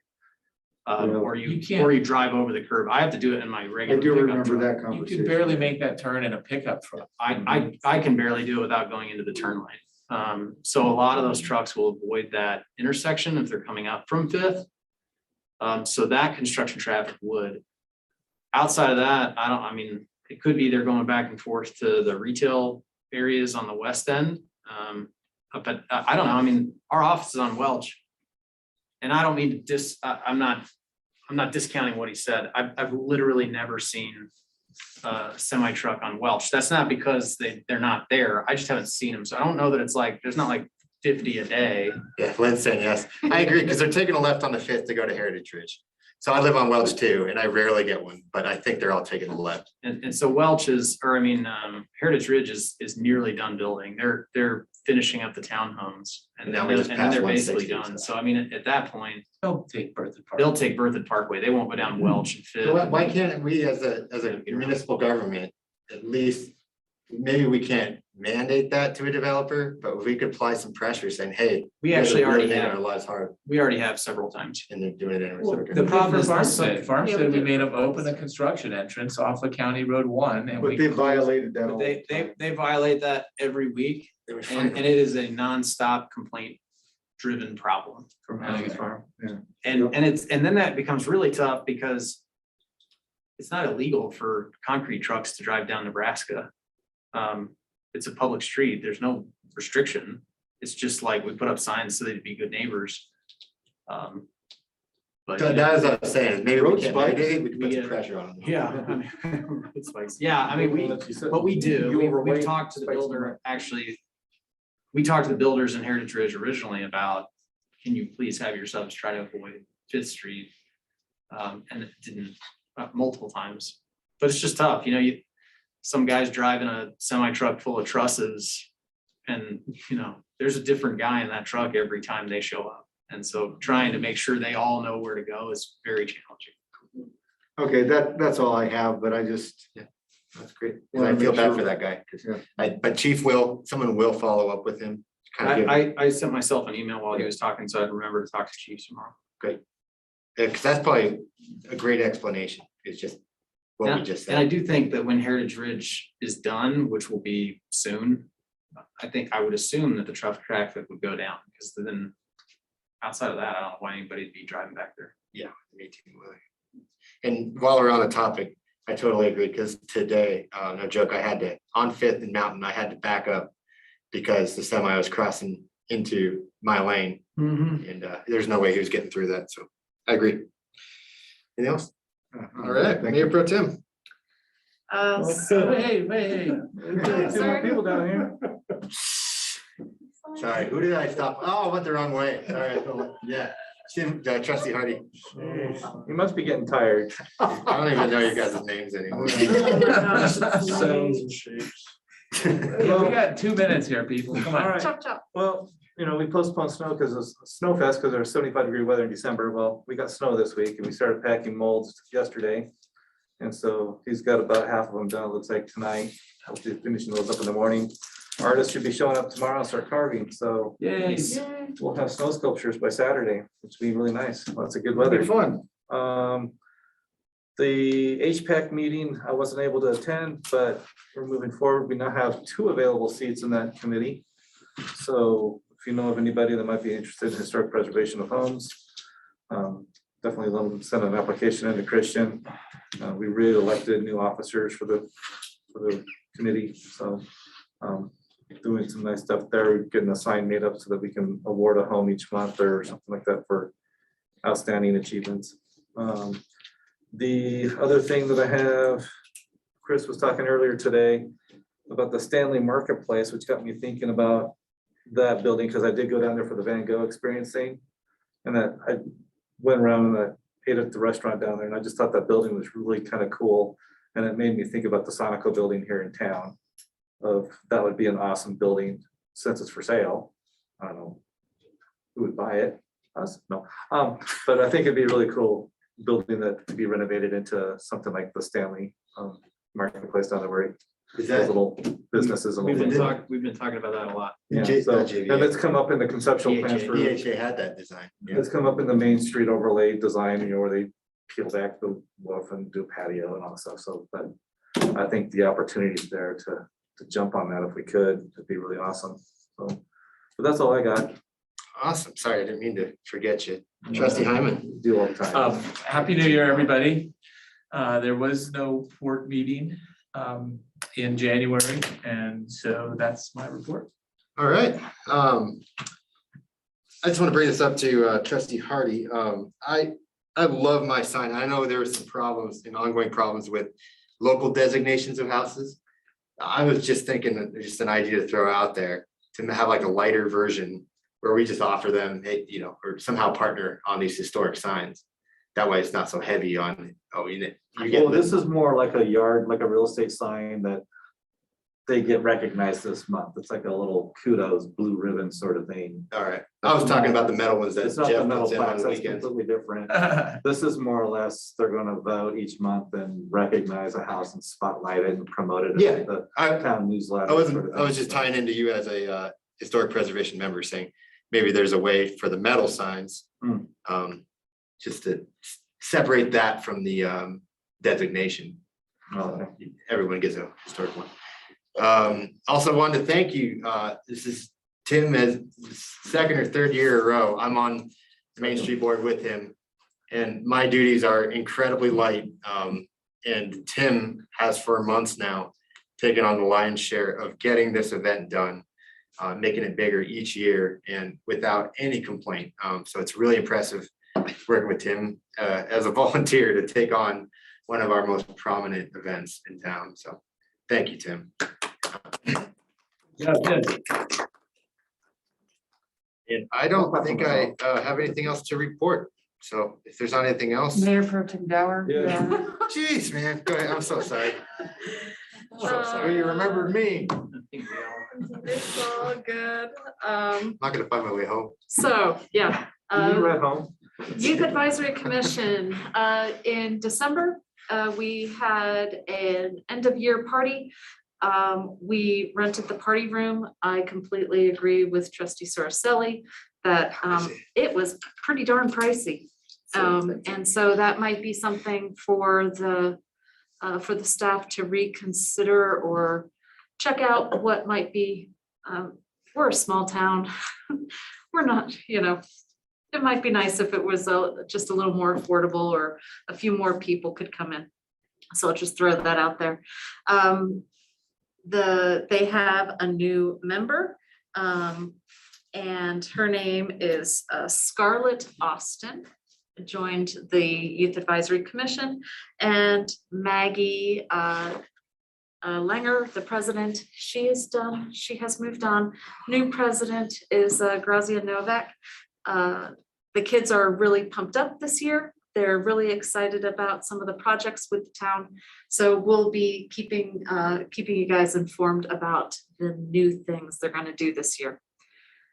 The only thing I have to say is two things. One, going through town, I love that all our streetlights are low Kelvin and that we don't have these blaring, really bright blue light streetlights. It's great. So thank you to the staff for getting all of that done over the past several months.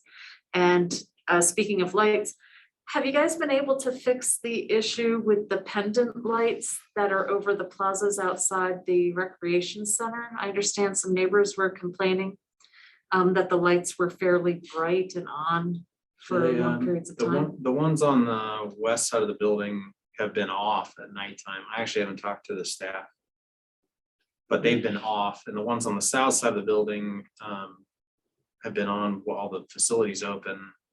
I haven't noticed if they've been off, but. So they close it, the lights turn off at 9.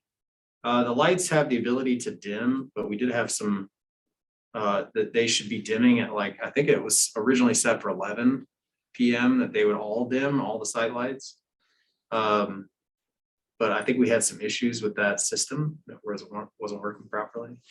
We'll follow up. I guess the answer is, I don't know. I really don't know the answer to that question. I don't know why I'm still trying to explain. All right, so I would posit that 11 PM is pretty darn late for lights to be turning down.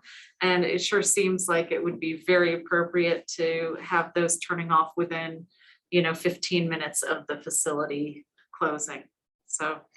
We only have them on because we still have staff there at that point. Oh, okay. And so, we have cleaning staff and other stuff, so. Are those, But the pendant lights are different. I mean. the those should be pendant easy to lights are do different from the than the lights other over side the lights. parking area, correct? Oh, They So- could and maybe should be, but we'll look into it, and we agree. Okay, great. Nothing more? okay. So I agree with you guys, and mine was with the conference room. I was kind of surprised at the cost. I wanted to invite the MPO or the Bike and Ped, which isn't really a government organization, to do there. And there's no way that we could do that. And they always meet at Windsor, and I learned that Windsor does it for free and actually encourages it as a way to kind of advertise them. So I'm not saying we do it for free, but I think we should, I agree with you guys, and I think we should do an evaluation on if it's possible to lower some of these room costs for For rentals. governmental, for, It's not, unfortunately, the Bike and Ped is not governmental. no, but it's still a public forum, whatever. I mean, we should donate that. And, it's one thing to charge a company, but for Bike and Ped, we should volunteer that. Awesome, okay, well, I agree. And then I also agree with you on either assistance or for trustees. When I worked for the city of Boulder, that was one of the benefits to their council is they got a membership to any other recs. And I don't have kids, but there's no way I can do it either with kids, so I get it. So we do think, just as a side note, I think that's a good idea. I think that counts as compensation, and you can't change your compensation during your own term. So you could make that decision as a board, but it wouldn't apply until your next reelection or until the next person came in. So just something to consider, but I do think that is a good idea. And if you want to do that before the April election, we could make that work, I think. I guess we'll talk to the Sounds other trustees. appropriate. Yeah. Okay, is there anything else? Thank you all for a long night, and Lynn for attending again the whole time. And our awesome sheriff's office. I'm gonna go ahead and adjourn the meeting.